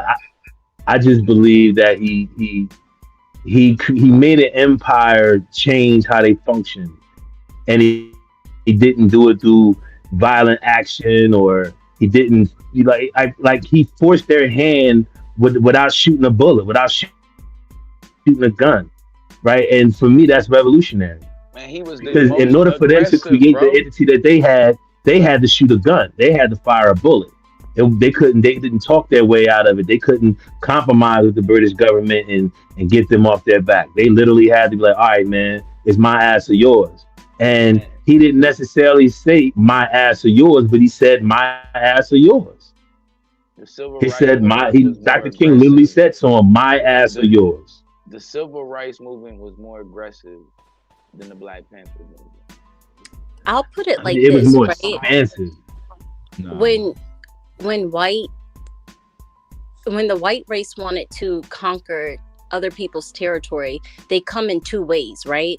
So one way is through violence. We'll say that represents Malcolm.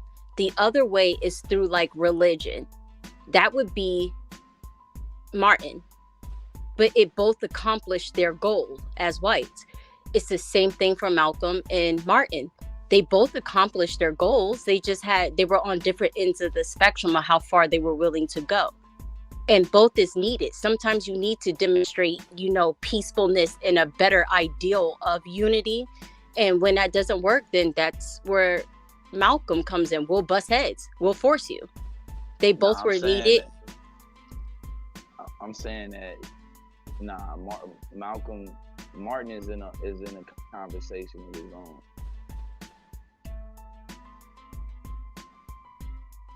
You can't put. So what did the government do different? On the same level as Martin. What did the government do different? They dismantled Jim Crow. No, they didn't. We under Jim Crow right now. No, we're not. Yeah, we are. How? What you explaining? Try to run for office, nigga. And find out. Hey, Blue. Okay, any of y'all name that's one. A matter of equity, though. Name that's not one. A matter of outside of Dr. King. Assuming we're not talking about Dr. King. Name one black revolutionary that the United States has a federal holiday around.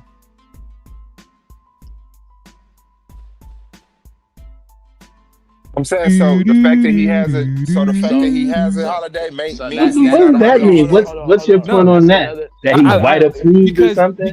Because of what King represented. So who you want to put up? They can sanitize his image. You can't sanitize the image of a revolutionary. You have to demonize them. You have to criminalize a revolutionary. You can't give them. You can't sanitize their image. You can't make them martyrs in America.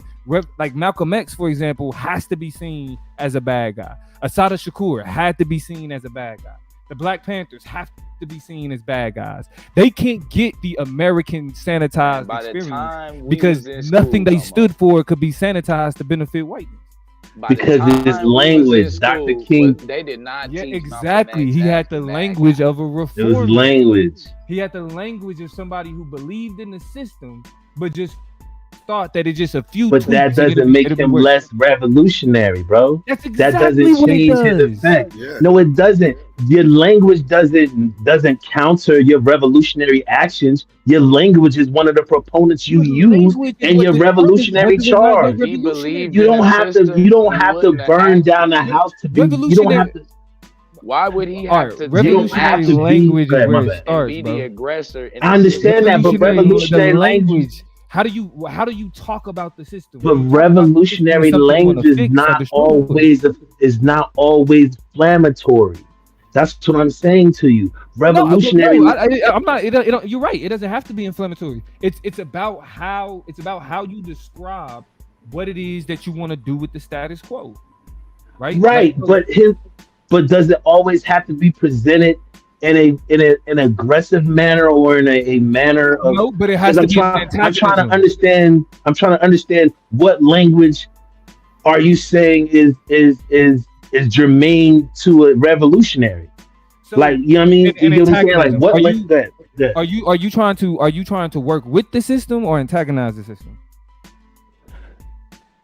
So revolutionaries can't be people who want to work to change the system with the system. Hold on. They have to be But what if he antagonists. trying to?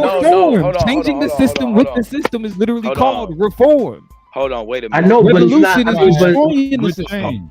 Hold on, bro. I got to deal with this. You I mean, you ain't saying dealing with Malcolm nothing. wasn't an agitator? no. We're saying that. No, we're saying about. I'm saying Martin. Martin No, not wasn't. agitator. Martin- I said hold on, antagonist. Martin wasn't antagonist. No, Martin was not an antagonist. Yeah, He was a reformer. Martin was a reformist. No. I think he Reform. used I disagree, antagonistic bro. ways. I think he used How did he antagonistic not tactics. antagonize He the used system? antagonistic tactics to build That's reform. that's what I'm saying. His language was different, but it still was a language of antagonism and a language of Language change. and But it was action is just two different. different things. That's What that's Dr. what King You did, keep saying like his his strategy was to go to jail. His strategy was to antagonize white racists so that people could see what that hatred looked like. That was the Right. strategy. And so it wasn't to antagonize the system. It was to antagonize white racists to expose their hatred to Right. shock the rest of the How world. do you separate Right, but white then the racists system from the would system? for the system to Whoa, react bro. for the system to react to how the citizenry is let me work looking right through now, this lens. I'm saying I'm just answering this question. He's saying why that action is happening also to show the system what the citizens and what they look like to the rest of the world with this white racism You that's letting being him put get away upon with black that, people. bro. You know what I'm saying? There ain't That's No, I separation get that, from the right? system And I appreciate him for that, and I especially. respect him for that. But it's not. But that See, he action get to in address and of you. itself is not revolutionary. That's Don't very lose your point, revolutionary. Blue. Don't For lose me, your that's point, Blue. very revolutionary. That's Nah, very bro. You revolutionary ain't Go for me. ahead, Blue. Go ahead, separating Blue. no system at that time, bro, from racist white people. So him antagonizing racist white people is antagonizing the system. No, I bro. said that. No, because they became friends. What do you mean? He became They How friends. did they became become friends. friends? He became How did friends they with become Kennedy. What do you mean? friends? He wasn't became friends with friends with Kennedy. What are him. you Type, talking hey, He about? bro, wasn't with friends friends with like him. He that, wasn't you don't friends with need. the He wasn't Kennedys? friends. No, he With wasn't friends friends with like that, him. you don't need. No, Okay. he wasn't friends with him at all. Okay. It was just basically the president saying, "I'll work with him and I'll try to get shit." He's the one that's. Okay, so Why you think name, the one president revolution. chose So him? name one revolution where the leader worked with the Only one of revolutionary. out of these two leaders was assassinated. Let's get But hold on, that again, correct. here's what I'm saying. But One then of the them president that came was- after still passed the Let's Civil be Rights Act. real. One of them, they on group did it. And it's because he was running his mouth. We gonna be honest. So only one person got here's the thing. assassinated, and this was by the government. Listen, So they had to name kill one Muhammad. revolutionary. That's how savage. I don't know, because like let's just talk about it in the concept of like what we know about revolutions. Name one leader that had a positive relationship with a big name revolutionary. No, Dr. King didn't have a good relationship with the government. Why do you keep saying that? Why do you keep saying that Dr. King had this great Dr. relationship King with had the Bobby government? Kennedy's. Dr. I would King had say- Bobby. That doesn't mean he had a great Hold on. relationship with the government. The government is Bobby just Kennedy not got Bobby Dr. King out of Kennedy. jail. Bobby But Kennedy the- got Dr. King out of jail. Right, but Did he not? because he's the attorney general. But Dr. King, that's not the And the government. That's attorney the general attorney of the general. system, right? That's That means what he had a that's that means based he had a off of positive Martin Luther relationship with King's people in the leverage. system. That was means based that he off had a of his relationship with a leverage. white person that No, was hold on. working to change the No, bro. system. No, That's what that it ain't means. based off That of no means that he had a relationship with He one just person said the in man the sent the system letter. who had a problem with how the system was going and got him out of jail. You chill and got him out of jail. No, That's bro, what you that killing me means. right now. He ain't goddamn have no relationship with that nigga. You know what I'm He saying? Like, I leveraged don't his get way it. out of jail. That's how Bro, he got You out. know? Okay, who was the letter? Who was the letter from Birmingham jail directed to? It was directed to him and the rest of the country. It was basically directed to the country. No, it was directed to the government. Man, y'all. I said to him, to the attorney general and the government, And I but it was to appreciate the everything country. I appreciate everything he's And done. what is he Yeah, doing? man, he was a His legacy deserves revolutionary, to be bro. respected, He was a not desanitized by white revolutionary, people. bro. He was that There's a definitely a reason why they revolutionary. able to sanitize his legacy. Yeah, he was definitely a He's and the more we have leveraging this at that. conversation, the more we realize he was a revolutionary in all that he accomplished and how he went about doing it. Because he didn't have to fire a bullet, he didn't have to do anything, and he got some shit done. However we want to look at it, however we want to parse it and say what it really did, was it progress? Did it benefit black people? But he forced the system to do some shit it wasn't going to do if he wasn't pushing them to do it. And to me, that's revolutionary. Hey, So Jim revolution, Crow a ended forcible when overthrow civil of rights got government passed? or social That's what order in y'all favor saying? of a new system. A And that's the new forcible system. overthrow of- Only one person And forcibly that's the new overthrew the system. government. And that's the new one system. person forcibly overthrew the government. Only one person. No, there's been that was revolutions Malcolm. throughout history. What are you talking about? No, but that was Martin. We talking about out of Martin and Malcolm. No. Well, I mean, but what point are you making with that? To say that Malcolm was you're saying Malcolm is a revolutionary, so Martin is a revolutionary. And he said out of the two. His life was because he was a revolutionary. Being a revolutionary. You don't have to be a revolutionary to lose your life. What are you talking about? You don't have to be, but he was. You don't have to be, but he lost was. his life though doing it. They killed him. He lost his that. life fighting for How civil many rights. revolutionaries didn't That's- He lose lost their his life life doing it? fighting for civil rights. Which was a How many revolutionary revolutionaries thing. Do you know didn't lose their life for fighting All for right, the come on cause? now, we gotta be clear on revolution now. But that's what I'm saying. They just want to say anything that No, we're not. Anything that brings about change is a revolution. No, Can we separate? All right, can we do this? Very specific. Can we do this? Can we do this? Time out. Can we do this? That's what I'm saying. Can we separate revolutionary from revolution? But him not being a revolutionary don't take away from his legacy. He don't have to be a Can revolutionary. we separate? Let's do this. Can we Somebody separate the word Can we separate the word revolutionary from revolution? Can we do that? Why can't we? Come on, man. Y'all sound crazy. I just read it. It's a forcible overthrow of government or social order. That's revolution. That's revolutionary. That's the word revolutionary. That's not the individual. What does it say for the individual revolutionary? Somebody please provide that definition of revolution. Yeah, what does it say for individual revolutionary? Not a revolutionary or revolution, but not revolutionary, period. The individual. What does it say for the individual to be considered a revolution? Separate them, bro. I'm not finna let Domo minimize. All right, bro. We're asking what the definition to of a goddamn to some type of goddamn policy being changed or something being vetoed over the desk. No. Yeah, that's the whole point of making the government do something that wasn't about, Blue? I ain't said nothing about policy change. You literally, you are. You saying just policy change doesn't make it. Yeah, you're saying literally that policy change doesn't give him the status of revolutionary. Exactly, bro. I'm not letting you minimize right, you're making it seem like it's just some traffic, right? Like it's just some anything, yeah, just some some garden bill that pays for some roads to be built. That's what you're trying to compare the civil rights legislation to. I specifically said that's not what I'm doing. I specifically said that's not what I'm doing. That's what I'm saying. I would describe Dr. King didn't want to see the end of America. Dr. King wanted to see it would have been America. the end for us. Dr. King wanted to see America thrive and black people thrive within it. Now, again, if you're simply saying that because at its heart, at its foundation, America is anti-black and wanting to see black people thrive in a foundationally anti-black country, I guess you can say that that's revolutionary. Like wanting that is revolutionary. Like wanting to be next to these people that hate you, wanting to be able to thrive next to people who hate you.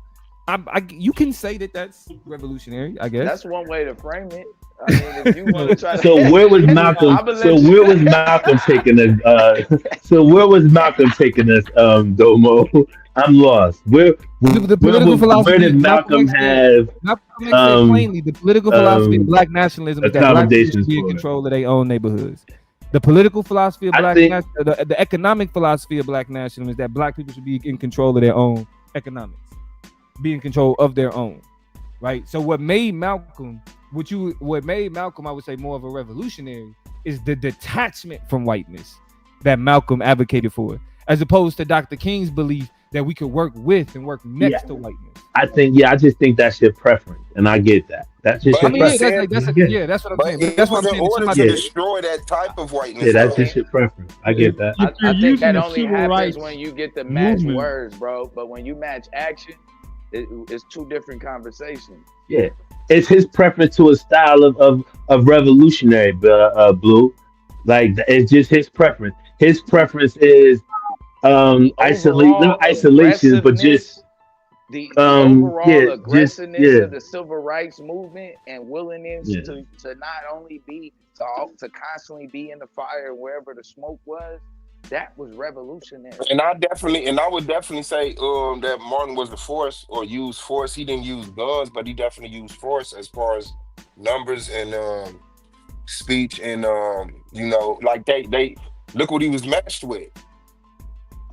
Different fucking fears. But yeah, I would say he used force. I think he used a revolutionary language that they wasn't prepared for, that forced them and forced the world to orally and visually see the racism and Jim Crow and abuse that black people and the just bullshit we go through that the world probably didn't even know. And in him exposing that through language, through visionary, through protest, through organization, through legislation, to me, that's beyond revolutionary because you use so many nonviolent elements you use their own shit against them. You use their own shit against them, and then words that they wasn't prepared for to advance something that they wasn't ready to do. And that's why they killed him. They killed him because he moved the needle too far, too fast, and he wasn't ready for it. And they got him out of here. Let me ask a question, right? So in terms of where this conversation started at with Assata, I guess y'all would agree those were white revolutionaries that helped her in terms of their late revolutionary acts. So are there white revolutionaries in terms of Dr. King that was benefiting him? Yeah, I don't get your question. I mean, Wouldn't it have to be? Well, I don't. Revolutionary. I'm asking, was he the lone revolutionary of his era, or was I don't really know of white people who really put their neck out there for Dr. King. I get what you're saying now. I understand what you're saying now. What year did Jim Crow stop? Yeah, I understand what you're saying now. But I don't think so. I don't think there's a person we could identify as. Yeah, I don't think that person exists. That was on par with what he did, like a Bobby Kennedy, or would come up as just not a revolutionary, but just somebody who sought to change, society and sought to change the status quo. But other than that, I don't think nobody. I can't think of nobody. My personal opinion, I can't either though. That's why I'm saying again, I can't think of no white revolutionaries or no white groups that were behind him extreme. Dr. King would be a progressive today, though, if he had the views he had back then. He'd be looked at as a progressive. Shit, I think he was considered progressive then. and I think that was the problem. He wanted progress too I'm talking about fast. even in today's times. I'm saying like like he supported the LBGT. He supported feminism. He supported immigration, Latinos, Asians, and everything else. That third, Yeah, I would call Dr. King a Democratic shield if he yeah, was alive. they totally would. Yeah. Right. And so again, so when we start talking revolution, that's what I'm saying. If it's about getting the laws changed, was it revolutionary to sign it when LBJ signed the Civil Rights Act? Is that revolutionary for him? It's reform. The Civil Rights Act was trying to figure out reform. what changed. And then, did y'all give me a year on the year Jim Crow stopped? Yeah, Jim Crow would have stopped around 64. Really? Yeah, really. No incidents of Jim Crow after 64. That's what you're telling me, Tad? No, I mean, but shit, you got incidents of slavery up until 57. I don't mean. Yeah, that's real talk. Like, you still got. I'm from there, nigga. Yeah, the institution don't die. It don't die instantly. You know what I'm saying? The institution is not gonna die instantly. That's why I was trying to give me a year. Still a little bit of remnants of it now, though. So Yeah, now, you know what I'm saying? So the institution don't die. You got all white towns out here. I'm scared. Yeah, The way you trying to loop me in, I don't even want to answer that shit. Like, shit, Jim Crow still in effect in some way. I said that. Just trying to run for office. Motherfucker don't like the way shit going in this town. Okay, boom. I'm gonna run for office. You ain't gotta run for mayor, anything, councilman, anything got that thing. I was just trying to see some examples on, okay, before civil rights, it's an issue. Now after civil rights, I don't know, not an issue, or as long as white people help you, it ain't no issue. I was just trying to get a distinguishment. Even up north.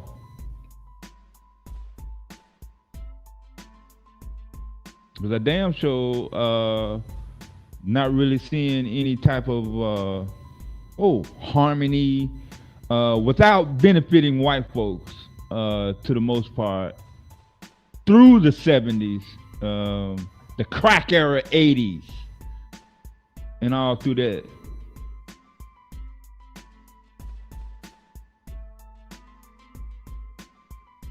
Police beatings, law enforcement harassment, mass incarceration. After civil rights, y'all are saying that it was a decline in all of the little topics that I just named. Or state. No, we're saying that it wasn't state sanctioned. Yeah, I'm saying it was more of a public decline. It wasn't federally sanctioned. Exception. 64 was federal. Yeah, that's what I'm saying. I probably make sense. That's what I was saying. But quote unquote, to use the term Jim Crow, I would still limit that to different states, North Carolina, Georgia, Mississippi, Texas, Kentucky. You know what I'm saying? I wish y'all knew how racist it was up north. As a whole, yeah. I wish y'all knew how racist it was up north. I wish y'all wasn't under the illusion that the South is so much worse than up here. Yeah. We do know. It's nuts up here. Yeah, I didn't know. I'd have been all the way to the top of Michigan. We probably got more sundown towns in New Jersey than most states got, man. That's for sure. Nah, the land ain't big enough. Trust me. Man, y'all crazy as hell. New Jersey about as big. New Jersey is the most densely populated state in New Jersey. I mean, in the country. I'm sorry. Yeah, in the country. About the same amount of people in land as the counties down south, nigga. Listen, you can only go north and south. Yeah, y'all have no idea. Per capita. Y'all have no idea. Per capita. It's more. It's states with more people than that Jersey got, but not per capita. The uniqueness of Jersey is it feeds off two major cities. It feeds off New York and Philadelphia. So the whole southern New Jersey is Philadelphia suburbs. So it's millions and millions of people, and there's tons of little towns and neighborhoods and townships down there that white people don't allow black people to go into. or they're gonna follow you around if you go into it. Then you come up North Jersey, which feeds off New York City, which is fucking 12 million people feeding into northern New Jersey, which is a whole nother type of racism that's different from the racism you'll face in South Jersey. Like, and every town outside of Newark is probably a sundown town. Right outside of where Psycho live at, Clark, what's the name, Hills. These are Woodbury. fucking no zone for black people in Cherry Hill. 2025. No, it's not really much Cherry Hill. Mount A little Laurel, bit now. parts of what's the name, but not Cherry Hill. But some parts of Cherry. Matter of fact, you're right, Cherry Hill. You fucking right. My bad. So Yeah, I done been yeah, to Jordan, sure. the North is not a good place when it comes to that Good. kind of shit. Racism. No, I'm just saying it's widespread out there, out south, and in most cases, motherfuckers finding out about it is one thing, and ain't really no opportunity to say, "Oh, we better get out of here." No, not that goddamn simple. Because once you leave from where me and Psycho live at, like if you go in central New York or anything up there, Poughkeepsie, all that shit, all them niggas fuck with white girls. You know what I'm saying? You go to Pennsylvania, everything past You get to Philly, Pennsylvania, that's Swirlingville. everything past Philly, niggas fuck with none. That shit don't really exist where we live at. That kind of, like, you might get a couple niggas down there, like, what's that shit? With Fort Dix at, that shit, you might get a couple down there, but for the most part, you don't see that shit. But leave Jersey and go upstate New York or go in mid-state Pennsylvania or shit. So is you telling me swirling is revolutionary? Revolution. That's nuts. It's revolution to them niggas.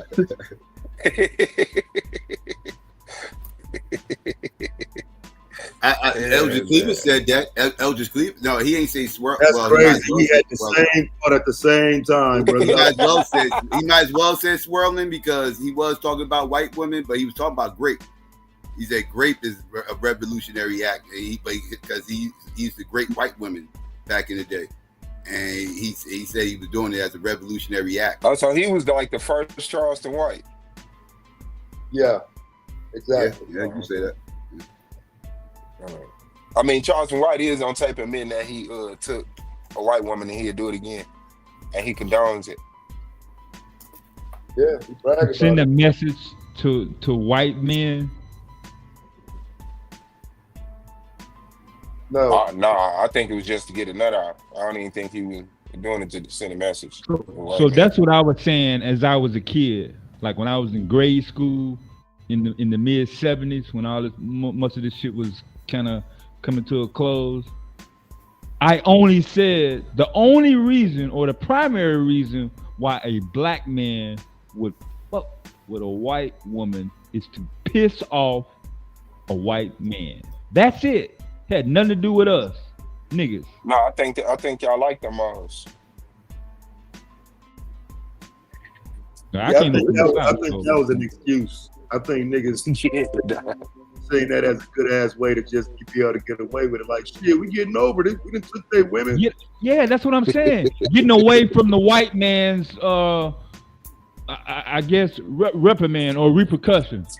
You better not get caught with a white girl. So it wasn't actually a law, but motherfuckers found out in the South. Like if you go out to California, okay, But it was enforced though. Yeah. Right, that's what I'm saying. So a motherfucker in Arkansas, Mississippi, Georgia, you know what I'm saying? It wouldn't, no swirling was not even a conversation. Like walking on the same side of the sidewalk, let alone being caught in the same car and shit like that. So fucking with a white girl didn't have really nothing to do with impressing or sending a message to black people. Black woman, black dude, like, the fuck is you fucking with the white girl for? To piss off the white man? So that's what I thought coming up. No, they like white women.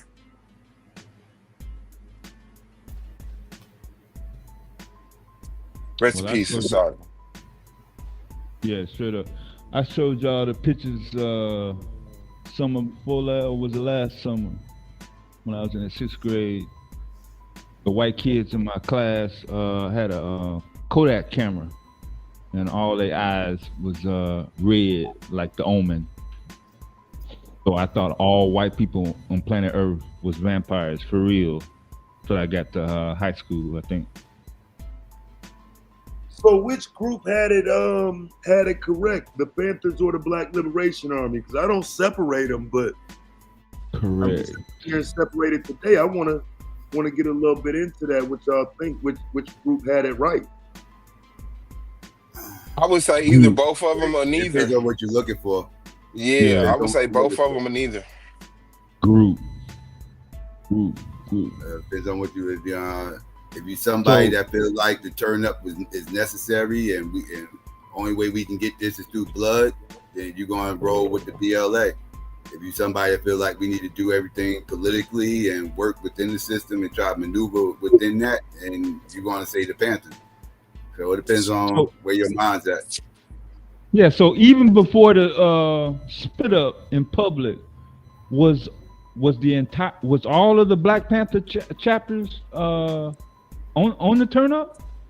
Nah. They well after the MLK assassination, the whole nation was turned up. You ain't even have to be a Panther. It was up. Yeah. You know, like it was up everywhere. So and the Panthers just, you know, like people was looking at them because again they're supposed to be the vanguards of the revolution. So you know they looking at them like, well, what we do? What y'all going to do? Like, you know, like So you know that's what Eldridge Cleaver jumped out the window 2 days later and made a phone call, a fake phone call, fake distress call for the cops to come. And when the cops came, they ambushed them and started shooting at them and started injuring cops and shit. And that's when Bobby Hutton got killed. Yeah, I don't know if I got the full story in terms of what that happened in Oakland. Did he ever say what he was looking for in the end? What who was looking for? Yeah, he did that to do what? Not to get caught. That was for retaliation for MLK.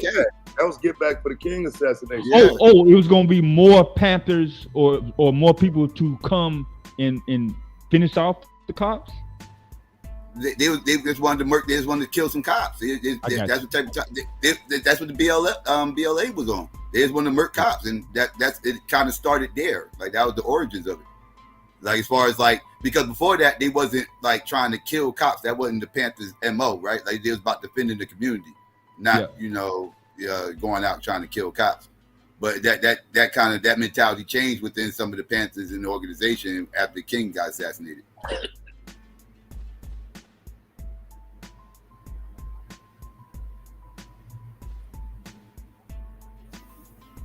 Yeah, I don't know if you're gonna be able to lump BLA and the Panthers together, Taz, with them niggas Panthers.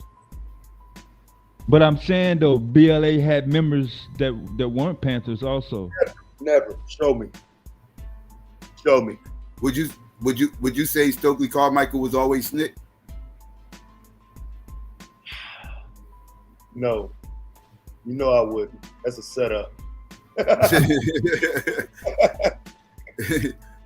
Same situation. You know, they leave these organizations, start something new. Yeah, that nigga literally moved on. I definitely, yeah. And again, I don't disagree that the Panthers, that the BLA moved on, but I think the ideology was still there. It was just more extreme. You know what I'm saying? I don't think they stopped being Panthers. They just became more gangster with it. Some gangsta ass Panthers. You know what I'm saying? That's how it was. The They also had that Republic of New Africa, Taz. Remember Georgia, South Carolina? Yeah, you know, it's a dude that come on here that rep that. Yeah. They try to rebrand. Yeah. So that's what I'm saying. They were in the Republic of New Africa, them southern states. Yeah, they splintered off Some of them split it off over there. Yeah. That's the separatist group, whatever they want to separate to the South. I actually agree with their movement, but yeah. Yeah, now they've been around for a little minute, but like I say, it's when I question why they don't get no traction for real if people on that, because that's been around for a minute. That NRA. Yeah, they was fighting for reparations for the longest time. For the longest time. Yeah.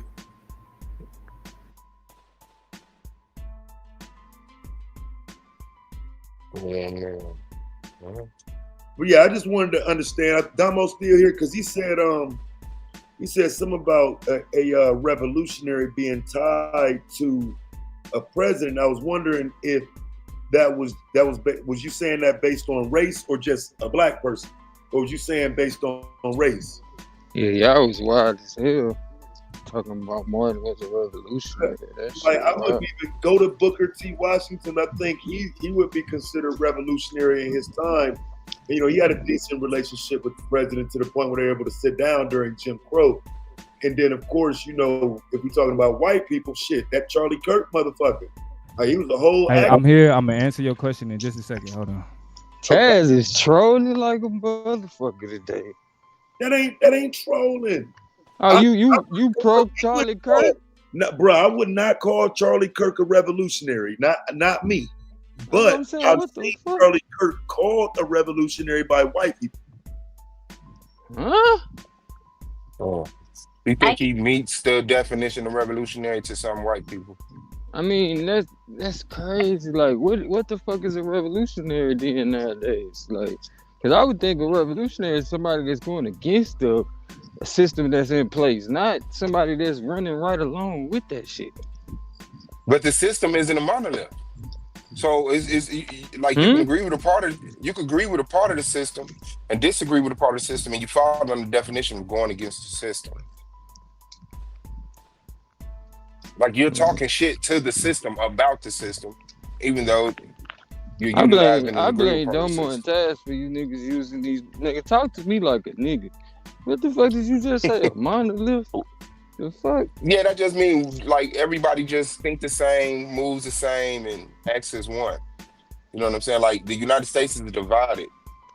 So you don't have to go against the whole United States to go against the United States. Okay. But that, I don't know. Like these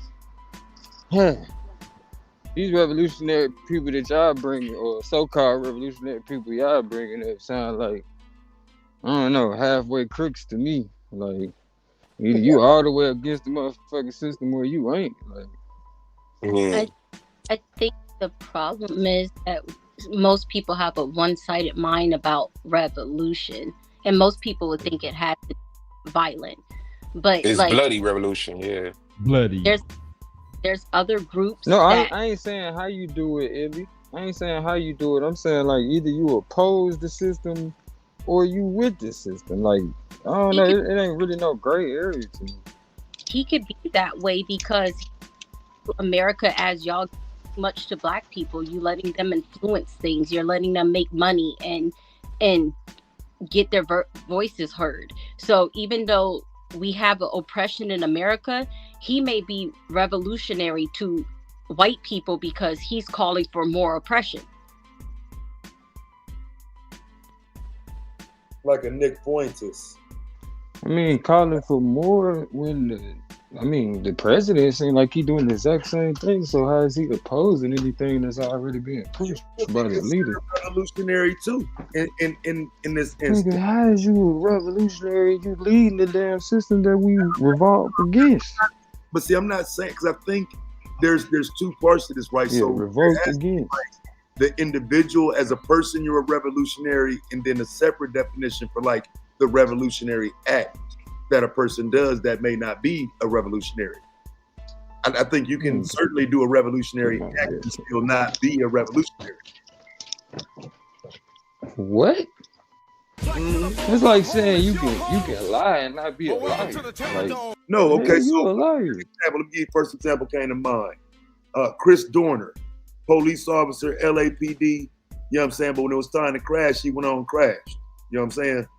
So are you saying because he lived the majority of his life not doing shit like that mean he wasn't a revolutionary in his end? Right, but in the end, he did some revolutionary shit that people would, agree to being revolutionary or whatever. Or was it a personal issue? I mean, we can say it was a personal issue. I mean, because again, I don't disagree with that. I think all of that is up for debate. It's kind of like the Kaepernick thing. They made him a revolutionary. Man, y'all got me doing these 50 Shades of Grey. Dave, your ass tripping. I know you heard Colin Kaepernick was a revolutionary. I know you heard that. I mean, shit. Oh, you agree with that shit, huh, Gold?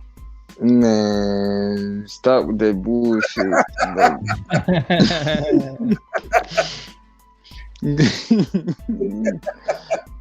Yeah, look, I keep hearing certain voices of people that I appreciate and respect talking these topics, so I'm just like, I'm trying to hear y'all out loud. Really ain't no gray areas with me. Like, so here you go, Taz. George Wright. George Wright. Yeah. Black Liberation Army. Yeah, that's the one. Yeah, that's the went to prison in '63. That's what I no sent the link to. Panthers. Yeah, no Panthers. He didn't get caught to 2000 or something. That's the one I sent. Yeah, I think 2011. He broke out in '70 though. Went straight to Detroit. Went straight to BLA. No Panthers though. Right, but I mean, these are the ghosts though. I mean, you talking about a fucking hijacking, bro. Yeah, that's the wildest shit. That's how I said, like, bro, like them motherfuckers was wild, bro. Like them niggas, bro. I don't give a fuck. That's why I say that later shit, bro. I'll argue with you about that shit. But them hijackings and shit like that. Nah, that they got $1 million. Don't forget the $1 million. They got $1 million too. Yeah. Clapping at the police. That, man. I'm not giving them motherfuckers the whole million though. What you gonna do? Sit there and count it? Yeah, I feel you. I'm talking about the Algerians. I mean, they had hostages and shit, so right. That's what I'm saying. I'm saying when they landed in Algiers, what are they gonna do? Oh, when they landed in Algiers, there's a different story. When they landed in Algiers, the African Taz loved this. I don't know if you heard me earlier. I mentioned this, but when they landed in Algiers, Algeria, the authorities snatched up the money and shit. They took the money and let them go. Damn. It's in 50s and 100s. Yeah, so they was free when they got there, but they had to give up the money. They had to give up the bread. I'm not giving up all them 50s or 100s, man. I think that's what they did it for. I think they was like, if we could get $1 million ride over there, they would take this money to let us have asylum over there. I don't look at it as I'll buy that, but I'm still not giving you all the goddamn million. Yeah, I know you're not coming over there empty-handed. So it was a play. To me, it was a play. Like real talk. But is that really asylum then? You know what I'm saying? That sounds like quid pro quo. That don't sound like asylum. Hey, it's quid pro asylum, nigga. Whatever gets us the fuck out of here and free. Shit. Take this dumbass money. To answer your question, Taz, the point I was making about a revolutionary having a relationship with the leader of the country is that ultimately what the leader of the country represents to a revolutionary is what needs to be upset and overturned. So a revolutionary and a nation's leader inherently have an antagonistic relationship because they represent opposing ideologies, like opposing views for what the people need and that type of thing. So they wouldn't have a relationship while they work together. Now, what I do recognize is that over time, the word revolutionary has become more liberalized. And what I mean by that is we apply it, and this is how language works. This isn't even a criticism. This is how language works. But we apply it in more liberal forms, right? We open it up. So even though a revolution used to mean a violent overthrow, and a revolutionary used to be someone who leads in that insurrection or is involved in that insurrection. With the liberalization of society and the democratization of governments, that concept became more associated with more. It became associated with just radical change. So that's where it's like, in a sense, niggas is right calling King a revolutionary in the context of radical change, But when I'm thinking about it in its truest form, in the context of radical change, meaning a overthrow or a complete upset of a current system. Hey, Goldmine, you hear this nigga talking about the democratization of some shit? Nigga can't never talk regular. Always got Hey, a that nigga, he did that for y'all, bro, because y'all wanted to make King a revolutionary. He found a way to make everybody happy. I was like, you let a word say that shit as if we ain't just sitting here talking regular. You using the word re. So that's what I'm saying. Re. Like okay. To keep your foundation of government. So before civil rights, the government was set up in a certain type of way. And in the case that we're talking about, it's the federal government. I don't see how the government was set up different after LBJ signed that goddamn bill. Yeah, and that's that's the distinction though, right? Because like that's why I can't say like I know specifically that the work that I do in studying politics and the shift and the change that I attempt to initiate in the work that I do is reform. I'm not even going even though, you know what I'm saying, these are radical notions of change, it's still reform. At the end of the day, right? Like the overall structure in the system maintains itself and exists. You know, in a revolution, the structure collapses, the structure falls. And the reason why I specifically pointed out democratization in this context is because I believe that the US's approach to democracy has made it more difficult for revolutions to look like they did in the past. Because just like I think and I was like, damn, Suave said something smart, so I can't keep talking shit like that. It was when Suave was like, the government isn't a monolith, right? There's parts of the government you could attach yourself to, and there's parts that you can disagree with. Like that's what I mean by the democratization of society, and how it's not one size fits all, right? Like we don't get the revolutions that we used to see in the past because you can find somewhere where you fit. You can find a politician that sounds like you. You can find a part of the party that exudes the culture and the beliefs that you exude. So revolution then doesn't look the same as it did in the past because it's not the same incentive. Like niggas, you better off finding your place in the system as it is, with the multitude of ideologies and thoughts that exist within the system, as opposed to destroying it completely. I'm on my damn shit. Your place? What's our place, Domo? I'm just playing. No, I'm saying anybody though. Like if you're a libertarian, or if you know what I'm saying, environmentalist, or if you anti-racist, or if you pro-racist, you know what I'm saying? Like all of those things exist in a multitude within our government and society. So it's less of a reason for a bunch of people to be like, let's just burn this shit down and start over, because you can find yourself somewhere. My fault. Go ahead, sis.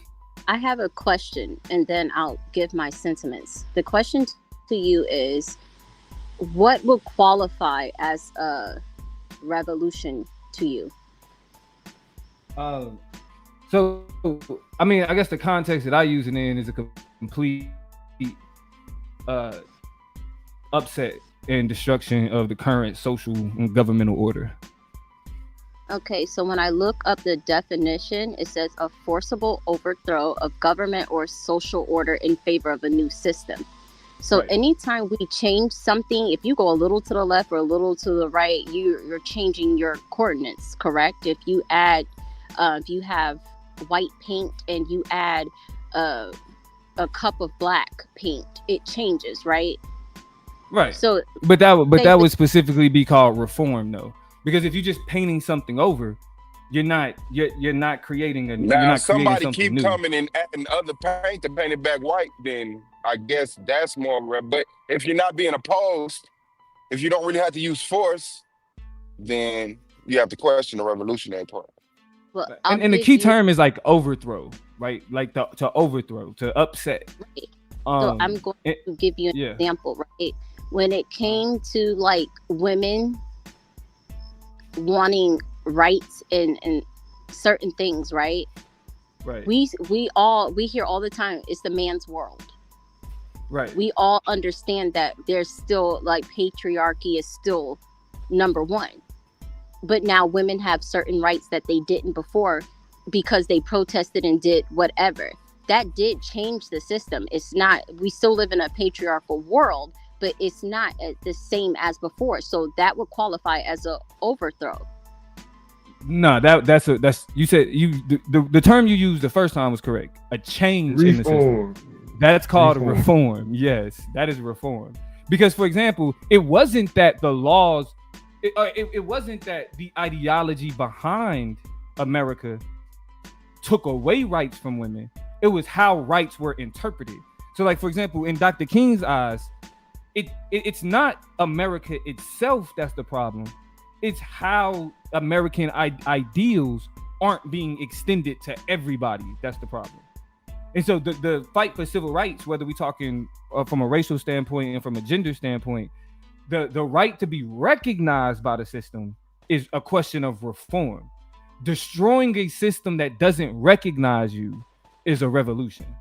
Now, again, with the liberalization of the usage of the term revolution, you can say that, like, for example, gender or women's rights movements, you can say they were revolutionary, like with the more liberal term of it, but ultimately their revolutionary acts lead to a reform in the system.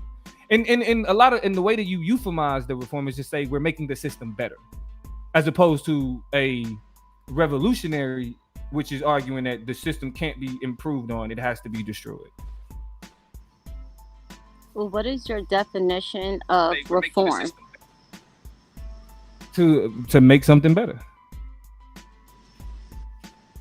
Better or different? Does it have to necessarily be better? That's subjective, but the idea is you're only whether or not the change is better, right? Reform is still, the idea of reform is to improve on something that's pre-existing. Because you're not reforming something that works, right? So it's like there's something about this that we think don't work. So instead of throwing the baby out with the bathwater, let's just make some changes, right? So like different amendments that were added later, right? Or constitutional amendments that were added. All of these things are attempts to make the Constitution better.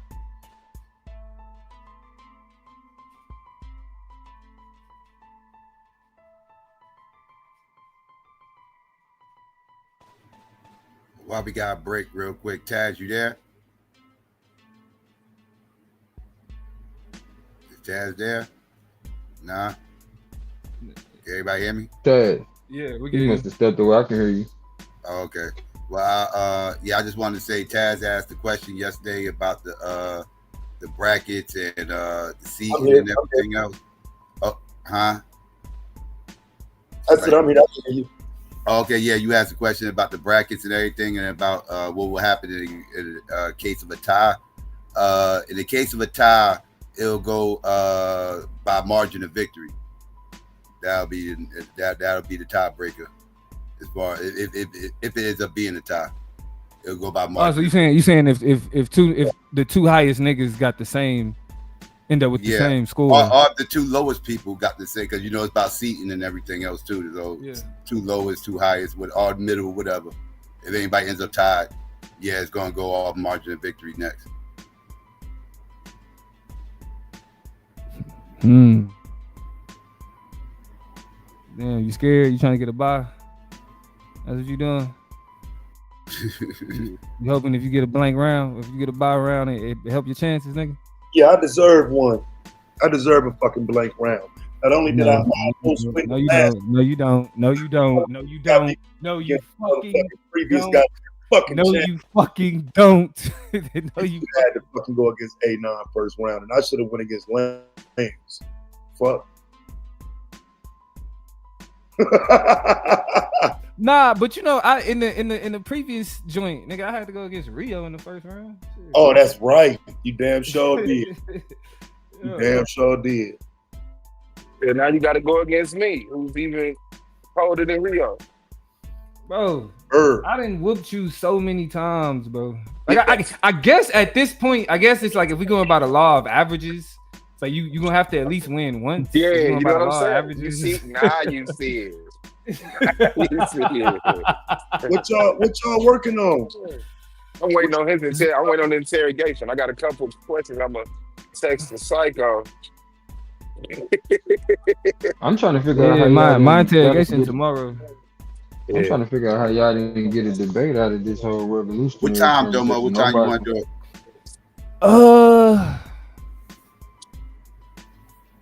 So like what? 3 my time would be like 6 your time. Are we I trying to do it earlier? You trying to do it earlier or later? Not later. Yeah, that's football Later? time. I'm trying to get at least past the second game. Give me Past after the the second second game, game. right, Give me right, like 8 o'clock my time, the earliest. Yeah, Domo, you know you can't. Yeah, then hold on. What time is the Chiefs game though? Hold on. What time is the Chiefs game? That's what I'm about Nigga, to ask. you a religious football what's the player night too? game? Okay, my bad. I think we get Ooh, what's that? Lamar. 125. Oh, So I guess we can do it good. after the Chiefs. We can do it after the Chiefs game. Let's do it after the second game. Let's do it after the second game. You do 8 o'clock. Is that too late? 8 o'clock my time? Is that too late? That's 5 o'clock my time. Nah, that ain't too late.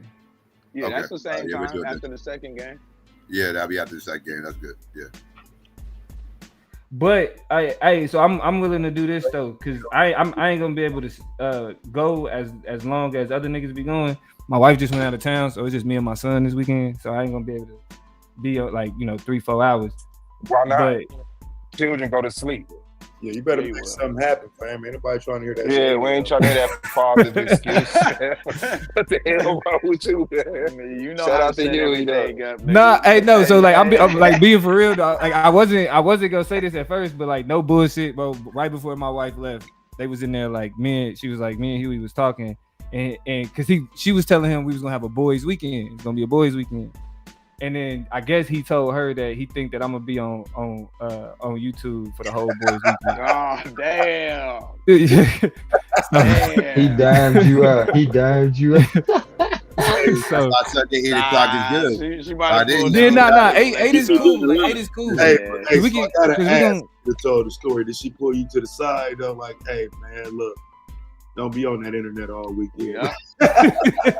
No, she did. No, she did. And that was the go on ahead and hey, that was the seal the deal. You know, Huey in the chat right now. She in the chat right now. Tone down video. No, I mean that's what I'm saying. We get like, we Right. can get, I'll be able to, we can get it in. We'll be able to get it in.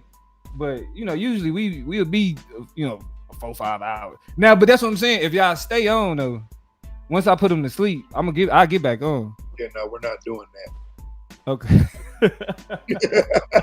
He don't get no break, man. We're not. He don't get no break. You gonna drink Gatorade and shit. What time you putting him to sleep? It's gonna be Sunday school night. Shit, like around Yeah, 9. our time, that's gonna be late though.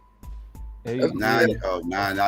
9 your time is like, well, that's like 10. I could do 10.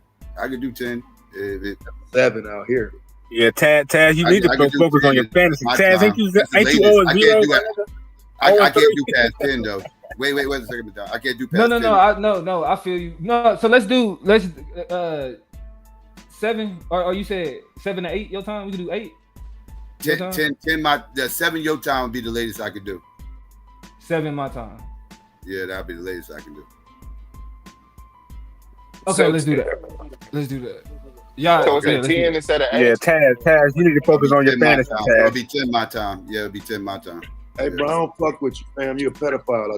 You a pedophile and a black baby deleter, nigga. Hey, and I got my songs. Squad, nigga. I got my songs. 0-3, nigga. I'm gonna send you the songs. Yeah, 0-3 ass nigga. Yeah.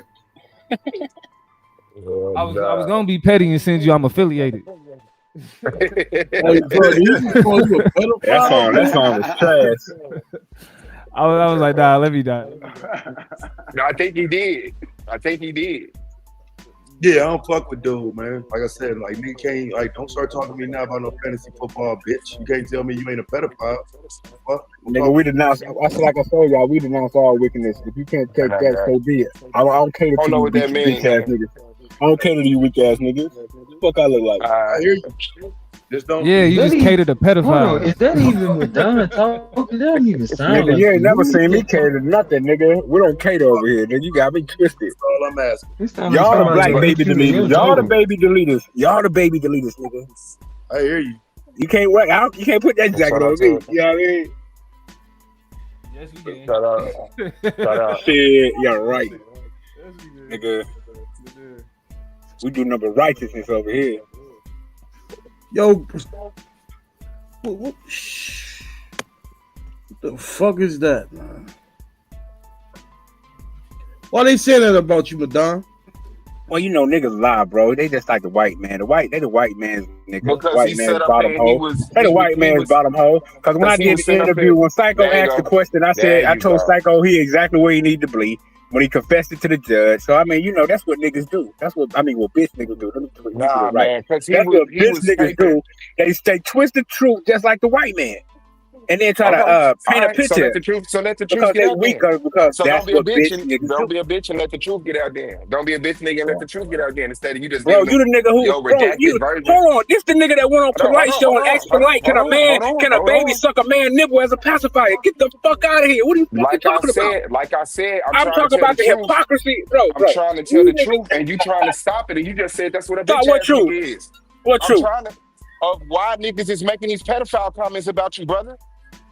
It's because he said who you support? Who you support? The most honorable Elijah Muhammad. The most honorable Elijah Muhammad. And Dr. York. I don't support York. What are you talking about? I only found out York through You said he was a good man who made bad decisions. Yeah, that's a historical fact.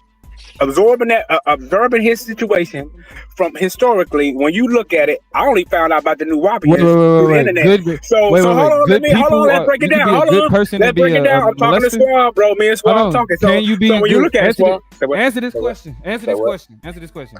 Can you be a good person and molest children? Bro, that means you turn from a good person to a wicked person. So answer the question. So can you be a good person and molest children? Of course not. That's an oxymoron, bro. That don't go together. It's just like, hold on. So is Dr. York a good person? Hold on. When you look at York, hold on. I said historically. No. When you look at like, if you go anybody listen to that interview, right? Historically, when you look at it, right? When you look at it historically, right? In the beginning, I only know Dr. York. I only know Dr. York from the internet. Hold on, bro. Calm down. I only know York from the internet. So when you look at York. Of course not now. Not now. He's not. Of course he's in jail. What the fuck? But like I said, bro, when you look at it from historically, right? That's how I looked at it, right? Okay, York had a following in the beginning from the 80s. Nah, bro, right? You said hold on. We gotta do it. We gotta keep it. We gotta. No, it got to be because we talking about. No, it's not, bro. We're talking about people who was prevalent in the black community, right? Hold on, let me ask you something. That's not what we're talking about. Hold on, let me ask you something. Hold on, let me ask you something. Do you have any friends you grew up with that ever killed anybody? Hey, man. Answer the question, bro. Do you know dudes in your hood that was considered good men, but they turned around and killed somebody or raped somebody? Question, bro, hold on. That's like, you see how he tried to put that in there? No, nigga. Hold on. When you look at I don't have no friends that rape anybody, nigga. Hold on. We all know people that we consider that was. Hold on. When you look at York, when you look at York historically, right? York had a following. Hold on. He had a following. Hold on. In the beginning, in the 80s, right? When you looked at Dr. York in the 80s, historically, he had a bro, don't Madonna me, bro. You gotta look at it historically. This man had I'm only doing it historically. He's not a good person, right? He's not a good person, right? Not now. But when we look at him in the beginning, okay, no, he's dead. He's not a good person. Hold on. So you telling me? Hold on. So when Dr. York first hit the scene, when Dr. York first came out teaching black people in the 80s, when black people was following him in the 80s, hold on. Look at the black people that was following York. Hold on. He was never a good person. Black people was following Jim Jones, and he got them, and they killed themselves because of that. So following somebody does not make somebody a good person. Following somebody does not make them a good person. Even in the beginning, following a person does not make them a good person. He did not start off good. He started off as a plagiarizer. He started off as a fraud. He started off as a liar. He started off as a science fiction writer. Nigga, that might as well be okay, do you know how big his following was? You know, the God Killer was a hold on. Jim You know, Jones had a big following. Hold on, don't you know? Jim Jones the had a God big Killer was a following. Nubian. Jim Jones had a big all these following. niggas were Nubian. So hold on. So that means all of these niggas wasn't molesting kids. Once they found all of that these out, that's niggas when they wasn't left. molesting kids. Once they found that out, that's when everybody left. No, bro, no, exactly. Because they found out that what they believed to be true wasn't true. That means he was never a good person. Bro, when you look at the 80s, that means he was never a good person. Historically, when you look at the 80s and the early 90s, Dr. York had a large following of black people. So what? So what? Okay, so Madon. So let me ask you this: Does having a large following make you a good person? According to those black people, I'm only going historical. No, I'm asking you. Does having a large following make you a good person? This is your opinion, not theirs. You gotta deal it with it. Does having a large following make you a good person? That has nothing to do with the conversation, bro. Yes, it does. You just said he had a large. I'm saying he was never a good person, and then you said, well, he had a large following. So why did you say he had a large following? So what does that mean? So hold on. What was this same energy for York in the 80s? What does it mean? What does it mean if you have a large following? What was this energy for Dr. York in the 80s? Because I ain't found out about him until the internet. People didn't know when they found out. Exactly. So he was never a good person. I appreciate that. So he was never a good person. You didn't know. Hold on. You didn't know. You didn't know, so you gave the benefit of the doubt. So I appreciate that. Now you answer my... No. Yes, you did. That's the thing. You said you didn't know, bro. Bro, hold on. But here's the thing. That does not matter. No, hold on after that, bro. It does not matter. You didn't make no money. But Madon, logically, if you only found out about him after the internet, then you found out he was a pedophile at the same time. Yes, exactly, and that's why I said when I looked at it historically, so he was never a good person since you knew in the 80s. So in the 80s, right? So in the 80s, right? We not talking about the 80s. We not talking. Yeah, you gotta go. You want to in the 80s, right? So in the 80s, historically, we're talking about Madon in 2025. We're talking about Madon. We're talking about Madon in 20. No, we're not. You want to take the spotlight off of your question. You want to take the spotlight. You want to take the spotlight off your admiration for him. What we saying is when you. Bro, I don't have no admiration for him. What are you talking about? You called him a good man. That's admiration, brother. Right, because in the beginning, in the 80s and the 90s, black people was learning. Hold on, in the 80s and the 90s, and the 80s, yeah, because I'm going I can only go historically. I can only do a historical perspective, right? So when we look at it, right? So when we look at it, if that was their opinion of him, when we look at it from the 80s, Domo just said, hold on, Domo just answered the question. We didn't know, right? We didn't know. Nobody knew his character in the 80s. Everybody thought York was alright. Y'all followed this nigga. Y'all the one who followed Dr. York. I ain't never followed this nigga. If they were getting interrogated and that was their mindset, cool. But we're talking about yours in 2025 who called this dude a good man who made bad decisions. And even based off your own logic. Even that's based off your we're talking about when he first started doing his work in the 80s, teaching black people. I'm talking about when he was teaching black people. Looking at the situation now, shut your ass up. You have no authority, bro. Like I said, you the same nigga who asked for light. Bro, you went on live and asked for light. Is it okay for a baby to suck a man nipple because it's supposed to be a pacifier? That's pedophilia, bro. So now you do what you have. So now I only gave a historical observation. When York came out in the 80s, everybody said he was a good teacher. That's not what and we the 2000 or whatever came, Dr. York turned into a goddamn pedophile. And that's not my fault. That's his own fault. Do what you gotta do. Do what you gotta do to be an apologist. Well, bro, you don't take with polite acting as the nipple a pacifier for a baby. That's disgusting. Do whatever you have to do. And don't be putting no babies on your nipple, nigga. Do like I said, I was only giving historically in the 80s, no, like Domo said, nobody knew. I didn't know. I didn't find out the York into the 80s. So in the beginning, if he had a following, that means you called him a good dude. No, I did not. I said in the beginning, a good dude who turned, a good man who turned wicked. No, we asked you how did you feel about him? You said he's a good dude, even though I know he's a pedophile, but he made a bad decision and molested judges and children. Just like I told Psycho, once I seen him confess to that judge, when they showed Dr. York confessing to the judge, just like I told Psycho, he exactly where he need to be. So that sums it up. You bottom white man, whole ass nigga. Y'all can't twist the story, bro. Y'all got them jackets on, not me. Nigga, you keep your face in a white man lap, nigga. Shut up.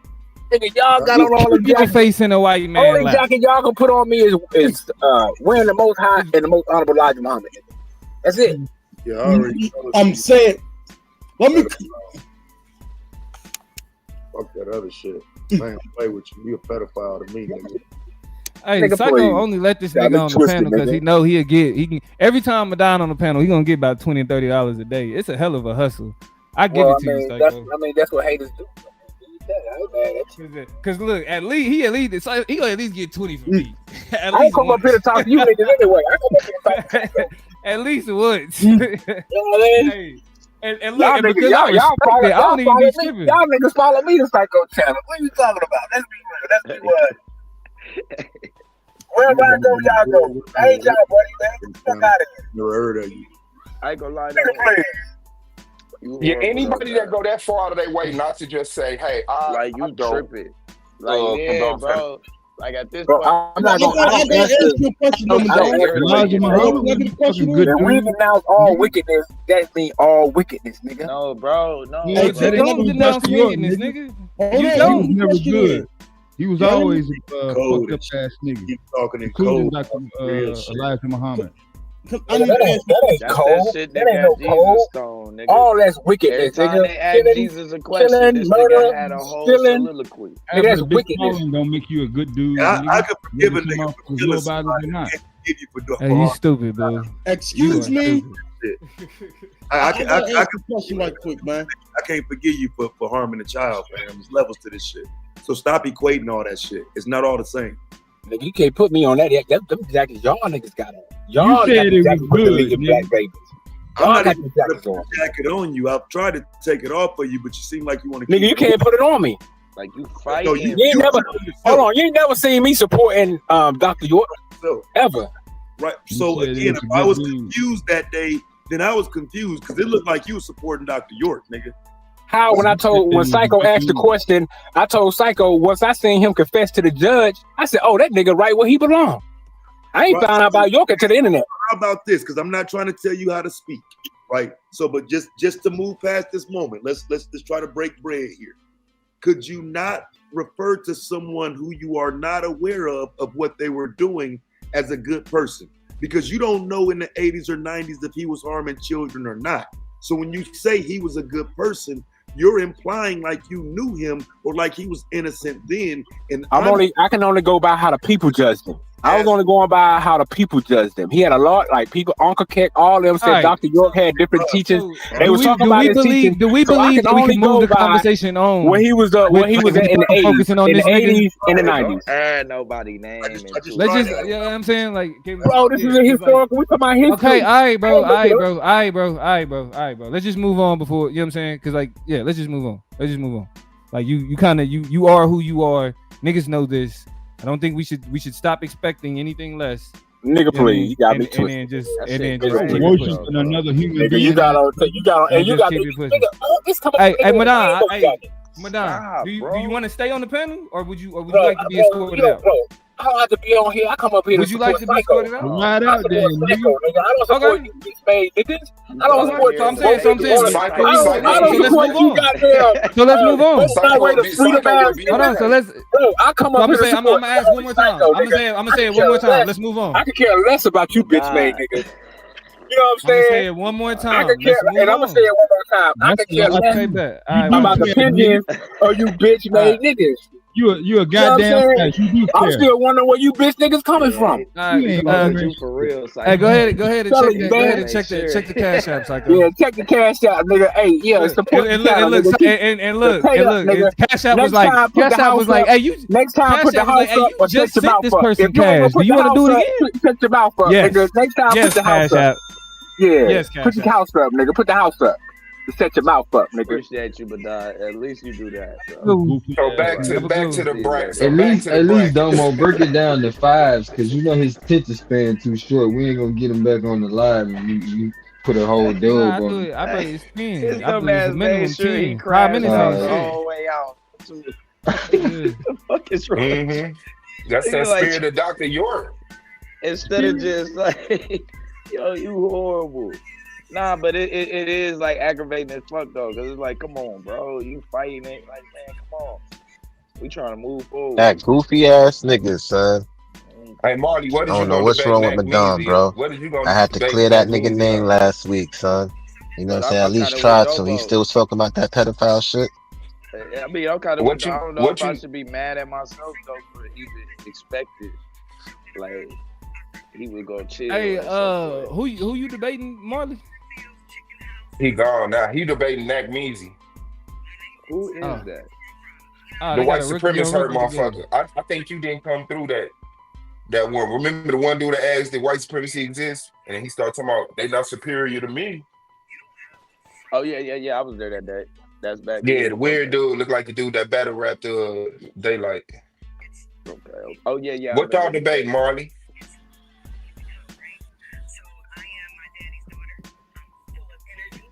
Who's their daddy's daughter? Yeah, Molly. Molly trying to get his shit together. Who's that, Rosie? Yeah, it's me, nigga. What's good, God? What's good, bro? Already know, man. What up, Rosie? Yeah. What's up with y'all niggas, man? Shit, Black Power. Fucked my bag up for the day. Rest in Is peace. that what happened? Rest in peace to a Charlotte Tupac mom and all that, man. No, nigga. No. He just I'm Hey, bro, you could have just shut up, bro. What the hell wrong with you? Yeah, my bad, y'all. My bad, You y'all. My about to bad. put some money on your head next, right? Nah, don't do that. Don't do that to me. Don't do that. That nigga said Hey, Tupac mom is bad. Like, come on, y'all bro. Madonna. Y'all do know Madonna is never gonna change, right? Y'all do know that. What you And debating? we ain't gonna change our stance on them. Is you What you his debating? therapist? I fucked up on that 2 one. years ago. A What solid you debating? my bad, baby. Yeah, Y'all y'all niggas know. too Y'all know. genuine. We said who? We said what I'm debating you on, sir? No, what you debating Mac Measy on? Oh, I don't even know yet. Oh, that's something me and him gonna have to discuss and talk about that. You know, I agree with a lot of his talking points, but you What know, you agree I with him think. on? While Damn, Fire so I ass forgot what trying the to nigga act was like saying. he on But vacation. whatever he was saying that night, he was on the panel, but he was all getting interrogated. I had no disagreements with him. Oh yeah, y'all had him on his best behavior doing his interrogation. I ain't Mm-hmm. never seen that side of him. I ain't seen Fire since the bracket dropped.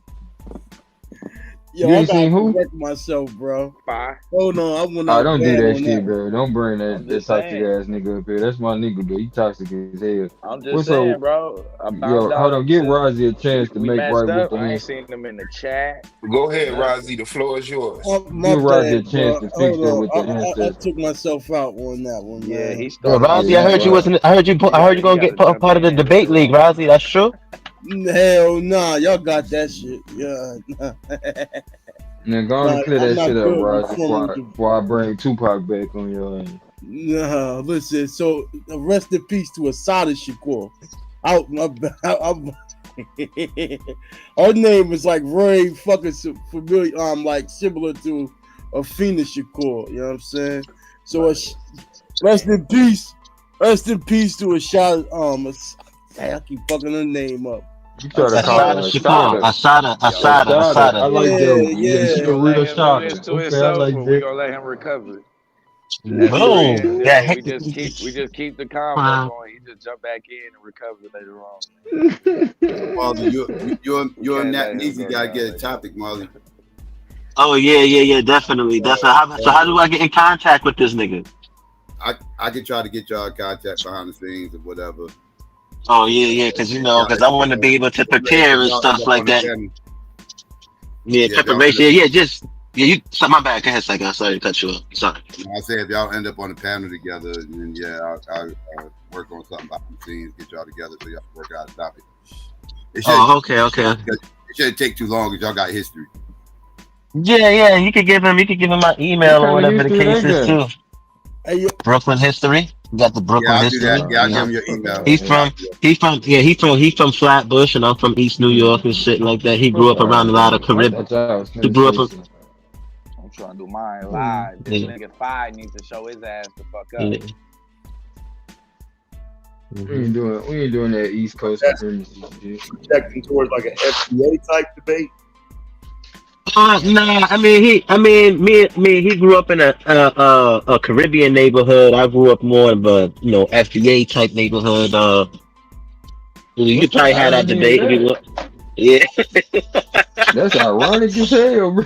Yeah, so we're more like FBA Hispanic though neighborhood. You know what I'm saying? Because I grew up in that side of East New York. But right. I don't know what the nigga want to talk about. You know what I'm saying? I remember the first time he spoke about as Pan Africanism, a failed ideology. You know what I'm saying? I think he brought that up. We could we could debate. We could debate that, like the whole Pan African thing, if he wants to. We could debate. What did he say about it? Nah, he was just Pan-Africanist at all. You know what that shit. Yeah. Nah, but he wasn't saying he wasn't. He wasn't saying it in that way. Like I understand what Nazmeezy is saying in terms of but he's not like anti. He don't have that. He don't have that mindset. So yeah, he's alright to me. You know, so I don't know about anybody else on the panel, but to me, hold on. What mind frame you think he don't have? Or you walking like anti-African. I don't think he's anti-African. Did you rewatch his interrogation? Whoa. No, I didn't rewatch it. He's borderline passport, bro. I mean, I know his wife is Caribbean. You know what I'm saying? You said borderline passport, bro. You. But I don't think. Yeah, but I don't think but he probably met his wife out here, nigga. You don't know that. He probably met his wife in Brooklyn. That's why I said he a borderline passport, bro. I didn't say he was going overseas to necessarily get him, but I'm saying the same ideologies that they carry. You feel me? Debating A9 tag. Nah, I don't think he a passport, bro. I don't think he that. He didn't really give him anything that. What do you mean by passport, bro? I'm saying like he out of touch with his people, bro. That's what I'm saying, and that's what most passport bros are. Nah, I don't think he's out of touch. I think his points is like, you know what I'm saying? He made good points. You know what I'm saying? He's not like he don't have a bias. Hey, Marley, I'm trying to sell the fight, Marley. I'm trying to sell the fight. You want to fight or no? A9 been avoiding the panel ever since. But I don't think A9 like that. Is you debating A9 Taz? Yeah, go ahead and give him your title, Taz. Yeah, we are debating. Well, now I gotta wait because he need to come up now because he's saying I changed a word and I didn't. I mean, if something's not correct, I mean we can just fix it right quick. Yeah, he said. Yeah, I think he had a problem with the word lifestyle. He ain't agree with the word lifestyle. Okay, so what the title I guess that he because I wasn't trying to change the title, but the one I sent is the black wait. Let me find the actual text. B1 versus Israelite, which is better for the black community? Yeah, the title I got in the text message that you sent me, because he probably responded to what the text message you sent me. Yeah. I'm trying to find it. Give me a second. Yeah, the one you sent me, it says B1 versus Israelite, which lifestyle is better for the black community? Yeah, so I'm not trying to add the word, you know what I'm saying? We can clear that up. Which paradigm? That's what he's trying to do. Yeah, which paradigm? Yeah. Change the word to paradigm and we locked in. Okay, yeah, that's cool. All right, yeah, you can do that. Just change the lifestyle to paradigm, that's cool? Yeah, that's cool with me. Okay. Yeah, I wasn't trying to change the word, but I do know it's kind of just open-ended if you say which lifestyle or which is better. So you know what I'm saying? I filled in a word or whatever, but yeah, we could do paradigm is really the same word to me. So I got you. Right. Tough. Yeah, man. Shout out to that nigga Q Butter, man, and his hateful ass, bro. That nigga hate debates, bro. I don't understand why Q Butter hate debates so much. The first time he was because I actually debate. That nigga said, fuck them stupid ass, pointless ass debates.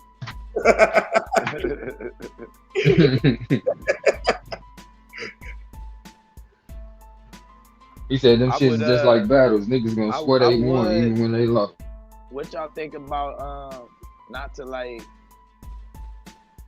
butt in on like the well, hey, hold on, y'all can hear like me? this. Hold Who's on, the real quick. affirmative? Yeah, I hear Y'all you. can hear me? Hey, first off, hey, Blue, I'm kicking it with my son. Say what's popping. What's popping? Right, What up, man? Oh, prophet. Prophet, little dude. So don't ever say I'm avoiding no panel.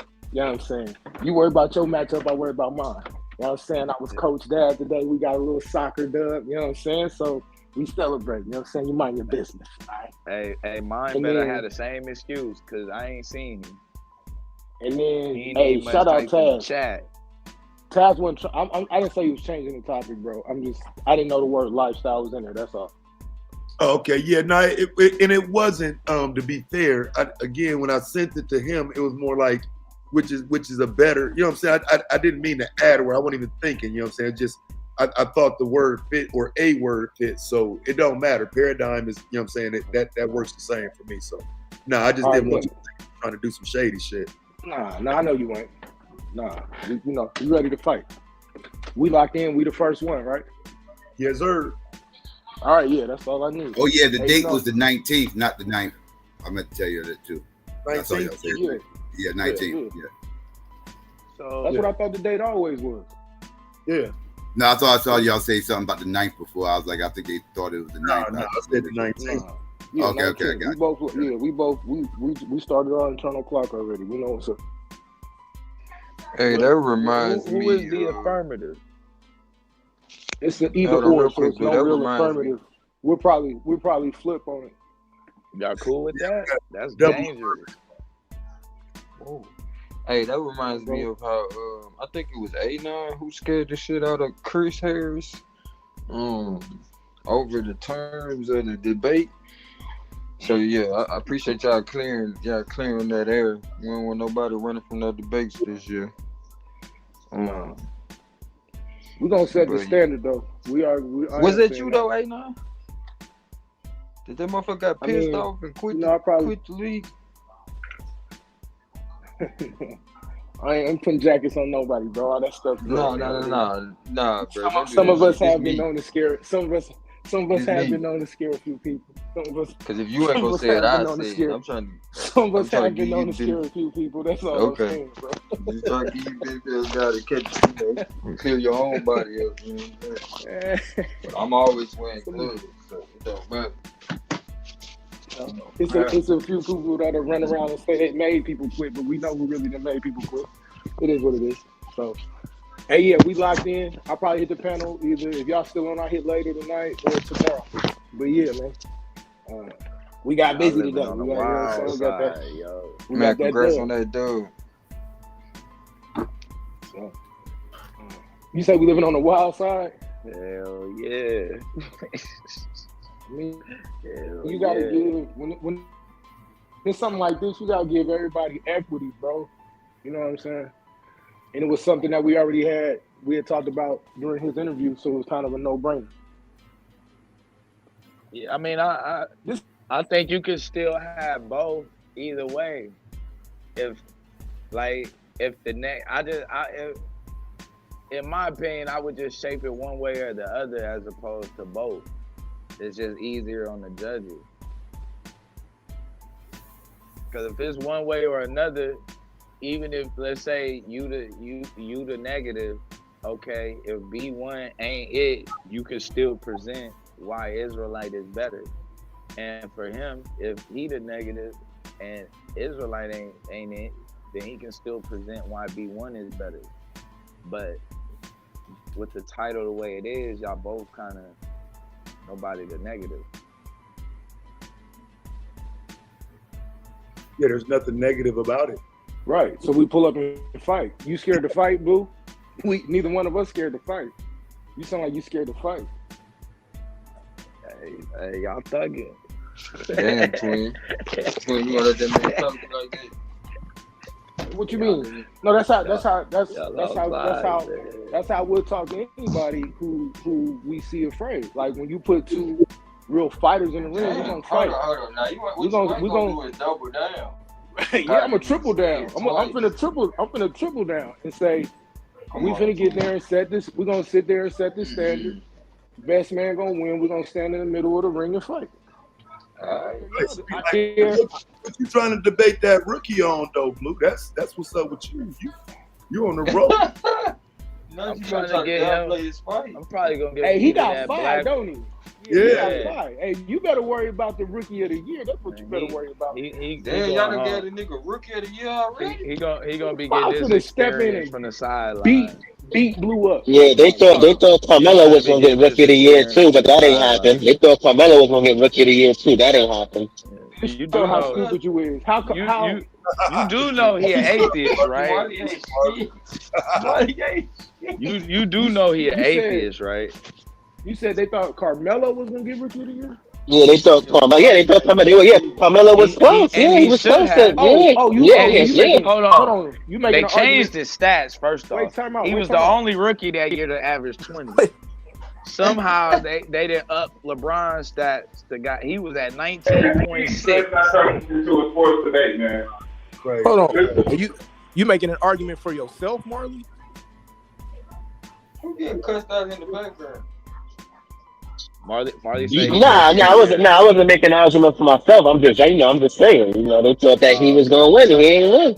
Yeah, I was thinking little Rob. Who you saying gonna get rookie of the year? I was thinking brother Rob too. I don't know if it be brother Rob. It could be me. It could be Mac Music. It could be anybody. Nah, fire up there though. It's gonna be but he finna get put on.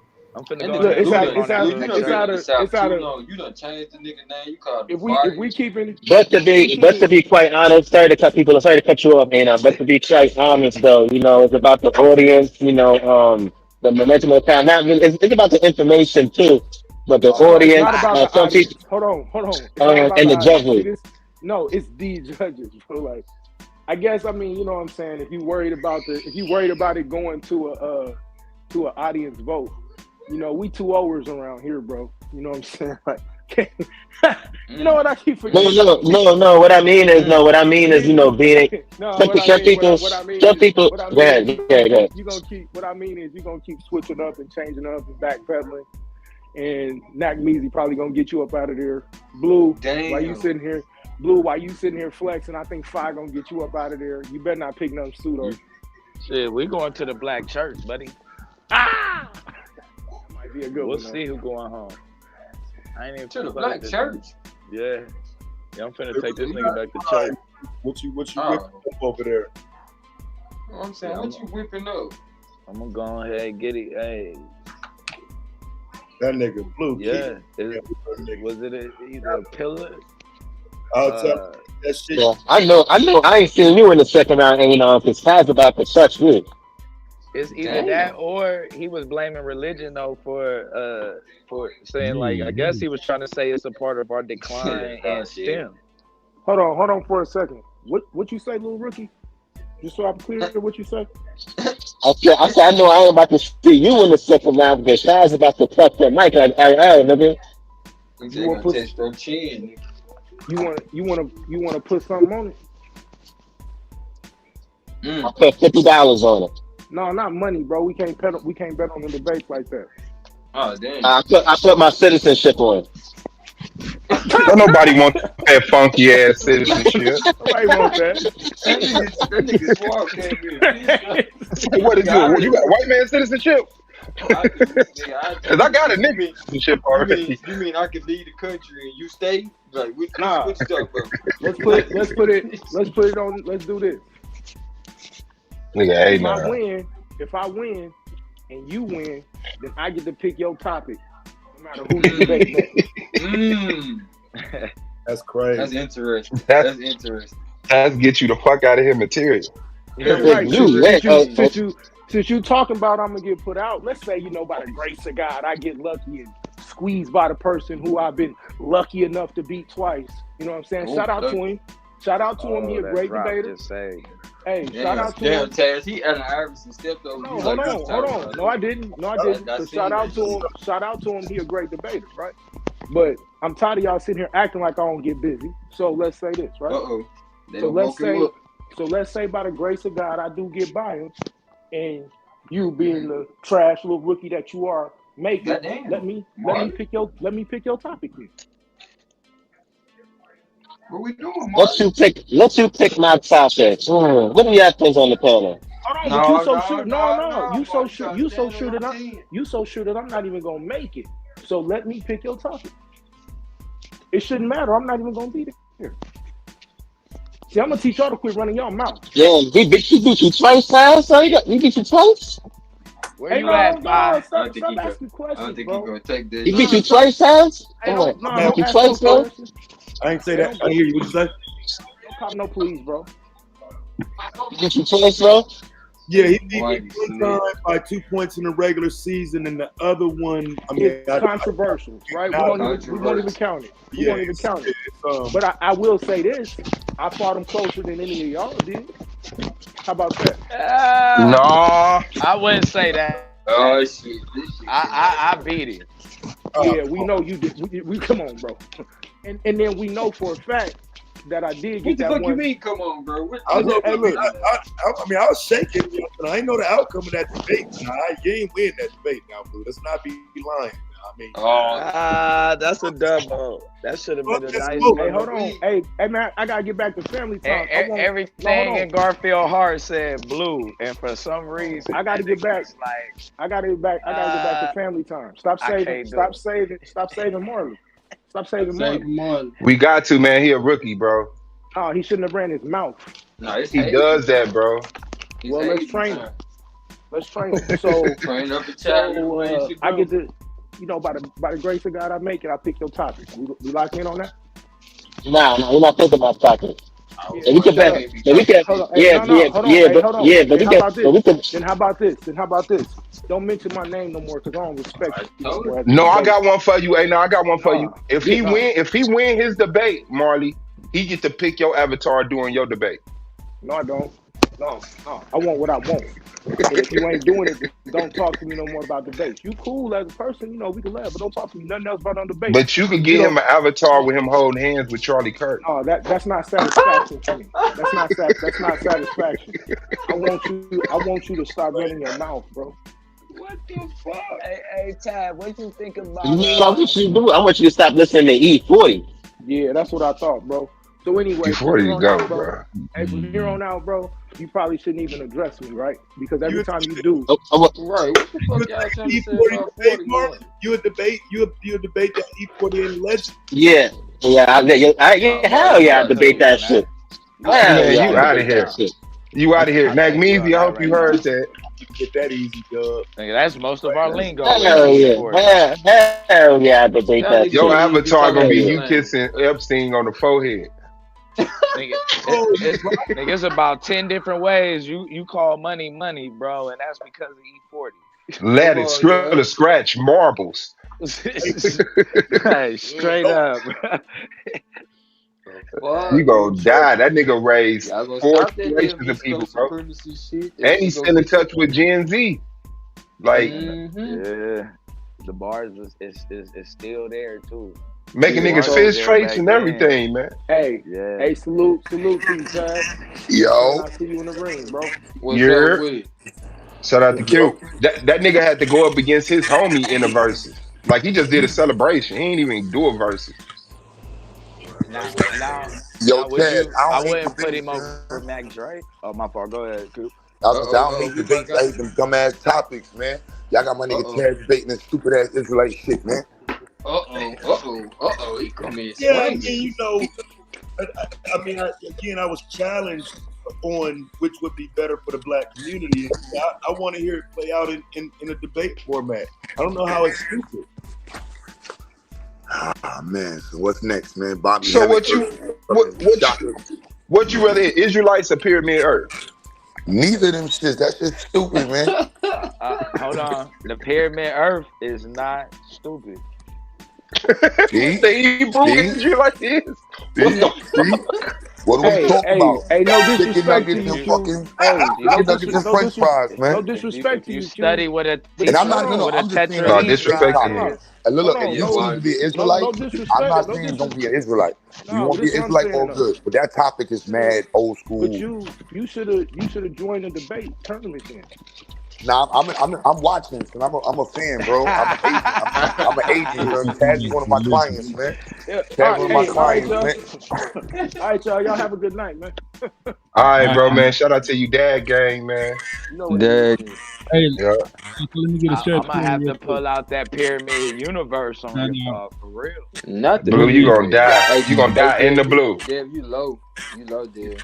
I can hear you trying to say something. I'm trying to figure out when Jim Lou, are Crow you telling me Lance converted you? Yeah. converted. You Man, trying to I figure ain't out gonna what, lie, Dev? bro. Oh wow.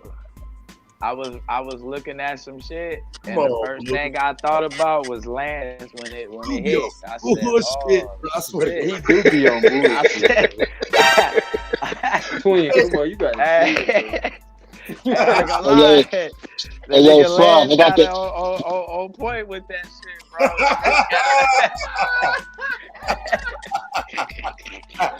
Hey, yo, Suave, I got that PS5 too. I ain't got the new man. I ain't got the 26 yet. I'm waiting for it to drop down. You still got 25? You still play 25? Yeah, I still got 25. Yeah, but I'm about to get the 26, so I can download No, it. I'm waiting to Black Friday. But yeah, you send that invite on 25 and we can share the screen and they can watch me whoop your ass while we talk about debates. All right, No, cool. All right. I'm not gonna watch y'all play video game, man. Dev. Bored. I don't know. Hold on, y'all gotta be quiet, cause I can barely even like Dev is super muffled. What did you say, Dev? Nah, let me get a share screen real quick, so I can find out when Jim Crow ended. Are you still on that bullshit, Dev? Dev, you need to join the league. Goddamn right. You need to join the Hey, league. when is this? Is this Jim This Crow? official. You got the Right here? bug. You got the bug. When is this? You got... This was taken before civil rights was passed. Once civil rights passed, that ended, right? But wait, now No what more of that. wait, what are you presenting that as though? That's prison, bro. Those are criminals. Dev ain't bullshit with y'all. No, that makes a difference. Oh, okay, Yes. no, I'll come back. Hold on. Nah, that shit don't make no difference, Dev. Don't fall for that shit. Stay on your pivot. Hell Fuck that shit. Okay. Fuck This that prison shit, too. Dev. This is Jim Crow. This is 1900. No, that's slavery. This Jim Crow. Nah, nigga. That means slavery ain't never stopped, nigga. I'm trying to understand the correlation. Are you saying black people are having Oh yeah, that's prison too. crazy? That's prison. Say that That's again. prison, bro. Like the 13th Amendment allows for that to be a form of punishment under the judicial system. How is that slavery? Allows? In my Dev voice, allows? Fuck. That mean that shit ain't never stopped. That's his point. Yeah, I think that It's crackers out there too. It's crackers out there too. We don't give a damn who out there other than us. He said the shit ain't never stopped. That's his point. Yeah, I said Jim Crow. I asked when Jim Crow stopped. Yeah, but Jim Crow wasn't the action. It was the reasoning why. No, they called it prison. Now they act like it stopped or some shit. Nah, Yeah, it's so- still right, going yeah. on. So Jim Crow stopped. Man, This is a reach. you saying Jim Crow stopped except for prison? Yeah, it's No, what I'm saying is the It's means of which people ended up in those fields are different outside of Jim Crow. What you mean? Them lying on niggas saying they Hey, shit was in I slavery? petition the league to make this nigga Deb a judge. I don't give a fuck. Make Deb a judge.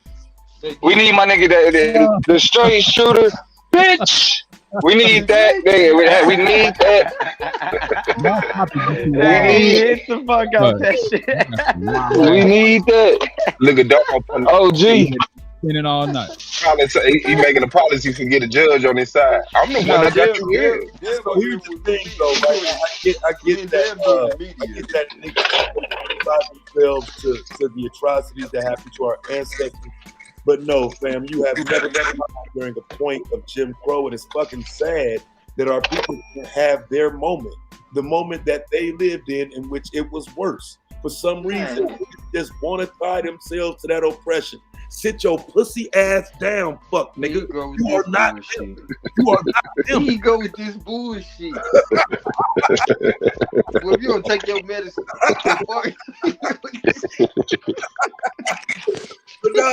Yo, Deb, I think you should have brought up. Nah, Deb, Taz, I think Deb, you should have probably brought up like stop and frisk. Shit like that to me would fall into like modern, like Jim Crow policies. Reach. It's a reach. It's a reach, but to me that would be like. Yo. Somebody correct me if I'm wrong, but I feel like YouTube was always the place where niggas made the argument that the Civil Rights Act didn't do nothing. Yes, it is. When did y'all niggas stop making that argument? I never made that argument. Hold on, I've been Mr. Gothic Energy. Who? Well, I guess y'all. I will cut y'all two niggas. Maybe not y'all two niggas. Maybe not y'all two. Stop and frisk is the modern day. Let me check your papers, nigga. See if you. I don't know. I feel like a nigga like Suave that made that argument. Sorry, you're not gonna get that title in the debate in the first round. Yo, but it's too late to request a different topic. Sorry. I ain't even smoked yet. You was not gonna give me like that.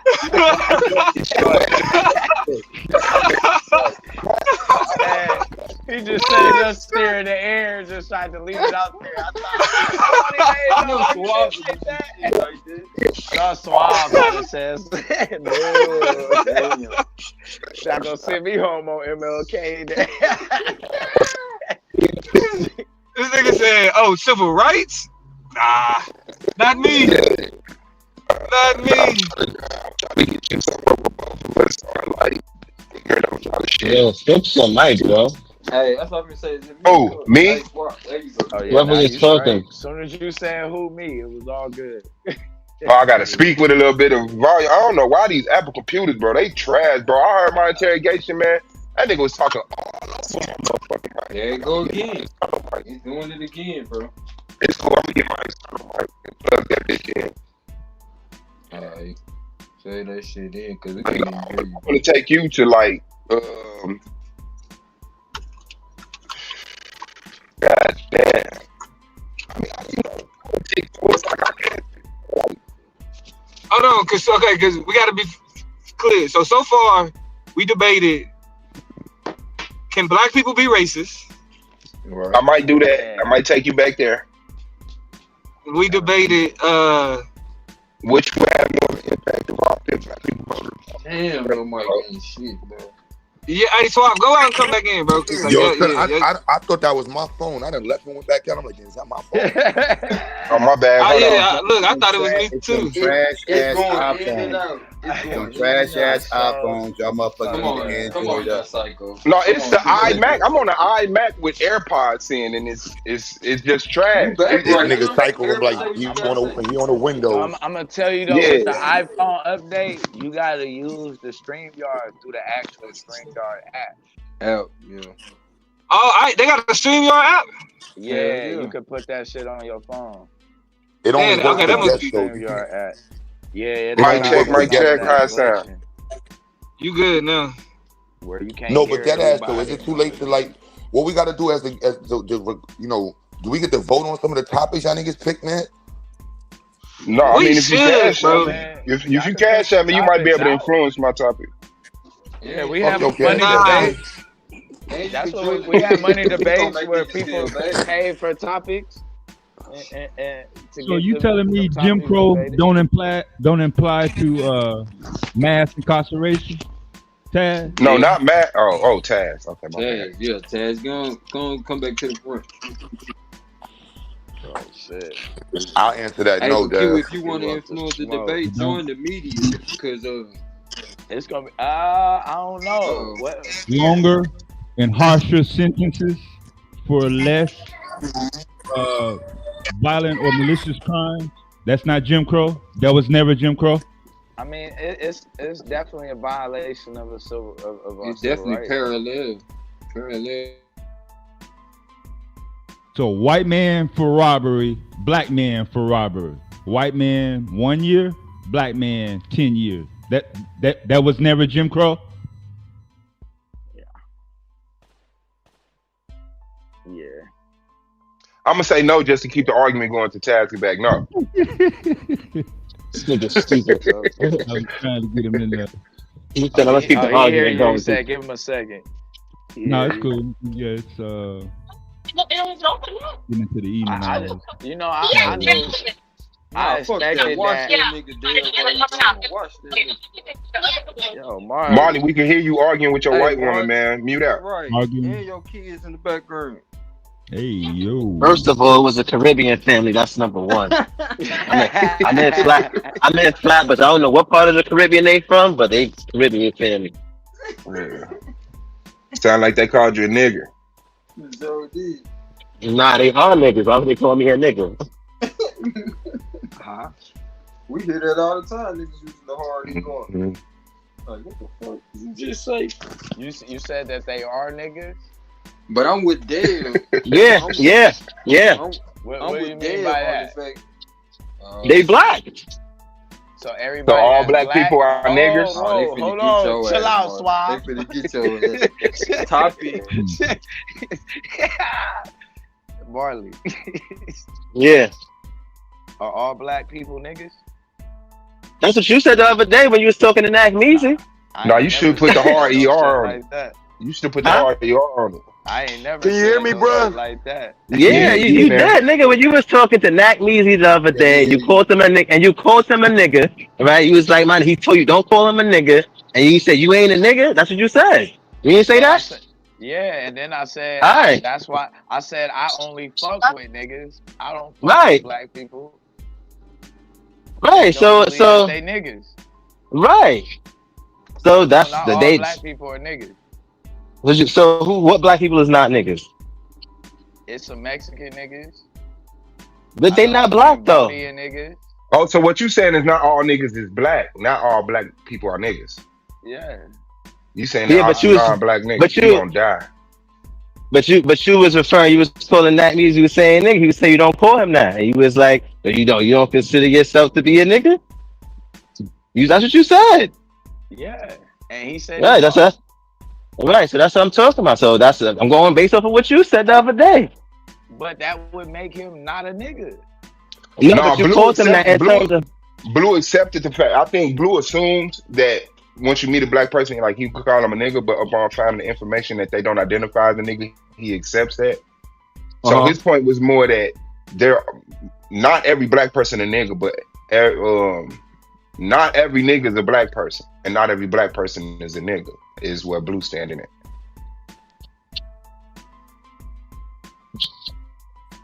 I just want to hit Chaz. I think you gotta identify as a nigga. Or at least be identified enough to that your ass chained to another nigga and you can't deny it. Nah, you're a nigga. Yeah. Damn. So are you saying that that's not Jim Crow laws? Okay, so yeah, what was the weak ass argument a nigga tried to present when I left? Yeah, you saying mass incorporation and prisoners in the incorporation? Yeah, that was never Jim Crow. Is that an element of Jim Crow? Sure. Yeah. Oh, okay. I thought your ass got knocked out. I don't know what. I was trying to figure out the disassociation. I think if you take away that argument, like if I sit here and lie and say unfair treatment of black people wasn't Jim Crow, it would diminish what Jim Crow was. The problem is the amount of things that were happening along with that when you take the lynchings and put them in place. You talk about unfair practices that only applied to black people. Once you put all of those things in place, those things come together as Jim Crow. What you talking about is just simply the penal system right now. You gotta do better than that. I wasn't making an absolute. I was just giving you one. Yeah, but absolute. I am. I'm making an absolute. Okay. That ain't Jim Crow. Nah, stand on that shit, Dan. You need all of prisoners, You're gonna need all the elements working together for it to be Jim Crow. One element of it isn't Jim Crow. You need all of So prisoners picking, so prisoners picking cotton before civil rights, Jim Crow. So you saying afterwards? That's not Jim Crow? Yeah, no, that's part of the penal system, the 13th Amendment. That's why you'll see white people out there picking cotton too. Nigga, it was white people overseeing in the field too, nigga. That ain't changed the shit. They wasn't picking cotton though, slow mind. And you also got black people. You also got black people on them Nigga horses called that watching. nigga slow man. You got black people. You got black people. You got black people on them horses making. You got black people on them horses making Called white that people nigga pick slow. cotton. Shut up, Martin. You be making this shit worse, bro. I could have got Nah, that. fuck that. I'm gonna get my nigga. I almost got that shit off, bro. That nigga want to repeat. So is that Jim Crow devastating? That black man on the horse watching over that white man pick cotton. Is that Jim Crow? Wasn't he doing the same thing before civil rights? Before 1964? No, the black man would no. Yo, bro, y'all know that. You know, Jim Crow got a definition, right? I know that it's not just picking cotton. Like picking cotton, it's not even associated with Jim Crow like that. Okay, so read the definition and let me see if I agree with the definition. Read the definition. No, I'm talking to Devin's son. I'm like, Jim Crow in jail is not. There's whole parts of policy and culture and norms that's associated in etiquette. Like all of those things were associated. Yeah, I'm saying that's not Jim Crow. Yeah, I'm saying that's not Jim Crow. Yeah, I wouldn't say that. But I think, but they are elements of Jim Crow. I think if you put all of this together, that's where you get Jim Crow. I think the parts of it they removed is what, you know what I'm saying, keeps it away from being Jim Crow today, because there's so much that ain't there no more. Like, you can get some fair housing. You can get a fair trial in most cases.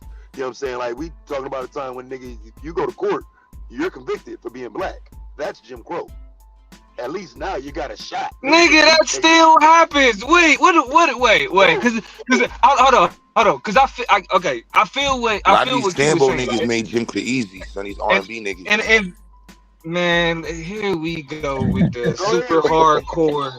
Because it's like, what happened was, even though they got rid of explicit Jim Crow policy, the Jim Crow elements and behavior was just normalized. You know what I'm saying? Like all it did was you couldn't be explicitly racist, but the attitudes that shaped Jim Crow policy still impact sentencing, still impacts, you know what I'm saying, conviction. It still impacts policing. So when we say, you know, oh, well, you can get more of a fair shot now, it's like, yeah, you can get more of a fair shot, but the circumstances are still the same. We still get overly policed, we still get overly sentenced, and we still have the most exonerations. And so Jim Crow by any other name is still Jim Crow. But these Sambo niggas is asking for Jim Crow shit now, bro. Niggas is begging for the Jim Crow shit. Niggas want white men. So that's what I said. So when we see them people picking cotton in that field, you saying that's Jim Crow? It's sponsored by the state. So hold on. Actually, we take it a step further, right? Jim Crow was actually just an extension of black codes and other shit that came out of the slavery in the first place. So it's like even Jim Crow is an extension of something else. So are you saying when you see them black people in that field picking cotton, that's Jim Crow? Keep up, Suave. That's what he's talking about. Yeah, it's the spirit of Jim Crow. Yeah, like for example, hold on, the law, spirit. Yes. You never heard the phrase "the spirit of the law"? You never heard that? No, I've never heard that. The spirit of the law. Hell, no, the spirit of the Lord. What? But I ain't never heard the spirit of the law. You been in church too long. You gotta get your ass about it. So when I ain't never heard nobody on any of these panels say spirit of the law. Yeah, you don't hear niggas talk about law often. Niggas is always talking about I feel. So nigga, yeah. So remember, Damo, the normalization of the policies and the culture and the acceptance of that shit. That's where we at now. Tyler Perry is Jim Crow. No, but that's my point though. So like what happens is even Jim Crow was a reformation of attitudes and ideology that was established during chattel slavery. So like during Jim Crow, they could say, well, at least it's not chattel slavery, right? And so like just like now, we can say, well, it's not, but it's not Jim Crow. But all of the same dynamics. No, right? That's true. But there was still racial subjugation and marginalization. And it's not Jim Crow. and it's still racial marginalization. But it's not Jim Crow. But it's still the point. Okay, so you agree with me, but you saying, but it is the spirit of Jim Crow. No, I think that's my point, what he's right? saying is that the essence of it is just that it reformed in advance. So to go into the next generation, Jim Crow matured into discrimination policy. That's what I was saying. Like stop and frisk would be an example of a policy of particularly pointing out black people and then targeting black certain people in the policies. Or what's the other one where you can't have locks in certain programs now? Like schools, yeah, like dress codes that make it to where you can't wear dreadlocks. But see, here's why I gotta disagree though, fam. Because again, we start talking about the Emmett Till murder, right? There's a distinction there between how that was dealt with and how shit was dealt with after that. And I'm not saying Jim Crow ended all in one setting, but you saw it go from a time where you won't get prosecuted so you do get prosecuted. You do go to jail. Yeah, we got hate crime laws. You won't get prostituted. Yeah. What the hell they got? You heard him correct himself. This is before Nah, that's bullshit. No, right. Well, hold on. No. I thought you were talking about like when you say like how they handled the niggas that killed Emmett Till versus niggas that commit hate crimes today. Like yes, like that is we can say that like they'll go to jail. You know what I'm saying? Like they'll throw the book at their ass. In most cases, like we have hate crime laws. I mean, and people get persecuted under those or prosecuted under those hate crime laws. So like yes, that exists, which is why I wouldn't say it's the same, right? But also it is the whiteness being able to soften itself up. Don't really it. Nah, we would have to go into the statistics after that to see the policy of convictions, where you see white people tend to do what? Throw black people in jail longer. That would be where Jim Crow is now in the sentence. Or say they self. Like the hell? Yeah. No, they get that sentence. Another reason. That would be That's a reach. That's a hold on. No, that's that would no, but that's the police. They get less sentence. Hold on. So what do you call that? So what if you know? Okay, it's cool. You're not calling it Jim Crow task, but what would you call it? I would call it oppression. I would call it discrimination. I would call it modern day. But I think Jim Sponsored Crow by the has a state? historical context. I think again, let me say this. I think Jim Crow has a historical context that elevates those people we call elders for what they went through. You ain't went through no motherfucking Jim Crow, nigga. And I mean that shit. You ain't been through Jim Crow. Your ancestors went through Jim Crow. If this is Jim Crow, nigga, this shit is a fucking cakewalk. That's what I'm saying. Nah, Taz, I don't think that's the way it should be interpreted. No, I don't think we're saying we're going through Jim Crow. I think I'm saying that then don't say it's Jim Crow. It's a continuation over time of the culture of unfair treatment to black people. You know, that it just now we're it's not as what it was back in the days, but it's still a continuation of the mistreatment of black people, segregation of black people.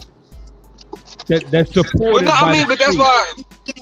But I guess we can look at it. I guess a better way to characterize it would be the evolution of Jim Crow. The evolution of Jim Crow has been like. But that could be colonialism. That's the evolution of colonialism, evolution of slavery. I would say that's where it started. Like the colonization is where all of these forms of oppression started to come from. Because you had to deny the people whose land you was taking and their resources and their bodies. You had to deny their humanity, and the denial of humanity for particular people is what is the basis of racism. So it's like, all of this is just an evolution of colonization. But it's not Jim Crow. It's not Jim Crow by name. Man, now you talking to your AI girlfriend. You got your fucking sex AI robot. I even know my shit was unmuted. My bad. I put on the system just now. You know when you get the system, it starts talking to you. But I agree with Taz when that says I wouldn't label it. Like I think we should be very distinct with the labels. Like that's why I say the evolution. But the point that Dev was making was more so if we was talking about a revolution like chops the head off the, you know what I'm saying, cuts all the heads off the Hydra. Like a revolution is a complete decimation that takes away the ability for racism for Jim Crow to turn into something else. I think I see what you're saying now. So now I would say that again, those elements still exist, but that transition does not look the same. And I'm just saying we gotta be more distinctive about what it would look like today versus then. I want them to have their experience. You know what I'm saying? I don't think our experience should be compared to theirs. No, it's probably like Chris Crow or like Brandon Crow, but it's not Jim Crow. No. I'm saying the act of discrimination and clearly separate, being supported by the state or some sort of government or society. Under the Jim Crow laws. Right. We're only using Jim Crow because he gave me 1 year, 1964. He said everything before 1964 will be considered Jim Crow. Yes. I'm saying in terms of black people, what happened to them in terms of they're receiving what? Access to resources, access to laws. You know what I'm saying? So after that, what is the difference? Black people was able to go in FW Woolworth. What you mean? I wanted to shop at Woolworth. Being in the same store. Before that, you couldn't go in there. After Jim Crow at all. Yeah. I didn't realize I was just back. Yeah, but before 1964, you didn't have laws to protect you from that stuff. Right? Like now, if it happens, you got laws that protect you from it. Back then, you didn't have laws that protect you from it. Whether you get the representation you want or not, whether you happy with the ending or not, you still got legal representation and ability to bring this argument in front of a group of authority. So it is what it is. It's horrible. It's unfortunate. I'm against it, but it's not Jim Crow. Yeah. No, housing and employment. So equal is on paper by law, right? 1964, housing on paper as law, and under job. certain restrictions. Yeah. Under certain restrictions and guidelines, I guess you could. So y'all have already done the research in the background. But that it usually stops for most historians ended at the civil rights era. And no, I agree. A whole new period of struggle. Yeah, they do. Like the civil rights era had a whole different set of struggles. Because the civil rights era marks partially the transition in the fight for now the rights. Now that we got to the rights part, now it's a matter of dealing with the country and its application of how it gives the rights to people. Now we're in post-civil rights. From a historian standpoint, let me be real with you too. The underlying premise of Jim Crow that is problematic is not standing on separate but equal. It's the fact that those resources were there, they just weren't divvied out equally. And so again, to end Jim Crow, you just have to at least start giving out some equality. That was what Jim Crow was the ability to hold all of this shit away from black people. And I think that paradigm did break down enough to not call it Jim Crow no more. But I wouldn't sit there and say it don't exist at all. That would be crazy. No, I agree with that. But back to your point initially, the 1865 Civil Rights Act was supposed to be, I guess, laws on the books. 1866. 66, yeah. Yeah. Yeah, but that's for people. We ain't even had no.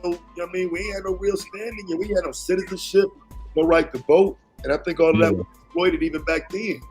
You know what I'm saying? Like a lot of this conversation about Jim Crow and that history is about white people just exploiting us. You know what I'm saying? After slavery, after exploitation of slavery. The birth of R&B music, man. It's the end of fucking Jim Crow, man. Niggas started. That's what I'm finna tell you. They found another way to exploit a nigga through entertainment. Once white women think I'm joking, bro. I'm like, yo. Nope. Minstrel. Black. That's the We start talking about minstrel. You think I'm joking with the Tyler Perry reference? But Tyler Perry's going to be considered a revolutionary in the future. in the film industry. I ain't gonna lie, Yeah. Especially when they call him He's done a lot of philanthropy. He's donated to a lot of black causes. It's kind of, I understand he's done a lot though for black people. Yo, bro, he's no cap. He's like a Mario people. You can't. Yo, I heard your interrogation tomorrow, DC. Huh? Hey, Marley, your shit, King Marley. I heard your interrogation tomorrow. Come on, D.A.B.A.T. Bob Barker bought everybody outfits. Hey, D.A.B.A.T, your shit, King Marley. Say it again. Marley. Wow. I don't see it. Yo, what's good? What happened? I said your shit is King Marley. What you talking about? We talking about?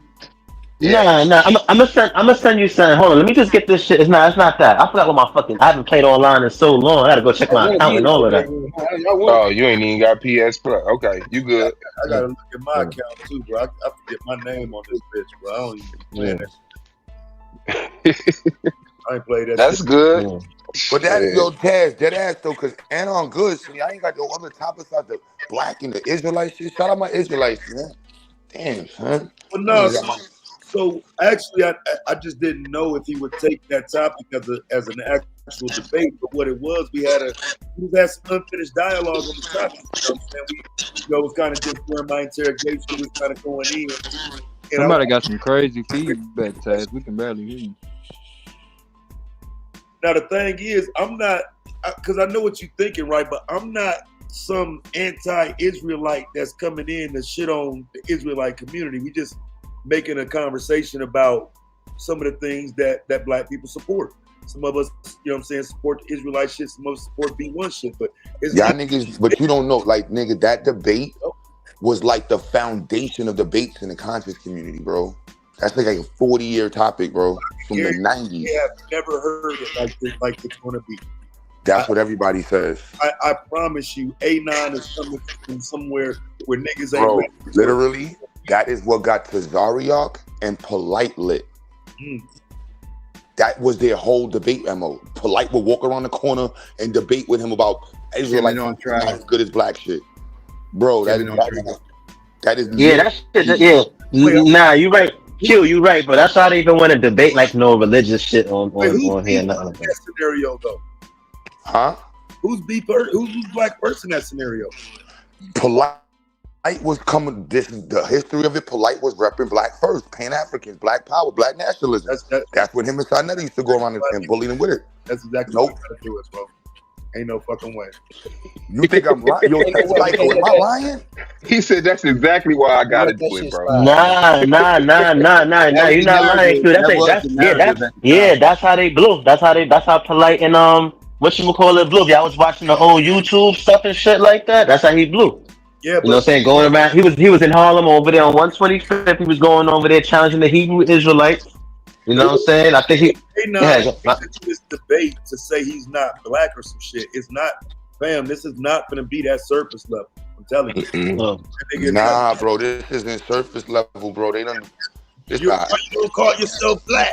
It ain't gonna be. XyayX cannot fuck with anonymous, bro. These niggas, that's a crayon, brother. They done did is just the way of the life. Is this the proper movement for the black community? Is this the way the black community? Yo, bro, maybe it's a subculture in New York. That is a 30, 40 year. Remember I told you Israelites was in the streets for the longest. Everybody had to go at the Israelites to get a name. That was what it was. Go at the Israelites if you want to prove you pro-black, because the niggas is the ones that be beefing with police. But that's what I'm saying, Q. That's to me, and I get your point, right? But my point is this. If it's coming from that angle, a lot of that is to undermine. We're not coming from that position. You know what I'm saying? I'm not coming to undermine Israelites. He's not really coming to undermine B1. We having a debate on which lifestyle, which paradigm is set up better for black people to follow from a positive standpoint. It's not really to make the communities look bad. I think that's where a lot of them other debates were coming from. It was kind of about Israelites. You want to know something funny, bro? Like that debate birthed Dr. York. Yo. Y'all don't even know the history. That debate birthed Dr. York. Hey, bro, what you doing right now, bro? I'm telling you the fact.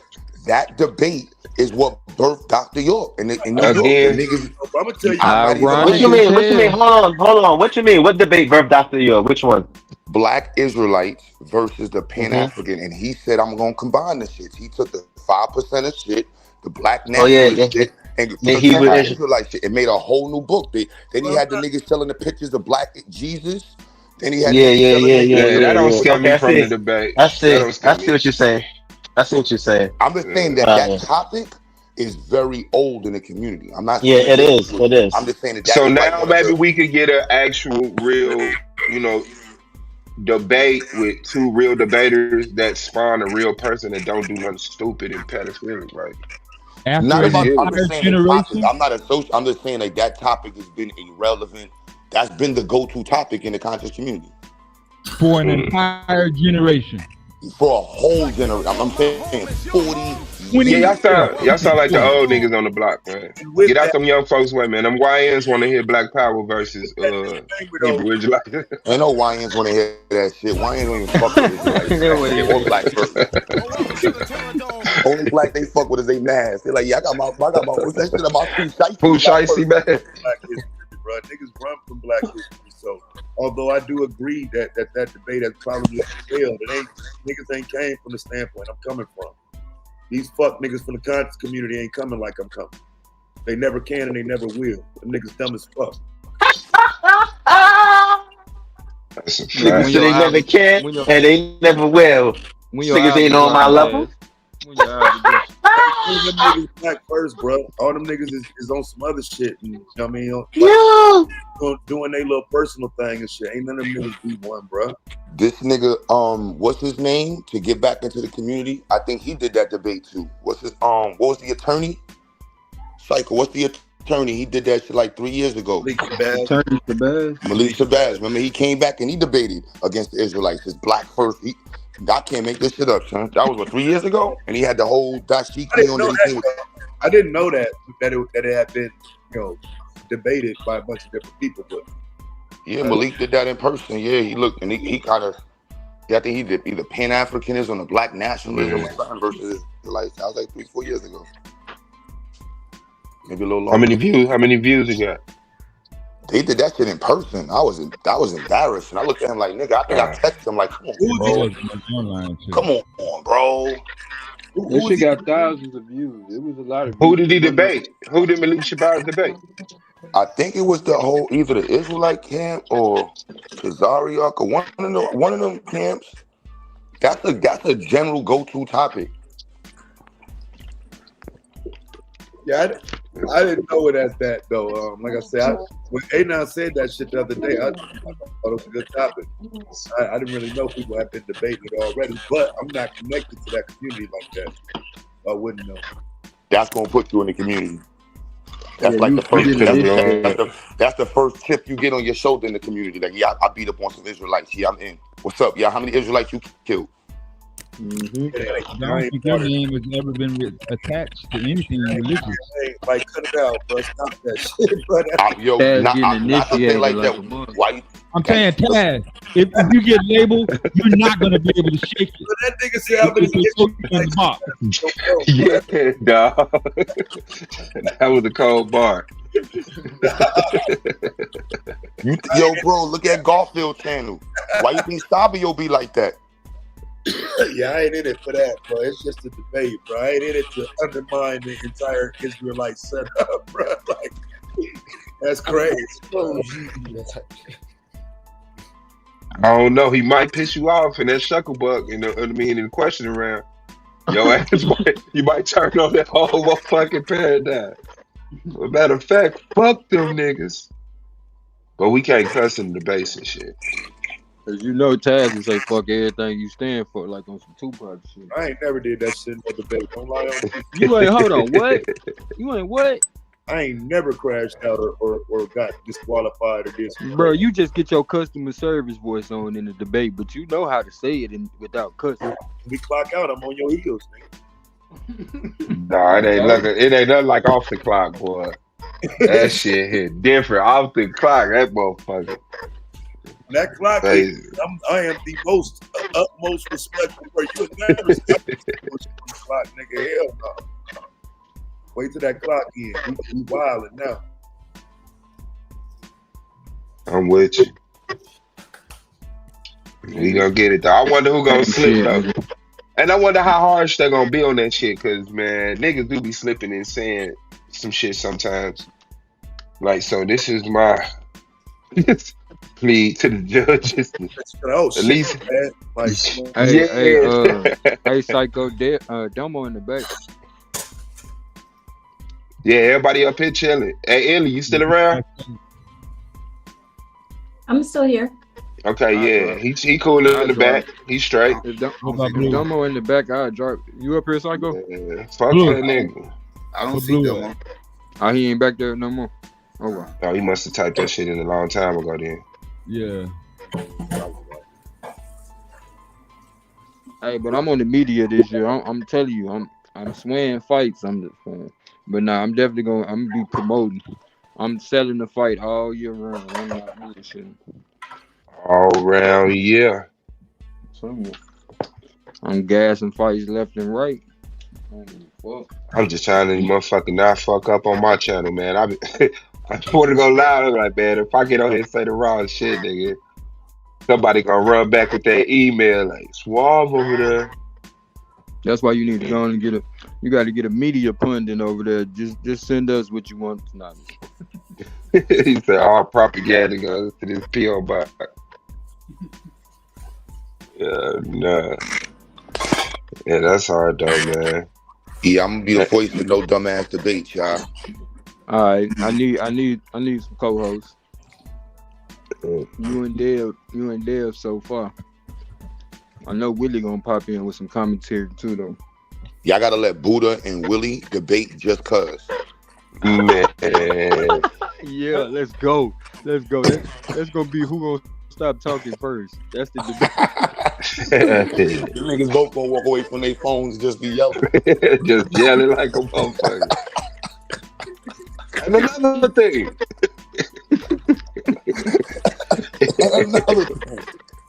They're gonna be talking to each other around and shit. Like, hello, Maya.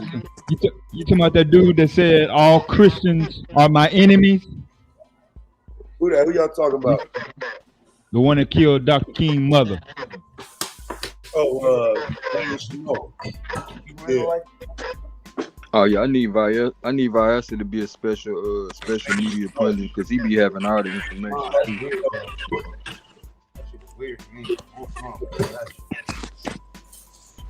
Whole Dr. King's whole family, his whole brother got knocked off. I mean, they knocked off his whole. They tried to knock off, not tried to. They did. They were trying to knock him. They did it. Hey, D, you joining the league? For what? D, you joining the league? Nah. Oh, okay. Well, shit, we got room for you in the media. We got room for FBA in the media though. Good. Say it again. What about FBA? I said we got room for an FBA media pundit. You can definitely join the media. Can't get away from FBA, huh? Hey, you FBA for life. For life, nigga. Yeah, right.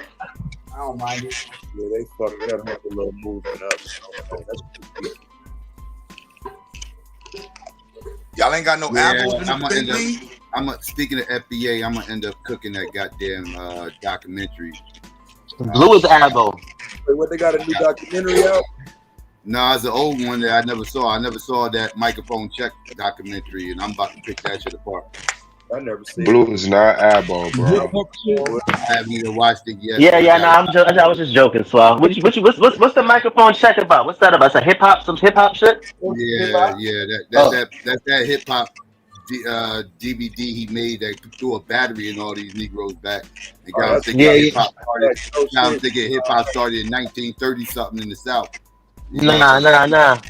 Yeah, they tripping. Yeah, whoever doing that, they got some low self-esteem for you to be lying about shit like that. You gotta have some low self-esteem for you to lie so you can feel good about yourself.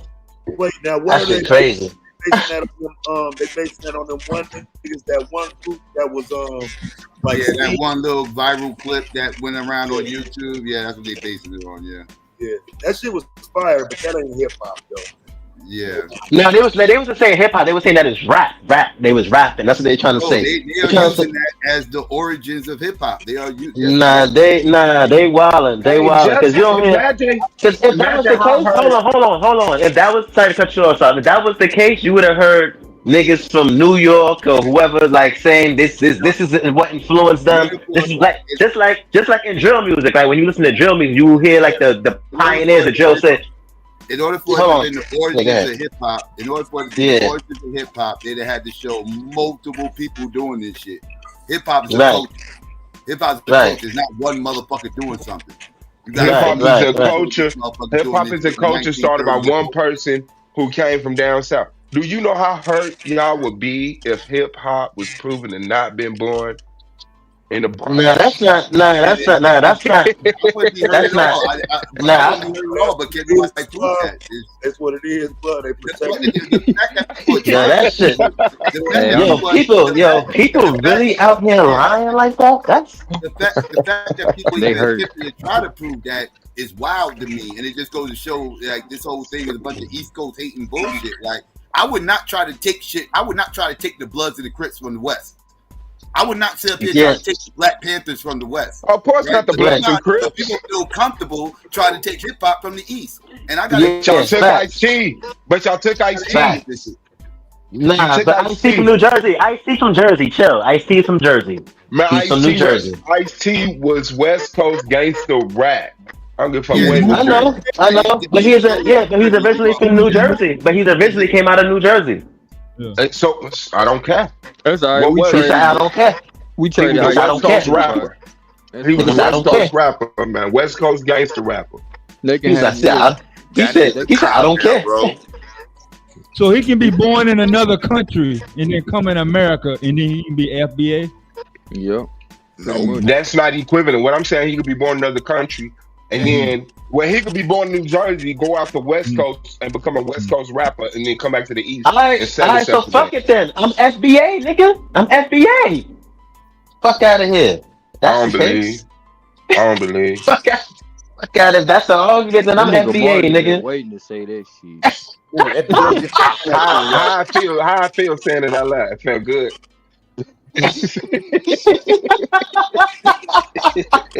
Hey yo. Yeah, that nigga. Well, yeah, man.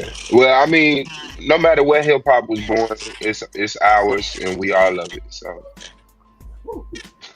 Who is we? you don't love hip hop?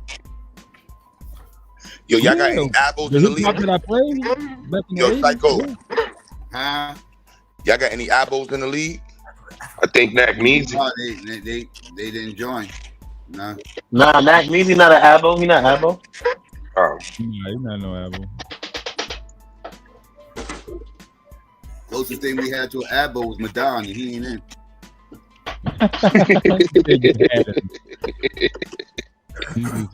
Wait, hold on. Y'all really didn't let Madonna in? I thought we was just playing. Y'all really ain't. Oh, Don't you see his name? Who he debating? He debating. I thought we was joking. I thought it was a joke. Did you see his name on that wheel last night, fam? This nigga's really not even. But he gonna be in the actual league though. He get to be in the actual league though. They accepted me over you, Madonna, son. Damn, son, I'm not even FBA, bro. That's crazy. Marley going to hell, bro. Marley going to hell. How you gonna rub that shit in though? Nah, let me stop. Nah, I ain't gonna. Nah, that was Lance's fault. I was riding with Lance when he said this shit. When Lance went off on that, that's Lance's fault. Hey, That's all Lance's fault. That and then you know what got me tight? You know what got me tight? What Lance did too? He changed his vote at the end. Nigga said, "Oh nah, I'll vote for Madonna. I'm like, yo, this nigga just now. I'm riding with this nigga. This nigga just now say, I'm like, yo, the this first nigga Lance. motherfucker to tell y'all Madonna wasn't gonna be in the league. I said I voted no. I vote no. I don't even think I asked that nigga a question or I whatever. I thought y'all was playing. I thought y'all was like playing about not really letting it. I thought it was based off of what the judges and I thought that's what it was based off of. I didn't know we had parts in that. Yeah, my Hey, bad, Yeah. Madonna, son. Madonna's in the league. He just not in the tournament. Yeah. All right, I rock with that. That sound like I kind of, because for sentimental purposes, the nigga's like a fucking, it's like a pet, nigga. It's like when your dog run away. It's fucked up, kind of. You know what I'm saying? You missed your nigga. Yeah. I fuck with that. Yeah. And y'all both can debate what should the age of consent be? Wow. Hey yo.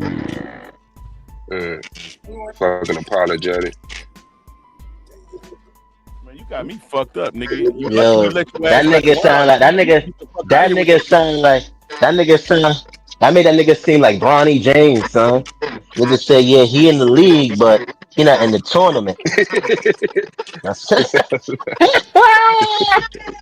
nigga, that's some Bronny James shit. Yeah, he in the NBA, but you know he not playing with the Lakers right now. He in the G League. Hell nah. It's crazy. That, Y'all wild violated Madonna, son. Yo, y'all treated Madonna awful, son. That was crazy. I Yo, mean, well, let's if I talk didn't about come it. up and try to What bring, did you if agree?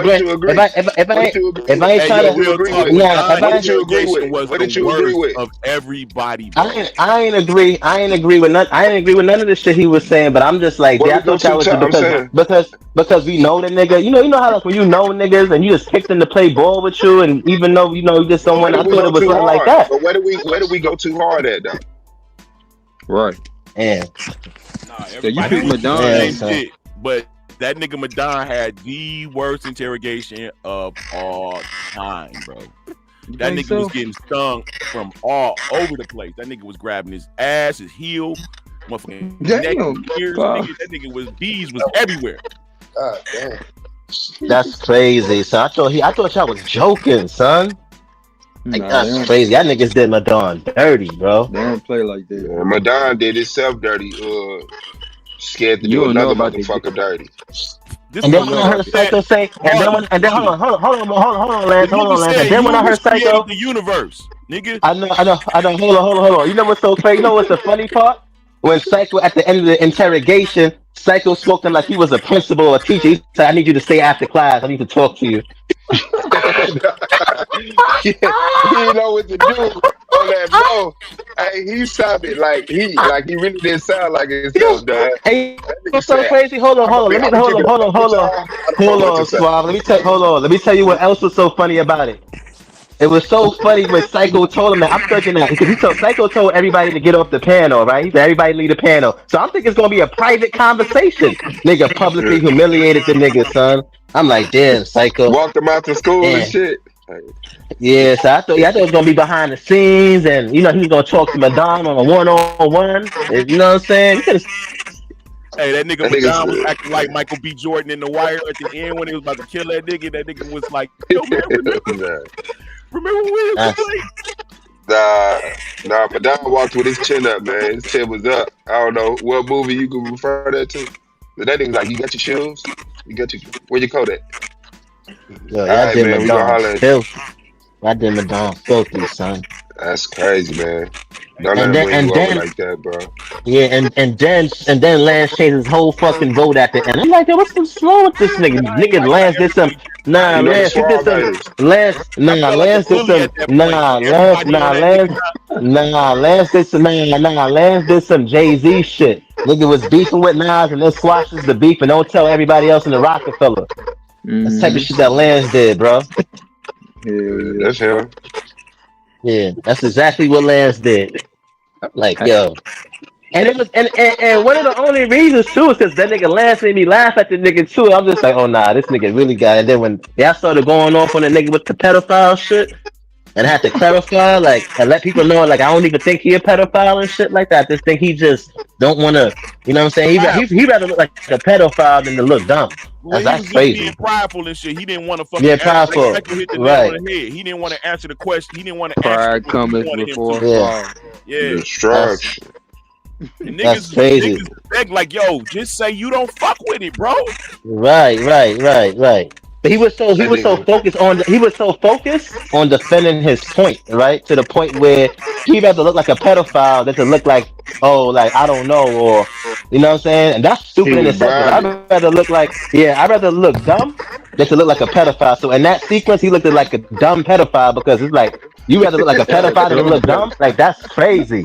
He looked like a dumb pedophile now. Like you know what I'm saying? Like that was crazy, son. Like you rather look like a pedophile than to look dumb. That Nah, I'd nigga rather said look a dumb than to look like a dumb, pedophile, bro. a Now dumb you look like a pedophile. dumb, right? He And said that that was word dumb, 50 times in a row. I ain't right? never heard that Right, word that many times right, back to back and to that back. shit. Hold on, I'm and that talking about shit you was right dumb. now. Yeah, I know, and that shit was dumb in itself. Like, you know what I'm saying? You rather look like a pedophile than to look dumb. You just look Marley, like a dumb pedophile. That's Marley crazy. ain't shit. Yeah, That hold on, nigga like said you a never dumb said it like pedophile. 5 times before. No, analyze that shit. Analyze that shit. Goma. Analyze that shit. That's what he Oh, did. I am. Oh, I am. That's gonna be one of Yeah, my first episodes. How to get that's kicked out of exactly religion. what. How to Yeah, get he'd rather look like a pedophile than to look dumb. That's crazy. You prefer to look like a Nigga. pedophile than to look dumb? That's crazy. That is Man, insane. somebody paying you to say that word that many times, bro. Nah, hold on. That's like making a bad He trade. did That's it. like trading. That's like trading Shaquille O'Neal for Tim Hardaway or some shit like that. Like that was crazy. That's a crazy trade. I see you What right was now the benefit? today, brother Rob. PDF the channel. Damn right, quick. That's crazy. That was that was crazy. If you listen to You Madame, just bro, said that was that shit crazy, bro. 80 You did times.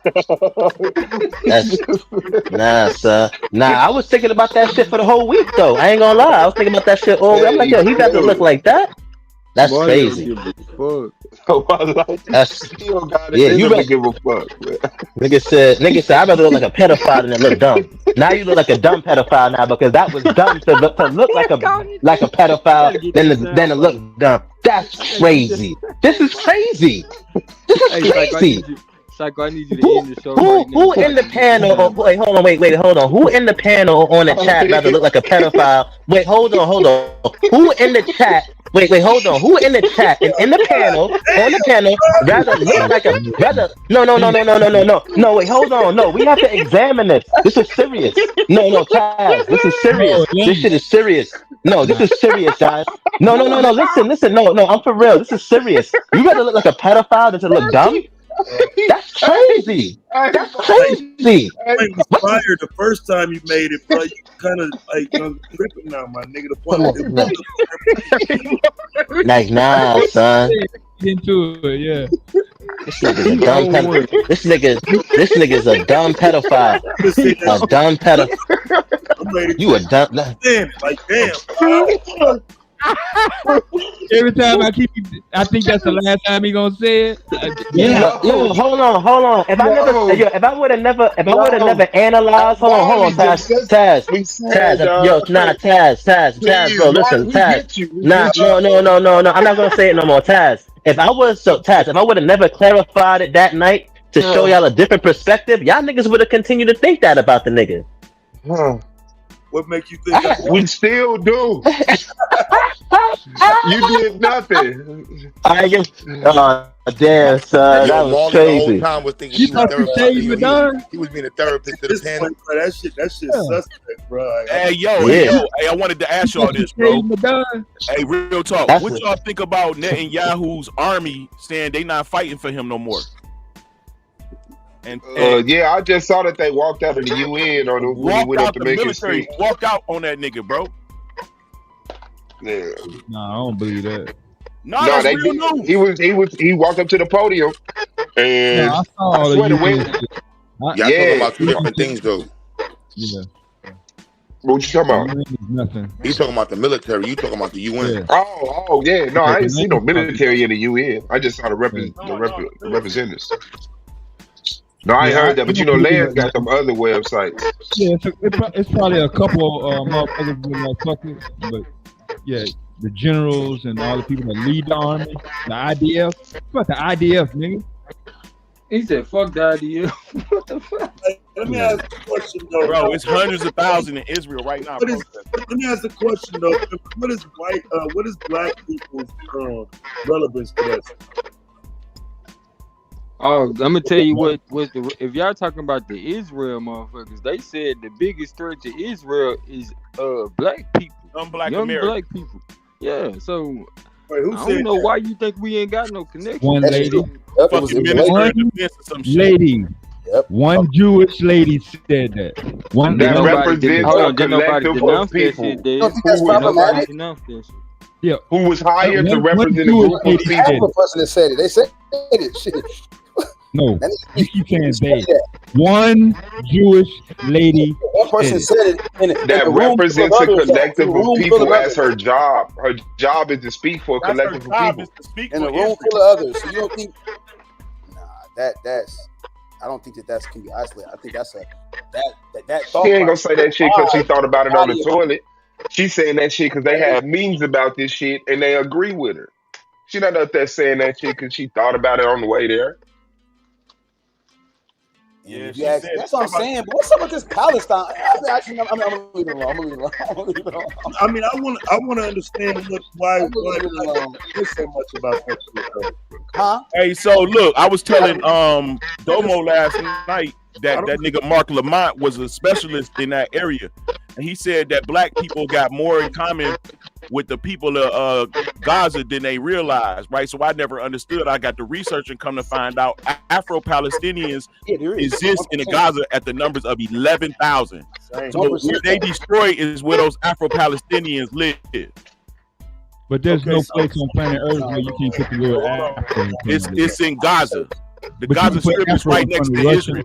I mean, Hold right on, next Dave. to You act Egypt. like Afro. yeah, if you act like it's a place in the world where African people didn't go to. Yeah. So y'all people from the Pan African paradigm. Well, yeah.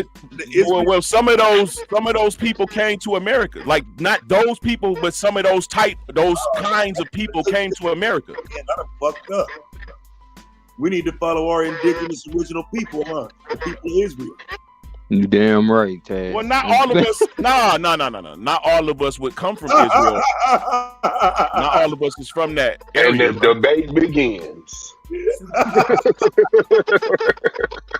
bro, I don't know nothing about no Afro-Palestinians. Did you hear what I said, bro? 11,000. And look, hold on. And look, it's more people than 11,000. That's only those who self-identify. Some it's like kind of like not a good thing to identify with Afro-Palestinians. So a lot of people would try to get around it and say they Sudanese or something like that.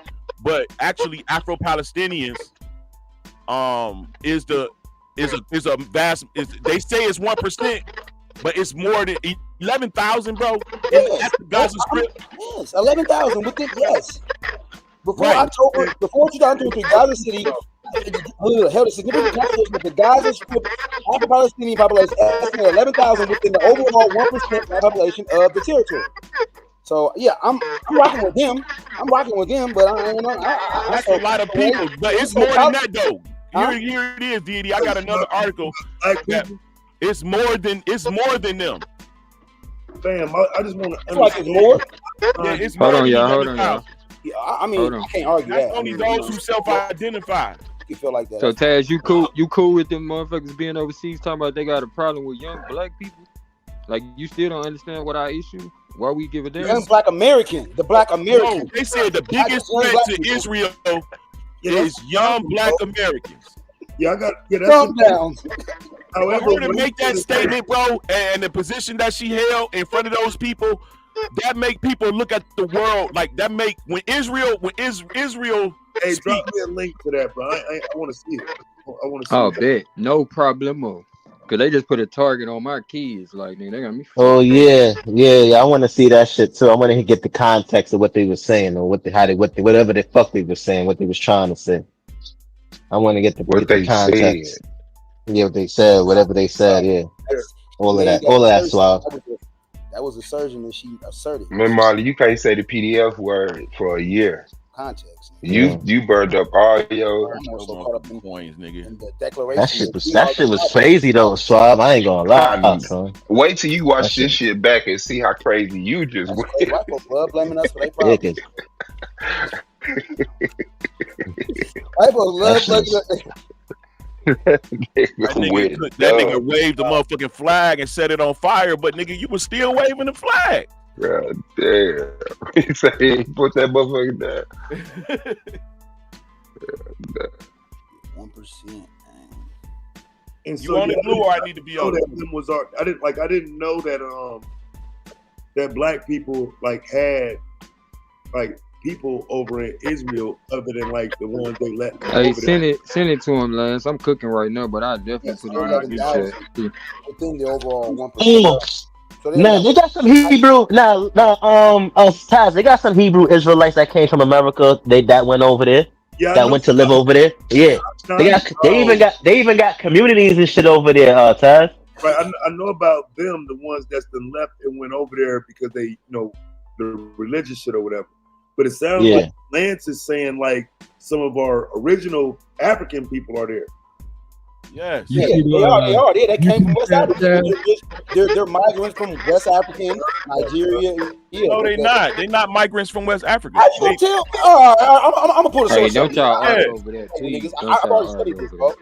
They not. They've been. That's why they claim the land. That's why they claim the Aboriginal land. They the ones fighting the Jews because they was there in Israel from day one.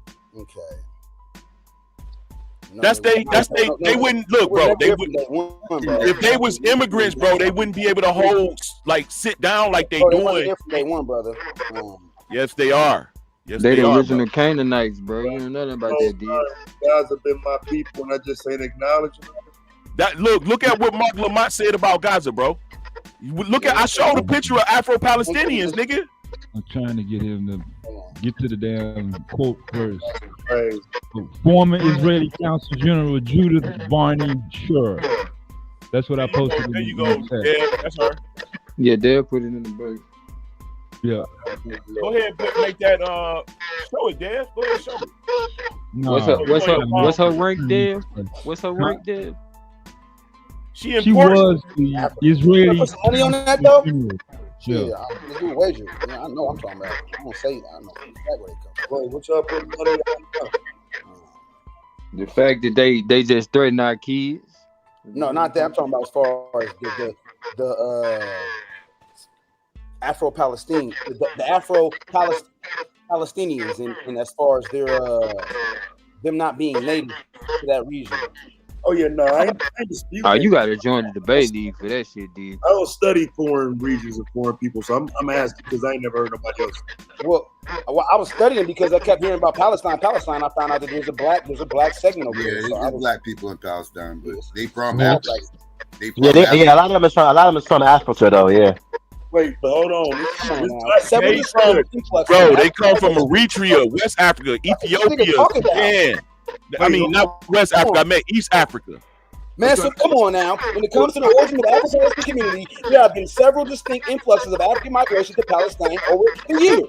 From at least the 12th century onwards, if not earlier, African Muslims made their regular pilgrimages to the You got background noise. Wait, go my. And you listen. I got you background. talking about? Hey, mute me real quick. My hands full. They making references to 11 AD, and I'm talking about long before 11 AD. Bro. Yes, bro. I'm talking about real history. They took long before 11 AD. It was Afro-Palestinian. It was black people in the Gaza. You know, he's basically talking about the laborers coming from Nigeria, Sudan, Senegal. That's recent history, bro. That's recent. That's you talking about modern times. I'm talking about ancient history. Okay, all right, brother. You got it. You got it, my brother. No, we both got it. I'm not disagreeing with the migration of a modern but you said 1100s and to now. You're right, brother. You're right. You're absolutely right. I did say that, brother. You're absolutely right about that, my brother. We both. I like that. We both right. So just to be clear then.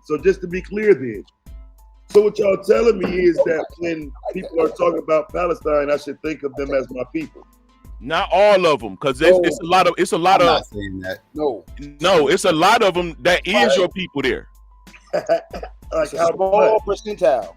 Like how much? Sift through the Arabs and the sift through. Well, according to the books, it's only 11,000, but I got something that says it's more than that because it's some people some people don't got Social Security numbers, bro. Everybody over there ain't set up like us. I'm more so listening for Psycho to see where he at on this right here. Now this crazy to me.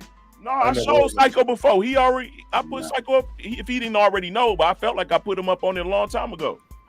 Fam, bro, we had Psycho. We on Afro-Palestinians, so all I care about. What the fuck am I Like, that's us. No, those ain't. Well, They not like us. The original Palestinians, no. If you talking about now, the Palestinians that D.A.B.A.T.E is talking about is us, but they come from Africa though. Exactly. But how many other Palestinians is that? What percentage we talking? That's not a large percentage. It's not a large percentage of Afro-Palestinians. They there though. It's a population there, but it's not a large population. It wouldn't matter if it was 10 of them. That's specifically where they bombed at is where those Afro-Palestinians live. They got movements. They got like organizations over there. Black, like they also like that's because Yeah, all about the number. I was trying to see what happened. But this my thing though, Dave. If we talking about numbers, y'all already done discovered it's 10,000. Like that's enough for us to be like, man, any of our people gonna get targeted. We should have an issue with that shit, no matter what the fuck. Like, do it got to be 1 million for us to give a fuck? No, at least 999. I just man, chill out, Swell. I ain't going over there for 6 niggas. I don't think that they're talking about black Palestinians. 6 niggas? That's That's white fucked brothers. up. I don't like that. You don't hear. You just hear Palestinian. You don't hear nothing about the black people over there who's you know. And you shouldn't. You should. You know You what I'm wrong saying? for it, Swell. What would you say? Hey, I said you shouldn't hear about it. Still on screen, Psycho. They might not look like y'all, bro, but they look like my peoples. Now they all got unibrows. They look like me. No, I'm just kidding. Man, they African I was people. over there. Bro. I seen They African people, man. They look like my kinfolk. I don't know what y'all. I mean, y'all going off for lookership, but I mean, if they your people, they your people. Bro, did I mean, we say they all- was from Africa? Like what? That's what I'm saying. No, I'm saying like just showing the picture. Like if they are people, they are people. I don't give a fuck what they look like. Oh yeah. No, facts. Well, I'm showing Taz it's like hard not to accept it when you see what these people look like and what they over there doing to make it look. They making it like in the public we think it's white people. Wow. In reality, Man, you think it's white people? Wow. Yes, because of what they portrayed. But since because this was news, we didn't know that it was black people that could be considered black in fucking Gaza. You knew that. You knew that. Yes. Well, what did you think? What you thought they were all like? What? I Like didn't know Jewish that people? before I knew it. When they was bombing over there and showing all those people running, they look like Arabs. Wow. I mean, it was dark skinned people there before the Arabs were there. Wow. All those amazing people, black people. You gotta. It's some. And y'all niggas voted Madonna out. Right. I voted Lance out. That's us though. I definitely voted Lance out. Didn't ask him a question. Didn't have to. Those are we. Afro-Asiatic people from Gaza, fam. Bro, it's 11,000 people that look like them there. You don't think number like that's supposed to jump out and shit? Like straight up, man. I'm gonna get my weight up. That ain't no fucking few families that left America, nigga. That's a lot of niggas to be there to be fucking bombing. I heard you the first time you said. She don't look like a black woman. Cause y'all stuck on 11,000, like it ain't gonna never change. Like 11. Crazy how they got us denying. I know, right? How people getting killed, but y'all keep quoting a damn number that's the same. That probably was reported or So it's probably recorded. like 10,000 now. Oh yeah, that was in 40 2000. That report was from 2023 before the bombing. Good. Are you denying your Afro-Asiatic ancestry? If we don't give a fuck about our people enough to do shit about it, just say that shit. We don't give a fuck about them here. We're not going to sensationalize some shit overseas and run our ass over there like shit. 11,000.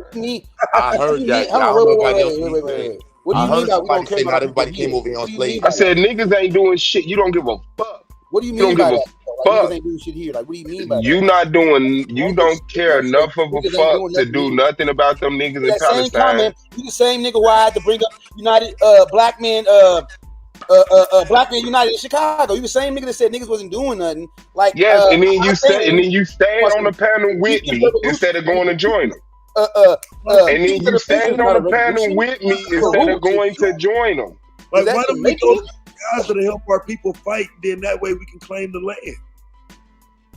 Claim. I don't think Hey, no comment, man. I know what this about. Say it again. Yeah, I don't think that Mark Lamont's work was to get us to go rally to fight in Gaza. I think it was to get us to be empathetic to the plight of black people all over the world.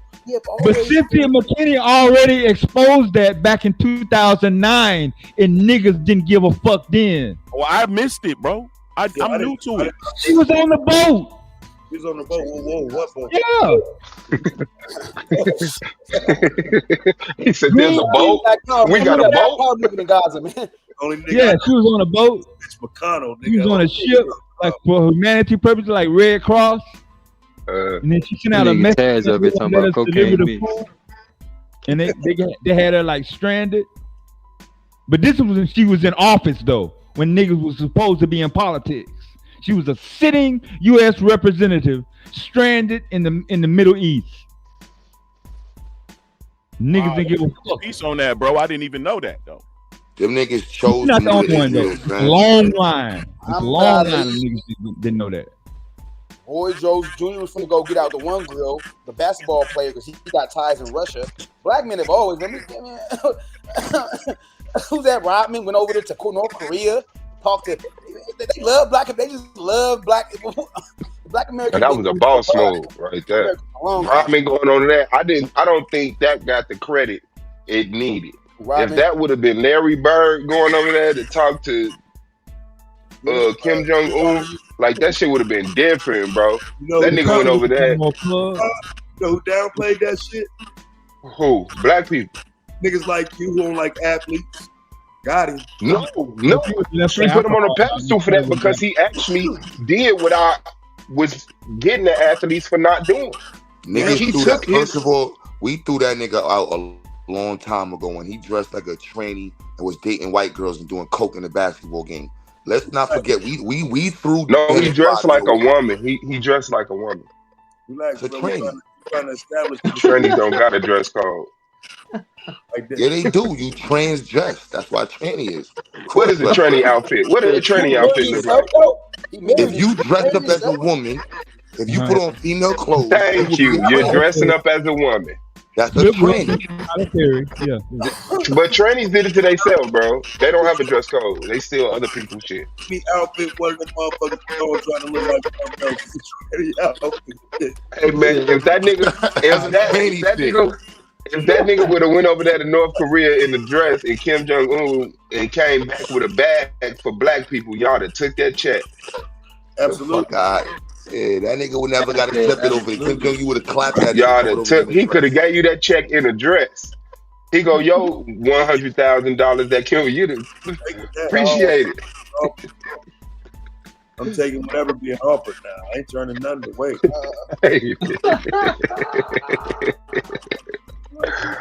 Yeah, that nigga went over there and cried. That's why you was doing good. You was doing good. That nigga went over there and do shit, man. He could at least sold a mixtape or something. He need to do shit. Man, I wish he'd have said something. He should at least said George Bush don't care about black people. Go over there, get their food, and get drunk. Let him see some niggas play basketball. That's it. Yeah, bro. That's all. That's crazy. We some magical creatures. That's all it takes. That nigga did the shit, bro. Now that's revolutionary. Especially y'all talking about Martin Luther King, the revolutionary. North Korea and talk to some Asians about a white bitch. But I heard he stood him up on the last night though. That's why he came back home. He stood him up. What you mean stood him up? They was supposed to go to some sort of play or something on the last night. No. That's don't mind.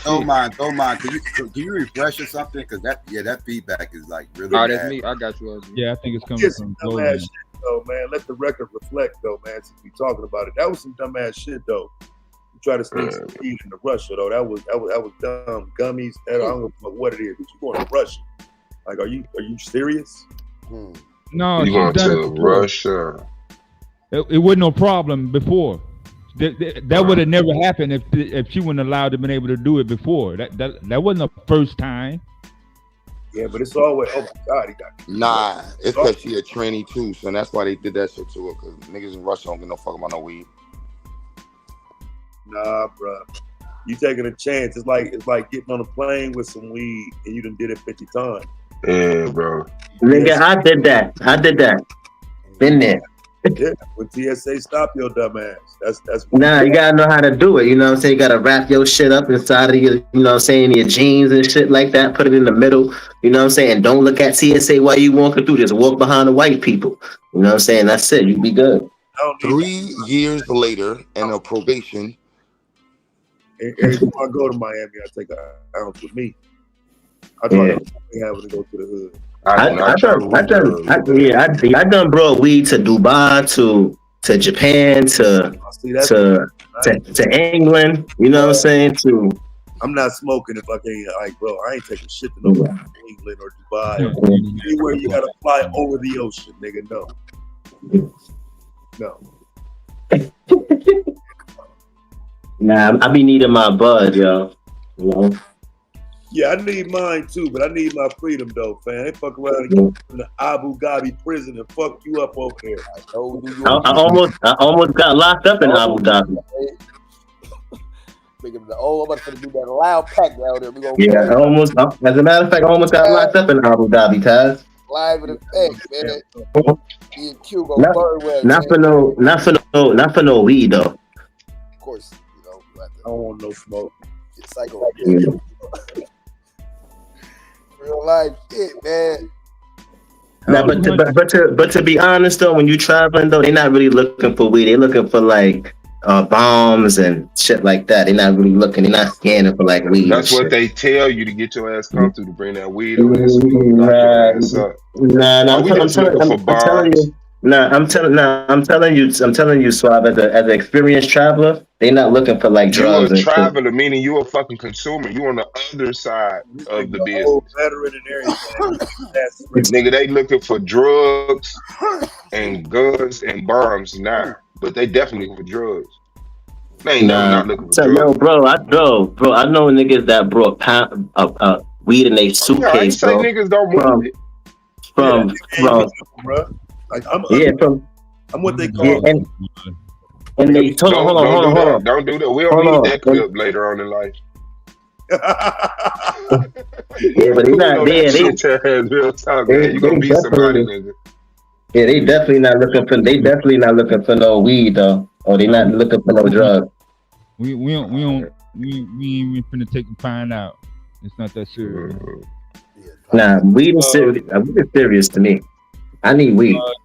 250 congressmen and senators at the same time went to Jerusalem last week amongst Charlie Kirk. No Molly birth certificates from Interpol. No mainstream media coverage at all on that. Kirkathon, nigga. Hey, so why did Netanyahu get on there and say he didn't kill Charlie Kirk? Because they spreading the theory that he did. Heavy. Candace got the internet popping. Yeah. So look, I seen a video, right? Y'all can check. I think I saved it. And it's a dude that's doing, I know y'all done seen it probably, the conspiracy is already out. That he had a mic, the mic thing. He already had a mic. And then he had another mic. So they closed it, they did it close and showed that it shot something out one side of his neck and it came out the other. So that's just, I don't know if it's a AI. Hey, look, I don't know if it's an AI video or not. I'm just saying, definitely up close video of that. God damn, I knew better. It don't matter what it is. Nobody's gonna own up to like, okay, I'm the motherfucker that did it. It matters, but no strange projectile was used, bro. Like, nah, bro. Like the white boy clapped him from the top of the building, man. Why are we coming up with these strange theories? I believe when Ricochet off his vest went into his neck and got lodged in his head. But that shit was like the connection to the microphone in his head. FBI is saying he popped him because he didn't agree with him. No, we don't listen to the FBI no more, fam. Cash Patel is hit. That shit. I mean, but I'm saying historically speaking, though, that's what's been happening on these campuses, though, fam. So I mean, it's even strange that it happened.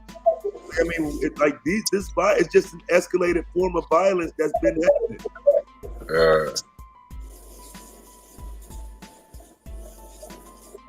They've been whooping motherfuckers. White boys getting beat up and shit on campuses for that conservative shit. That's what I was saying about the HBCU. That white boys lucky they ain't get their ass beat. Oh, they was trying to get some shit jumped off. Yo, Netanyahu blamed the Muslims on Charlie Kirk, bro. Blame. Why not? Roll the dice, shit. That's just crazy. I don't even know how you spun this shit. The Bloods blamed the Crips. Might as well shift it. Keep the ball rolling. Because you know, Candace got traction on that theory. Yeah, man. So she was dead before that happened, right? Then she fall off after Ben Shapiro dropped her ass a few months ago. Yo, I got shirts for sale though. Y'all on my website, Charlie Kirk Forever. She has slowed down a little bit though. No, long live my bad. Long live Charlie Kirk. Y'all go on the website. I got cups and shirts for sale, and I got magazines for sale. That's long. That's crazy, man. Yeah, long live Charlie Kirk, MAGA forever. Candace was popping just a couple of months ago with the Nick Weekend shit. Candace ain't gonna never fall off, man. No, that's what I'm saying. It's personal, like in terms of getting traction outside of somebody saying something against her. But her rhetoric, the way she had it when she was with Shapiro before the Kirk situation, I haven't seen though. But I remember that Nick big clout chasing though with this one though, bro. Yeah. You know what I'm saying? She looking for them views, bro. I don't think because again, like, present something. She has yet to present something. She came with theories and she said she might put something out as far as some text messages and shit. But where's the shit that ties Netanyahu to Charlie Kirk? Because for real, I think what they trying to do is prevent from saying this is a white dude, another white kid. You know what I'm saying? They don't want to highlight that. I guarantee you these theories wouldn't exist if this was a black kid. Yeah, you think niggas be mad if I showed up in the city selling like Black Power, LGBTQ, MAGA shirts, like throw everybody shit on one table? I'm selling everybody's shirts. You think niggas be mad if I did that? And everybody, I got you. I got everybody's shit. I got Israelite hats and shit. I got MAGA hats, Black Power, White Power, you know what I'm saying? LGBT. Khalid Muhammad LGBTQ hat. So quick question. So can you be B1? Can you be B1 if you selling, I'm just saying, can a person be B1 if they selling if their product, encompasses everybody or every group, or not just their product, but the product encompasses everybody, but it identifies or it's tailored to, each distinctive group. Can I be B1 or can that person be B1? I think that's YouTube. As I'm saying this shit, that shit reminds me of YouTube. That's how YouTube is looking at this shit. Like, I got all these niggas on the table making money. All these niggas. Black Power, White Power, Jewish Power. All y'all niggas is seeing. Damn, son. I'm about to make the YouTube table. Nah, that Phoenix Stadium was sold out last week. 70,000. They was turning motherfuckers back that was showing up like early for the goddamn funeral and shit. Maxed out. Hey, yo, Q Butter, let me get a couple of them Hebrew fitted hats, yo. Yeah, I think I'm gonna I think I might do that, son. Call it the YouTube table, son. Making money off all y'all niggas, man. Come sell y'all pain, man. It's cool. Let me see your argument shirt up there. I even saw D.A.B.A.T.E in somebody's title the other day. Yeah, I saw that video Andrew Tate with the twins. Nah, who is Andrew Tate again? I forgot. Oh, the one dude that was speaking of shit. What twins? The Hodge twins? Yes, I might go on that video. Coon ass niggas. Yeah. I don't want to watch that bullshit. Start out eating bad food. Another Charlie Kirk product. And another Charlie Kirk product. They came from Charlie Kirk. Nah, I think they in the super biracial area, son. Like, they really. Yeah, they're not even black. They biracial. Yeah. They came from though. They came from Turning Point USA. Yeah. Oh, them two. Twins? Them motherfuckers been around forever, So man. they've been around forever. They've been around for eons. Yeah, them motherfuckers been around. I've never seen them before. I just started seeing them like a They've been month around ago. forever. What year y'all call forever? They've been around Yeah, they didn't since. even start off making coon videos. They kind of like dipped into that lane, whatever. But they didn't even start off doing that. At least I want to say over a decade. Definitely, they started Yeah, out. they've been around. It's been over you know, 10 years. Yeah, they've been around for over 10 years. doing fast food reviews and shit. And That's the first I've ever seen them. Was like 2 weeks ago. With one of them. I found they cooning back in 2015. Yeah, I seen them. I'm not that far back, but for some reason they popped up in my algorithm. But they was into like the Cali Muscle, that type of. They was, the Cali Muscle and the other another dude out there that was talking about calories and food and working out and that type of sphere or stratosphere. Nah, that's your cycle. You gotta watch that shit. That shit was some real like crazy. Not putting all biracials in that box, but there's the biracials should fit in that box. Like the level of this, that shit was crazy. Like wow. Yeah, I just went to their channel. They made their channel in 2010. Their channel been around since 2010. Yeah, as I said, it's been over 10 years. Yeah, they've been around forever. The team, shit. Damn. Well, they didn't. I seen where they signed on with Turning Point USA in 2016. That's when they start blowing up a little bit. I didn't know they was. They already had 1 million followers by then. Oh yeah. Yeah, they already had like 1 million followers by then. That's when they went into the political lane because they wasn't political at first. Fact, it wasn't. It was not political at all. They did a complete. What's that? They a strong pivot from that whole exercise, fast food reviews and. So what y'all think about them hard pivots, pause? Because like I was I went over to this nigga channel last night. This Amazing Lucas nigga channel. He was live right while I was he made a hard pivot, bro. So look, I went and asked him like, so you know what I'm saying, what made you change your position and shit? This motherfucker spazzed on me, bro. Oh, he did? Yo, you hit his link? Yeah, I was over there last night. You know what I'm saying, trying to see because I was thinking because I've been doing a lot of shit on these conservatives and shit, and kind of going back talking about some of the origins of them groypers and all of that shit, and his name keeps popping up. You know what I'm saying? Like, so now, now that nigga sitting over there talking about TSU and black people and, you know what I'm saying? What's just, you know what I'm saying? He going hard for, you know what I'm saying, the other side of the media, but like, bro, them white folks, fam, that's because they dropped you. You know what I'm saying? No, what happened? I'll tell you what happened because, he used to be a super cooning. He used to be out here super cooning when I first ran across his channel. I used to actually make streams talking shit about him and shit and everything else. What happened was January 6th. When January 6th happened, he flipped. He's like, yo, I can't do this anymore. I see the hypocrisy over here, the right and everything else. Like, you motherfuckers up here making excuses, saying this is Antifa and everything else when this is clearly MAGA and everything, that and third. So he made the flip when January 6th happened. Right. Oh, he didn't explain that to you politely? No, he didn't, because he was probably recognizing that I'm not no simple outright. Because I would have asked, okay, so yeah, that's after the Trump administration, though, right? Yeah, that's after he lost that election. You pivoted away from him. Why am I not surprised? You know what I'm saying? Like a lot of these niggas did, actually. You know what I'm saying? There was a bunch of niggas that turned into crypto coin experts and all type of shit after the 2020 election. So yeah, I mean, I would have been ready for him to say that, but we could have had a conversation. But yeah, he wasn't on that, bro. But I think it's cause motherfuckers, you know how he cursed you out and kicked you off.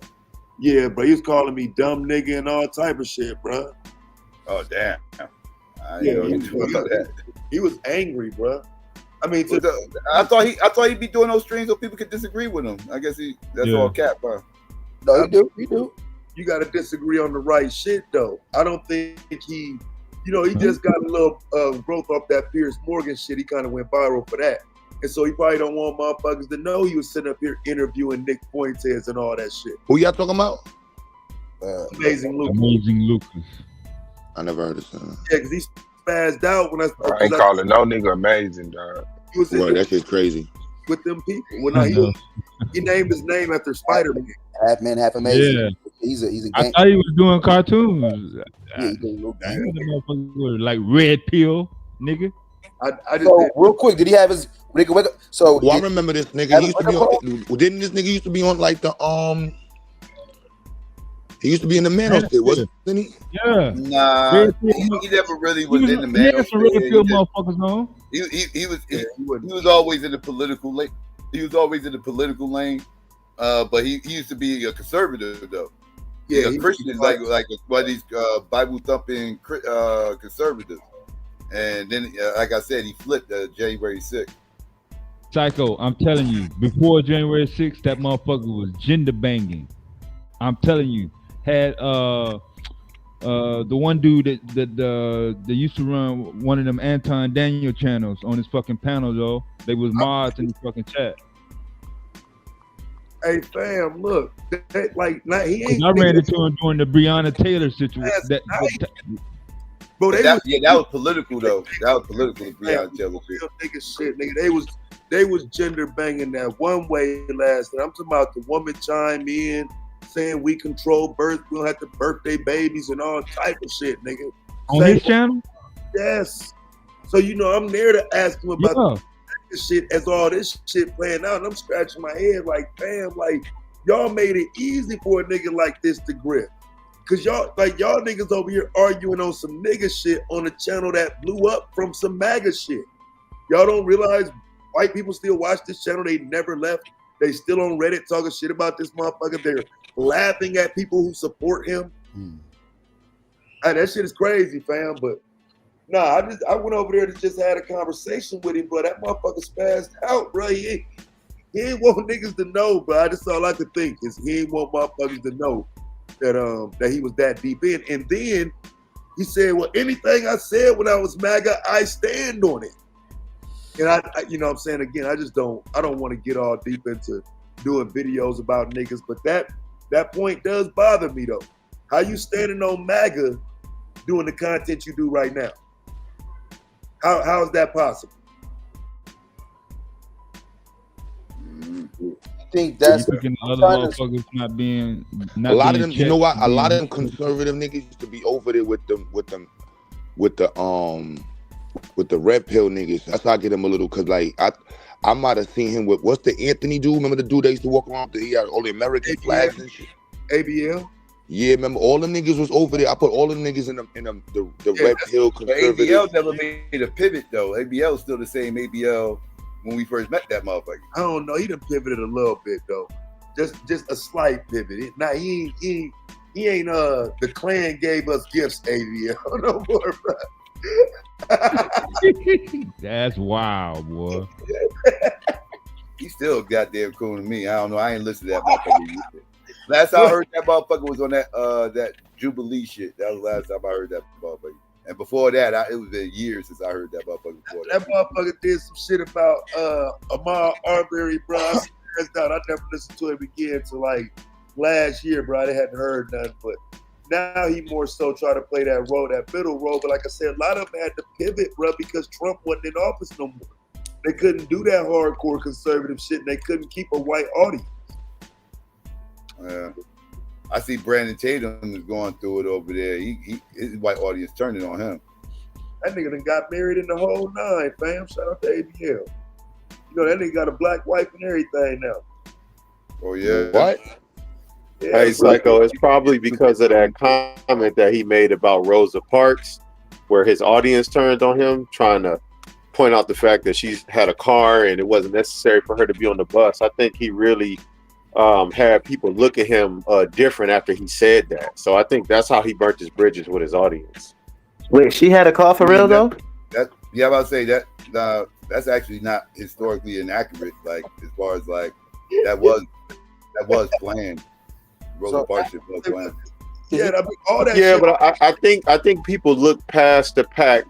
I think people look past the fact that she had the car. Like he was trying to belittle what she had did when it wasn't even necessary. It was like people could tell he was reaching to excuse the fact that black people have never had a fair shake in America. So people recognize that when he did that. I won't say that. You gonna reach for the gold. So is it true that Rosa Parks, because is it true? I guess she was in quote unquote the color section, but I guess during Yeah, that was true. Yeah, she was So, actually in the color section. and the white man But wanted she her. was in the first seat. She was in the first seats of the color section, but Yeah. still, The she white wasn't man supposed wanted her to have spot, to right? leave. Yeah, but they made her get up out the spot because white person needed to see. Yeah. Okay, At so least they asked her to get so- up out the spot. I should say. Yeah, so basically, if it was full capacity, then a white person could Yeah. demand, because ain't no goddamn That's request. what they thought. Ain't a goddamn. Thought. Oh, okay, that's interesting. She showed them motherfuckers you can't do that. And what about the other story, or her story actually eclipsing the dark skinned girl, or like her story? Claudette Colvin. Yeah, none of them other stories don't matter, man. Who cares that Jackie Robinson did it in the military? No, not Jackie Robinson. I'm talking about the. He did too, though. 1944. Oh, okay, bet. Yeah, he went through the same thing too. Yeah, did that shit. What, 10 years before Rosa Parks? Like, it was. Wait, Jackie Robinson was in the military? Too, and she sued. Hell yeah. D.A.B.A.T.E Wells too. High ranking officer. Yes. Hey, Marley. What is like your area of expertise as far as the Bay? Yo, slow down, man. Claudette Colvin. Claudette Colvin. Covin. Claudette Colvin. Dark skin He said the one of them other lady on the bus. Black. Had to give up her seat before Rosa Parks. Yeah, she's a kid though. She's a kid. All stories matter. Make it even more egregious. All our ancestors' stories matter. Your story matters. Your story matters. She was a kid. She was a child. Show, you know what I'm saying? Real. But plenty black people, child. It's actually It wasn't even so much that she was a child; she was young and pregnant.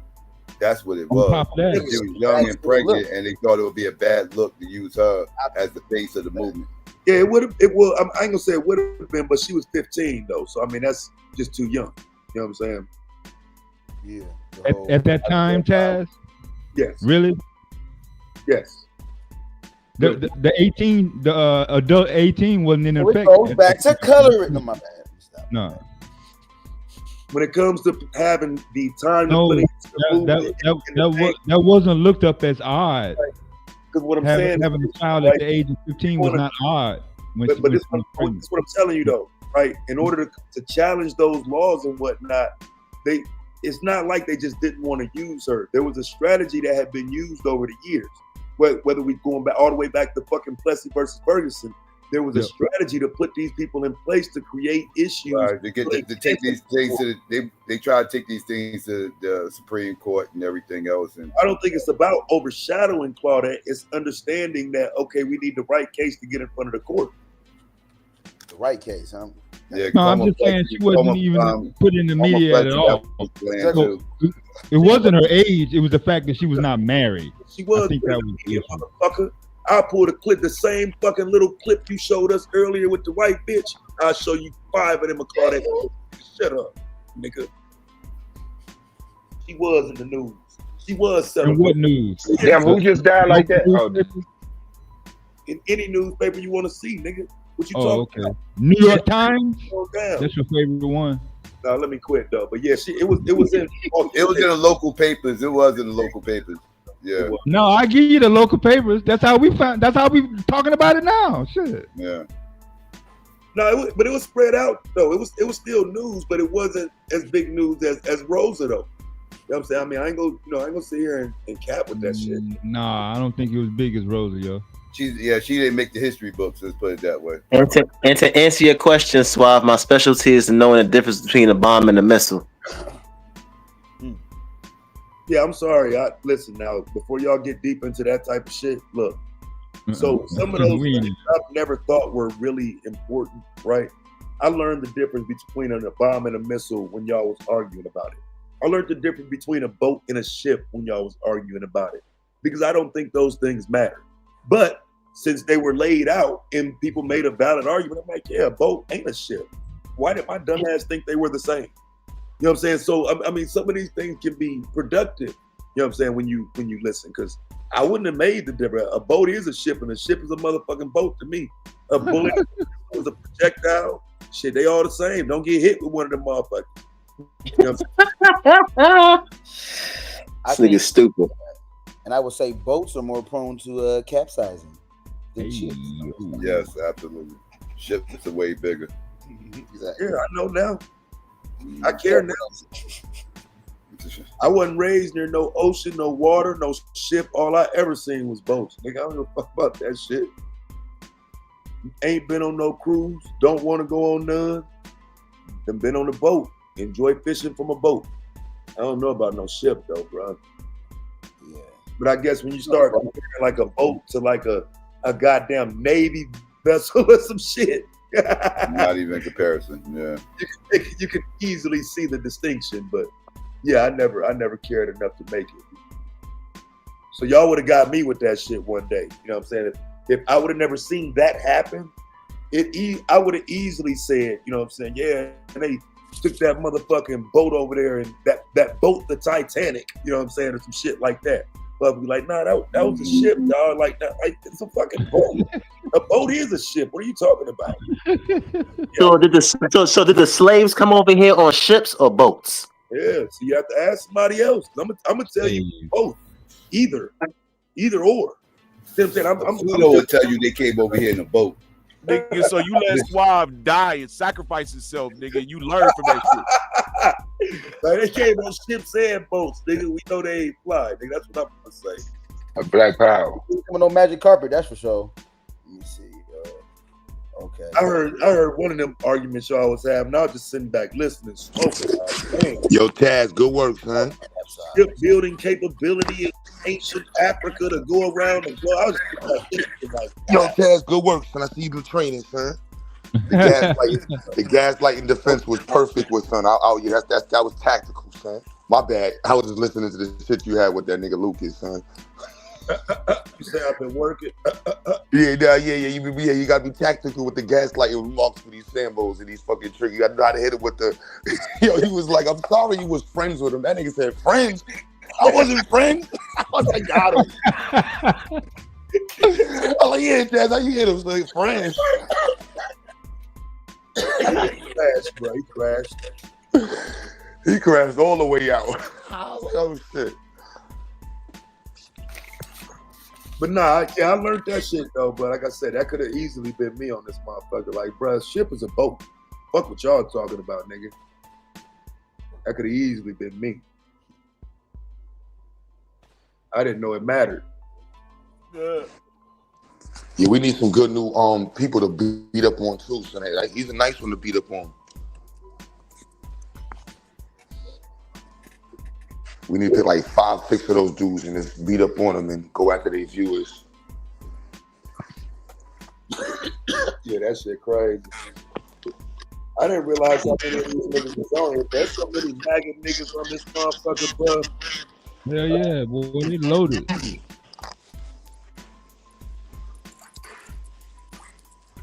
I did not realize that how many motherfuckers. I'm talking about proudly sitting in front of the camera with the MAGA hat on, bro.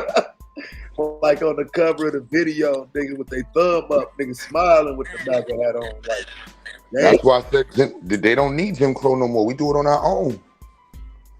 They don't need Jim Crow. Niggas is happy with the policies, man.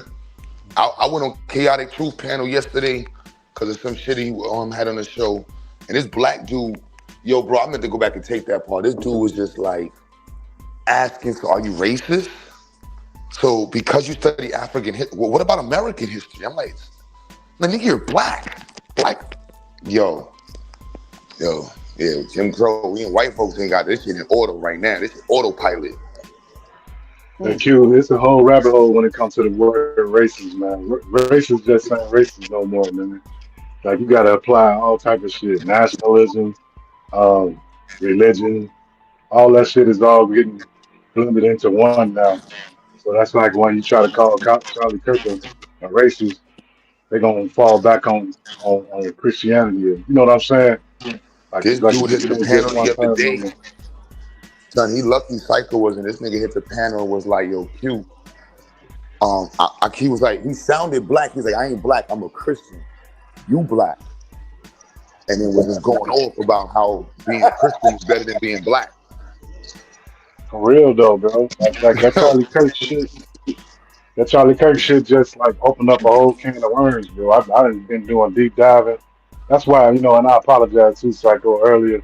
That's why when I brought up that Christian nationalism shit, you know what I'm saying? It kind of all stems from that type of shit, but I ain't gonna change the subject. But hey, Taz, man, like, what's up with you going over there with them niggas, man? The conservative nigga and shit, bro. I'm Yes, sitting sir. up here listening to that shit. Real shit Peace, though. peace. What up, fam? I'm trying to do shit a little bit differently, right? So I don't know, dude, but I keep seeing his name pop up in these videos I've been doing about Nick Fuentes and the conservatives and shit, right? So dude name keep popping up as being part of them like 6-7 years ago. So when I went to go get some content from his channel to add him to the video, he was live. So I'm thinking, okay, maybe I don't even need to do the video with him in it. Let me go holler at him. You know what I'm saying? It wasn't even to be